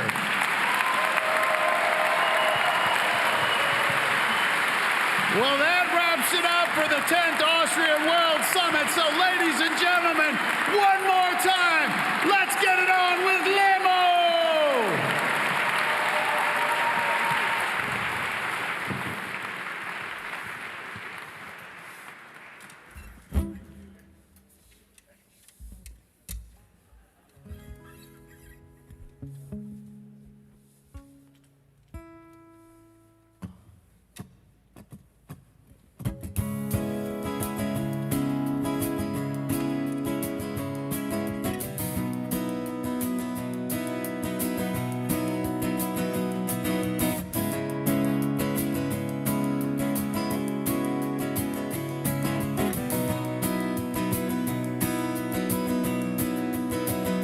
Ich weiß nicht, ob du dich erinnerst. Am Anfang sagte jeder, der uns kennt, ob wir beide vielleicht komplett spinnen. Überlebenschance 0%. Ein Blick zurück und das zeigt sich, mit ein bisschen Glück und Weitsicht haben wir jeden Scheiß gemeistert. Wir sind reichlich weit gekommen, oh ja, schau mal, was wir geschafft haben, was wir aufgebaut und gemacht haben. Jeder sagt, ich bin doch, und es gibt uns immer noch. Bitte schau mal, was wir geschafft haben, wie wir gemeinsam geweint und gelacht haben. Immer gegen die Wahrscheinlichkeit, unsere Chance war 1000 zu 1. Wir zwei, 1000 zu 1.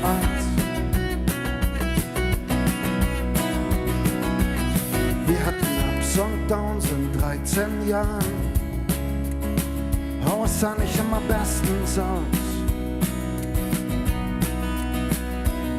Wir hingen oft genug am Seitenfaden, haben uns daraus ein Netz gebaut und das hält was aus.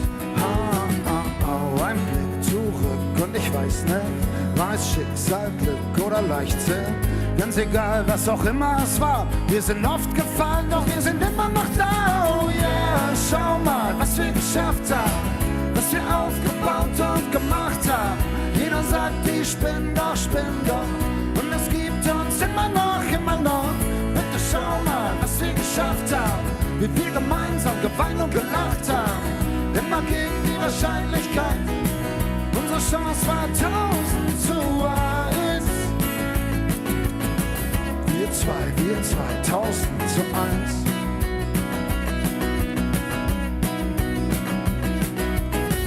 Und wo sind jetzt all die Vorzeigetraumpaare? Die sagten, sie wären Rockstars und Raumfahrer. Wir nie geprahlt, immer unser Ding gemacht. Siehe da, es gibt uns immer noch. Und wer weiß schon, wie lang das noch gut geht. Ob uns irgendwann der Drive und der Mut fehlt, bis es soweit ist, Mann. Da glaub ich dran, wir verschieben hier die Grenzen des Machbaren. Bitte schau mal, was wir geschafft haben.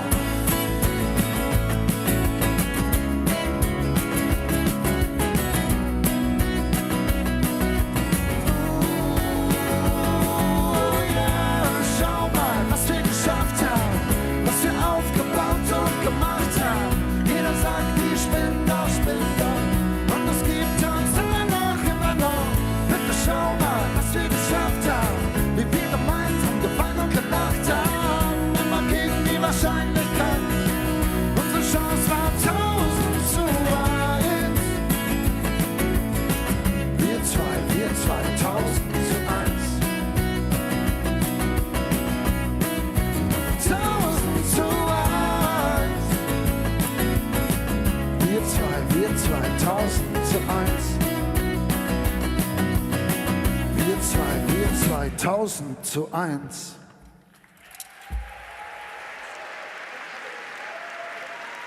Vielen Dank.